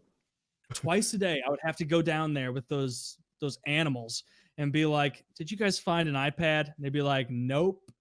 I'm like, smile at me. And I'd be like, you motherfuckers, can you please give me the iPad? And they're like, what iPad? And I'm like, I don't get paid enough to deal with this. So I just go back and say, I don't have that. We just had, if somebody lost a Garmin or something, we just had a bucket of them. Someone could have walked up and been like, hey, I lost 100 Garmins. I'd be like, just fucking just take them. I don't give a shit. Garmin, the GPS? Like, weren't those? GPS or something like that. Okay. This was like 7 years ago. And so people were still using some of those. Okay. And yeah, I'm trying to think of other shit that was just the fucking worst. Oh, we had, I had a guy, I got in like a 30-minute argument with a guy that he was smoking in the car. And he was saying that there's no evidence of that. I know my rights. There's no evidence that I was smoking in this car. And so I did what they teach you to do, which is like open up the back rear front door, look at the bottom. There's a pile of ash there. That's how you know they smoked. Didn't have to do that though, because there were dozens of cigarette burns in the seat, in the upholstery. Wow. It was a Kia Soul, and it looked like it had been to Vietnam and back. He put out his cigarettes on the upholstery Dozens of times. Just speckled shotgun looking thing. There was no evidence. I have it. I'll have to send you guys the picture. I guarantee if I go back to like 2013, I have that shit on my phone because you'd find weird shit in people's cars. You'd find dildos, sex toys. We found a costume once where those you are can dress gifts for the cleaners, Taylor, and I'm surprised you're less appreciative. One guy we found, he called back to ask. I'll send this too. It's a giant costume that you wear over your whole body, and it has an S on it, and it makes you look like a sperm. costume. And so this guy had to call at one point, and he was like, yeah, I left a costume in the back of the car. And I was like, what kind of costume, man? And he's like, it's a sperm costume. You know the costume, Taylor. I know. I'll send you that picture too. At the time, I just wanted to hear him say it. I had the sperm costume in the office. It was making me laugh so hard. And the only place I'm actually wearing it right now. This thing's pretty kick-ass. Pretty cool. No, I didn't put it on. It smelled weird. And the only place in the air, probably it was a little bleachy. But the only place worse in the airport that I worked was at an insurance replacement branch. So you know how most times if you're renting a car out of town, you pop by a Hertz, Enterprise, whatever, you go in, just a normal what used to be a bank usually, and it's like, hey, give me whatever the hell, and they go, here you go, and they take it. An insurance replacement branch is when you get in an accident and it's at a body shop and they need to drive their shitty car, have it towed there, and then they get a horrible replacement car from you. And none of these people know, for the most part, that their insurance doesn't pay for rental cars. You have to opt into that in a lot of situations. And so they'll show up furious, like not even the chance to put them in a good mood. So you're like sitting there in the middle of a warehouse like, how's it going, Mr. Jefferson? And he's like, well, I totaled my new car. How's your day going? And it's like, well, I regret to inform you, your insurance will not be covering the rental. How do you prefer to pay? It's like, oh, no, I'm not fucking paying. I'm not. You call my insurance. And then they yell at you. They scream at you. They call you incompetent. They say, you don't know what the fuck you're doing. Shut the fuck up. You're a fucking loser. Like they're mean as shit once they're in their zone of being pissed. One guy, it was in a bay, was so, I guess, not paying attention that there's a car in the front of the bay talking to the insurance person. At the entrance to the bay is where the rental place is, where they get you set up. There was a car pulled up to the insurance thing.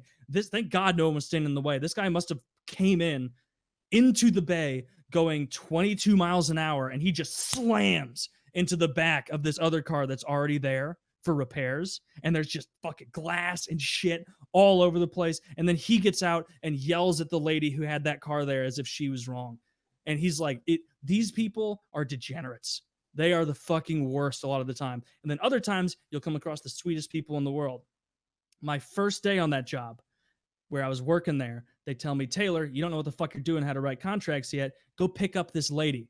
She's at this apartment complex. You don't know where it is. And so I had to look it up on my phone. I get over there, and there's like, I don't know what the hell was going on, but there were like a bunch of cars on the curb with people in it.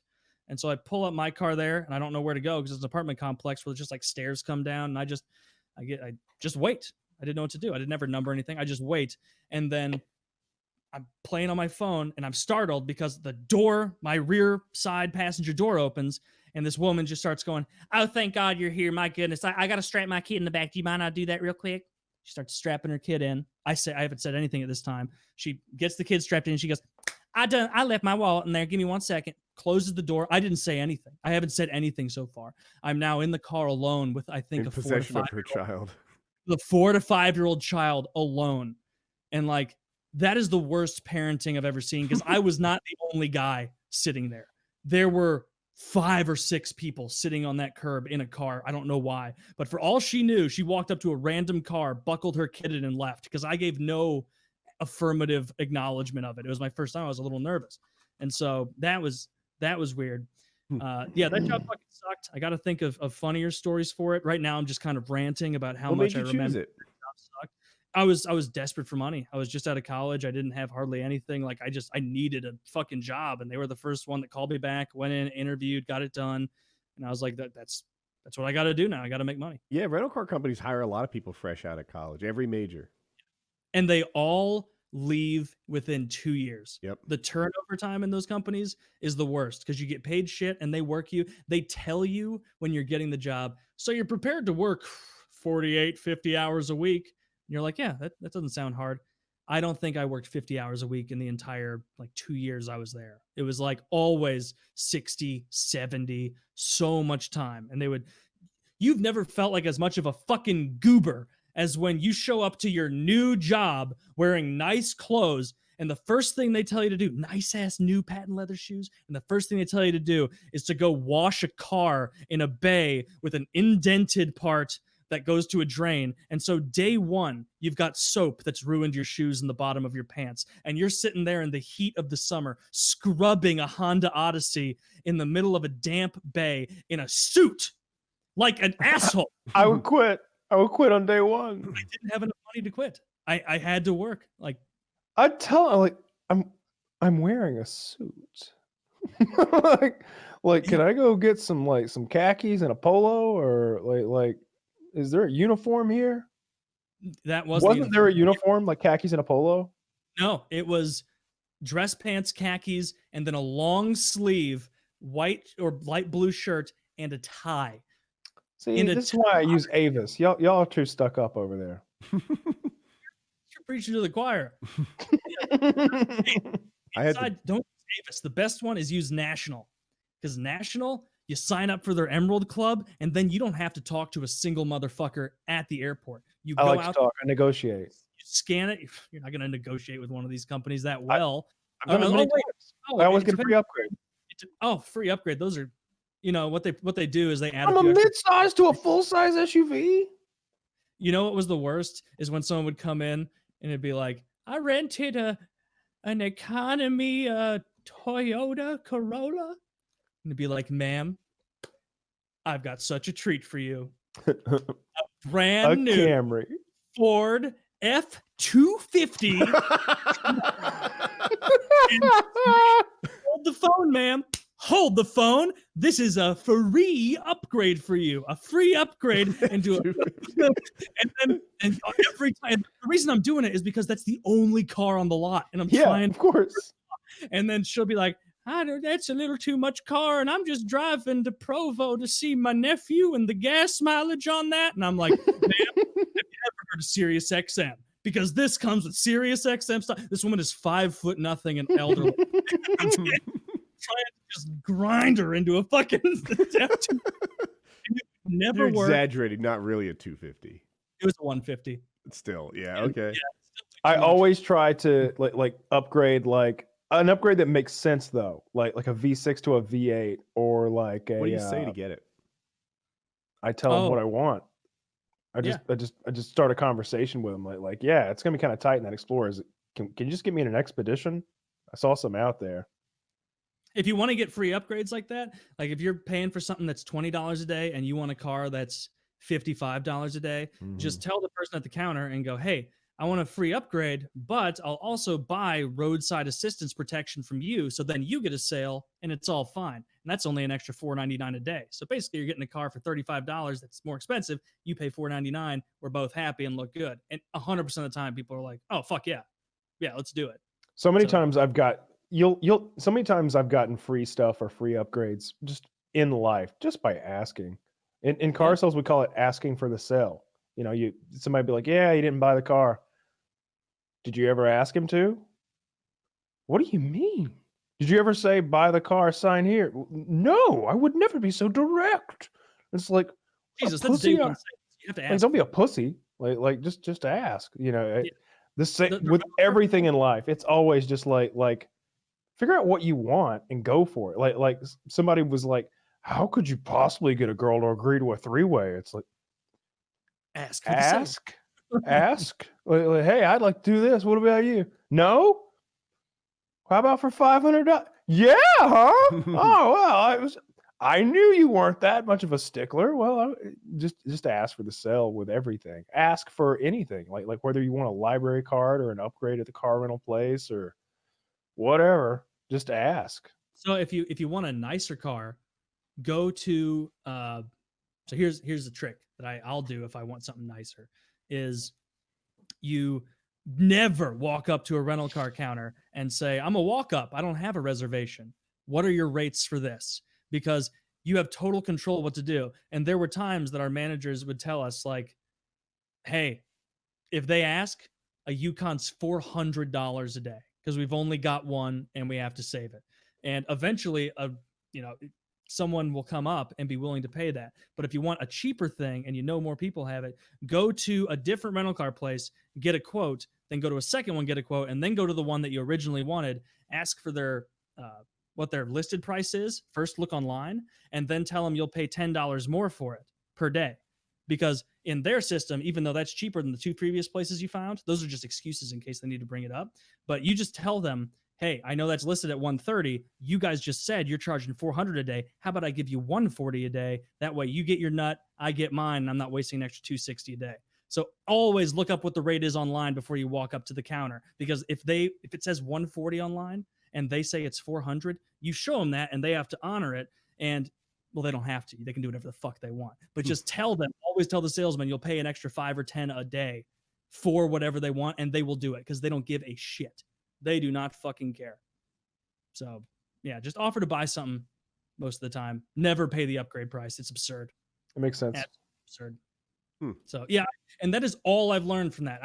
Totally useless information piled in my head. Do you know how fast I could work that DOS prompt system? Tab F4, pop, pop, pop, pop, pop. Just it was horrible. It looked like swordfish hacking. Like that's it was literally that. It was tab F1. What's your driver's license number? You have insurance. F1 F4. You know, all that. The airplane people are the same way. They're hitting keys at a lightning pace. Yet for some reason it still takes 18 minutes to check me in and check my bags. How much does your system suck?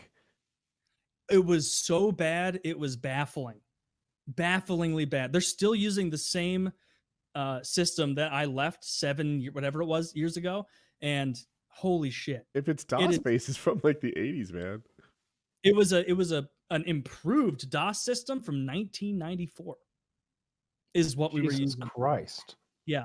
It was just black background and then like blinking green digits. Well, come to think of it, like the car sales like program, I can't think of what it's called. It's the same shit. It's called we call it the blue screen, and it's it's a blue black. It's a blue background, and it's just super simple. Just no interface capable. Like there's no like scanning anything in. Everything is manual prompt, and it's just. It was pretty sophisticated when I bought my last car at the Toyota place. Like where I signed was it was all, you know, the credit card where you sign but you can't see what you're writing. It looked like that, but really high tech. It looked like an Apple version of that. Some clean interface, and he had a nice clean interface on his screen. Must have been in the last couple of years. Oh, that was that'd be the insurance guy if you're seeing that. He right? Was, like, not insurance, but like finance. Finance guy. Yeah, he was that guy. Yeah. The guy up front, I think it was a Foursquare. I called it a Foursquare, and he looked at me like I knew what I was talking about. We had a game at the airport. So like my manager, very nice guy, but horrible at handling like conflict with customers. He was too nice. He wasn't good at putting his foot down ever, and would end up just giving them the farm if they asked for it. And so after a while, there was one time where people were asking for a manager in a hectic situation, and I was just like, yeah, that's me. Just lied and then handled it okay. And so from then on at the airport, like when there was a really horrible customer, they would call an audible called pretend manager. And I was pretend manager. And so like I would get calls and I was doing fleet management stuff, and it'd be like, hey, what's up? And he'd be like, fleet manager was like being outside, like organizing what cars go where. It's like after you graduate from finishing the ticket writing, or at least it was at this branch. And he would call out to the booth and be like, hey, Taylor, we got a really rowdy one here on line 2. Can you pretend manager for us? I'd be like, and I loved pretend manager. It was so much fun to be pretend manager. I like to think you did accents for no reason. Hello. Yeah. Yeah, and it would just be shit like answering the phone. Taylor, manager of the airport. And they'd be like, I was just talking to someone and they are not refunding the $40 that you owe me. And then I would just like make up managerial protocols a lot of the time. Where I'd be like, we have something called the T2 form. You're going to want to dial him back. Make sure you get that. That's called a lost item form. Now you're going to transition that from me to the actual airport security. They know exactly where to file. A lot of this was just buying time for the manager to figure out what it was. So you're going to call them, ask about that, and then you ring us back and make sure you have and then just list off a couple, your insurance card number, your just stuff to slow them down, to make it so we can actually find what they lost or get what they need. And I would just send these people on goose chases. And just absolute goose chases to find all these things. And then usually by the time they got back, it'd be like, oh, it's all, you don't need any of that. It's all sorted. It's all. And then other ones, the most fun one of those, there was this like really effeminate, short, fat guy who he came in right into the front and he said, I reserved a Chevy Tahoe and I don't see a Chevy Tahoe. I just walked your lot. He was giving me that head shake and that condescending. I just walked your lot. I reserved a Chevy Tahoe, and it is not there. Do I need to go to a competitor? Do I need to call my friend who is a lot higher up here in you at this company? Do I need to do that? Do I need to do it? And I remember doing pretend manager, and I was like, sir, you're acting erratic. Have you been drinking?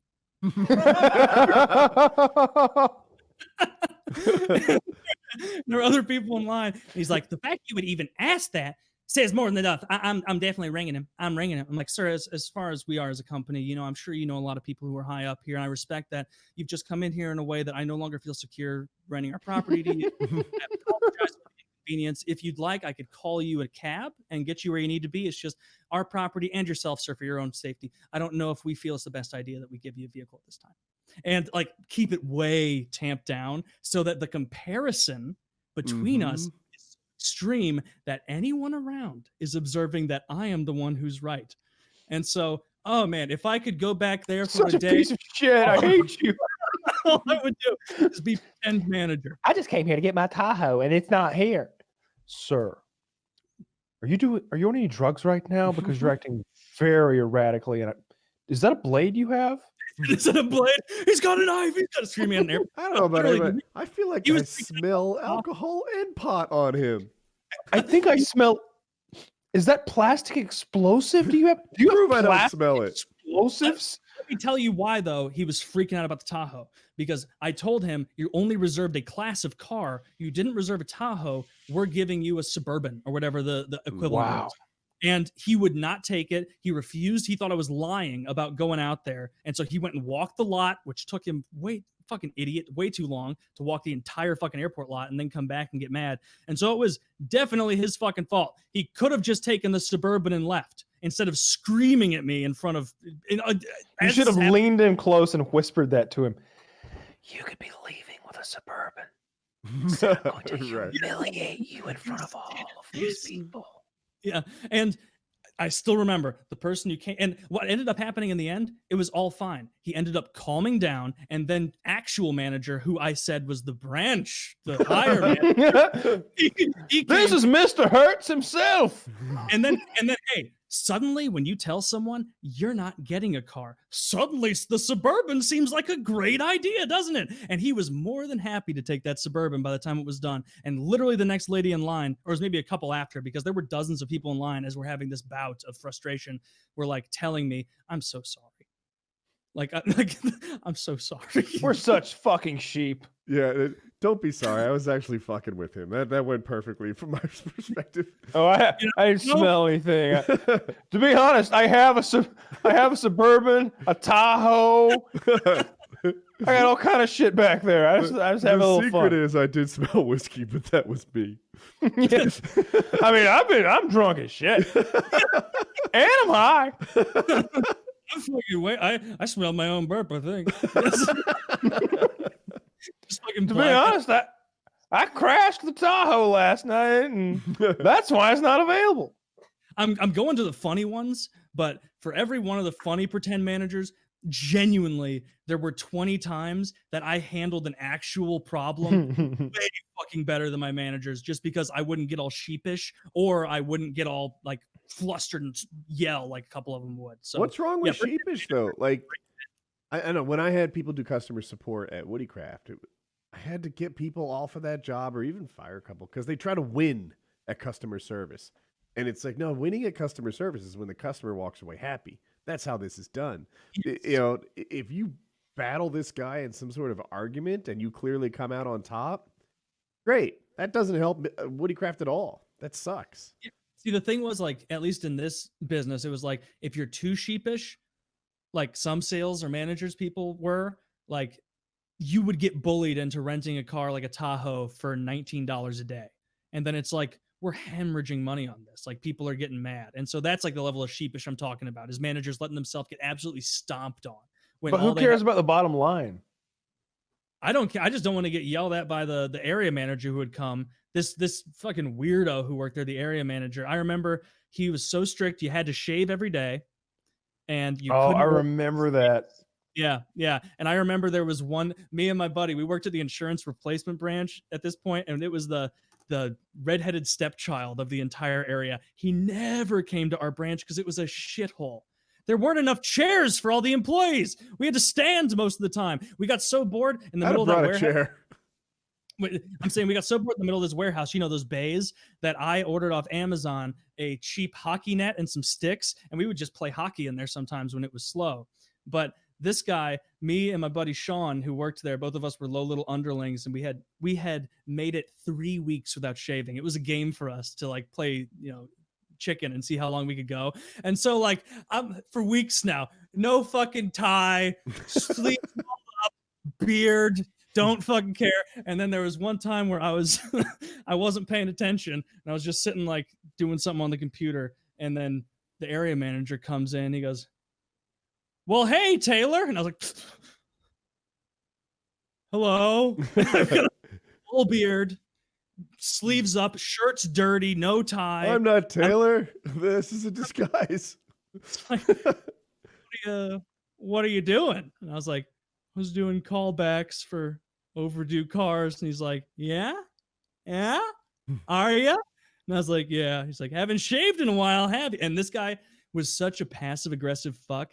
He would never actually call you out. He would just make little office space like, right, we're gonna need you to shave that by Monday. If you could do that, that'd be great. And so then I figured, this bitch is never gonna get onto me for anything, and so I could just do whatever I want as far as not shaving and rolling up my sleeves and not wearing a tie. And so that's what I did. So it all panned out. Other than that, I was a great employee. That's a long list of that's.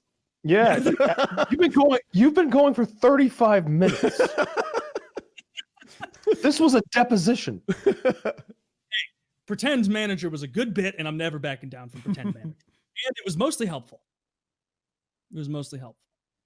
I think helpful for you passing the time, but as far as fuck.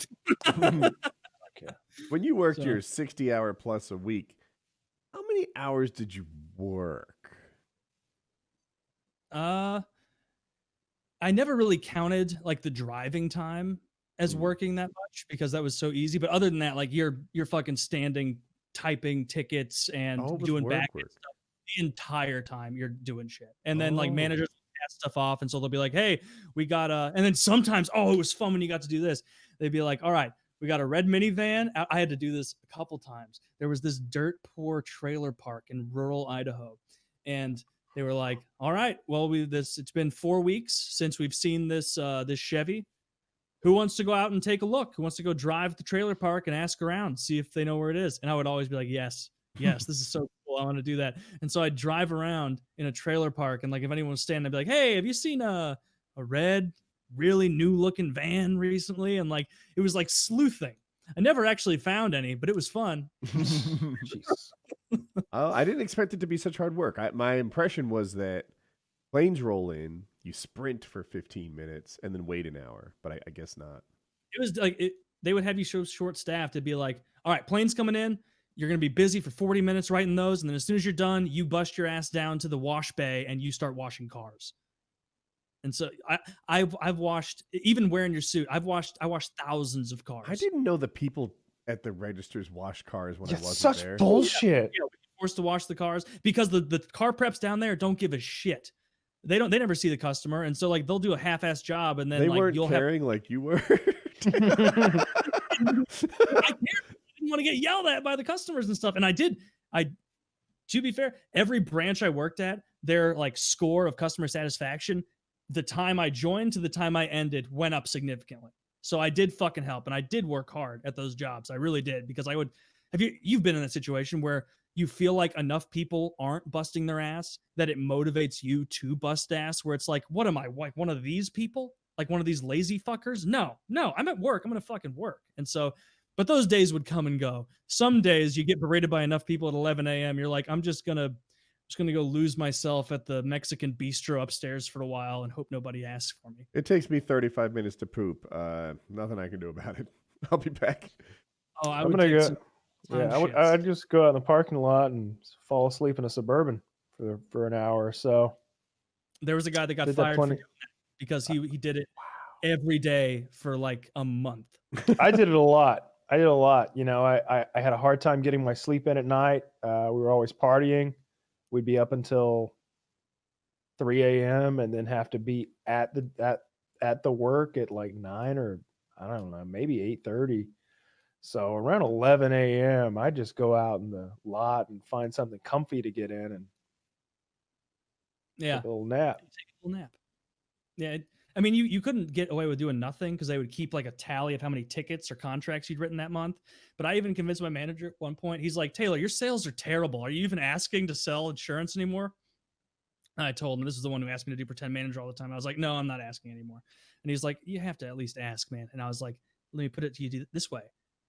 Our customer satisfaction has skyrocketed. Why?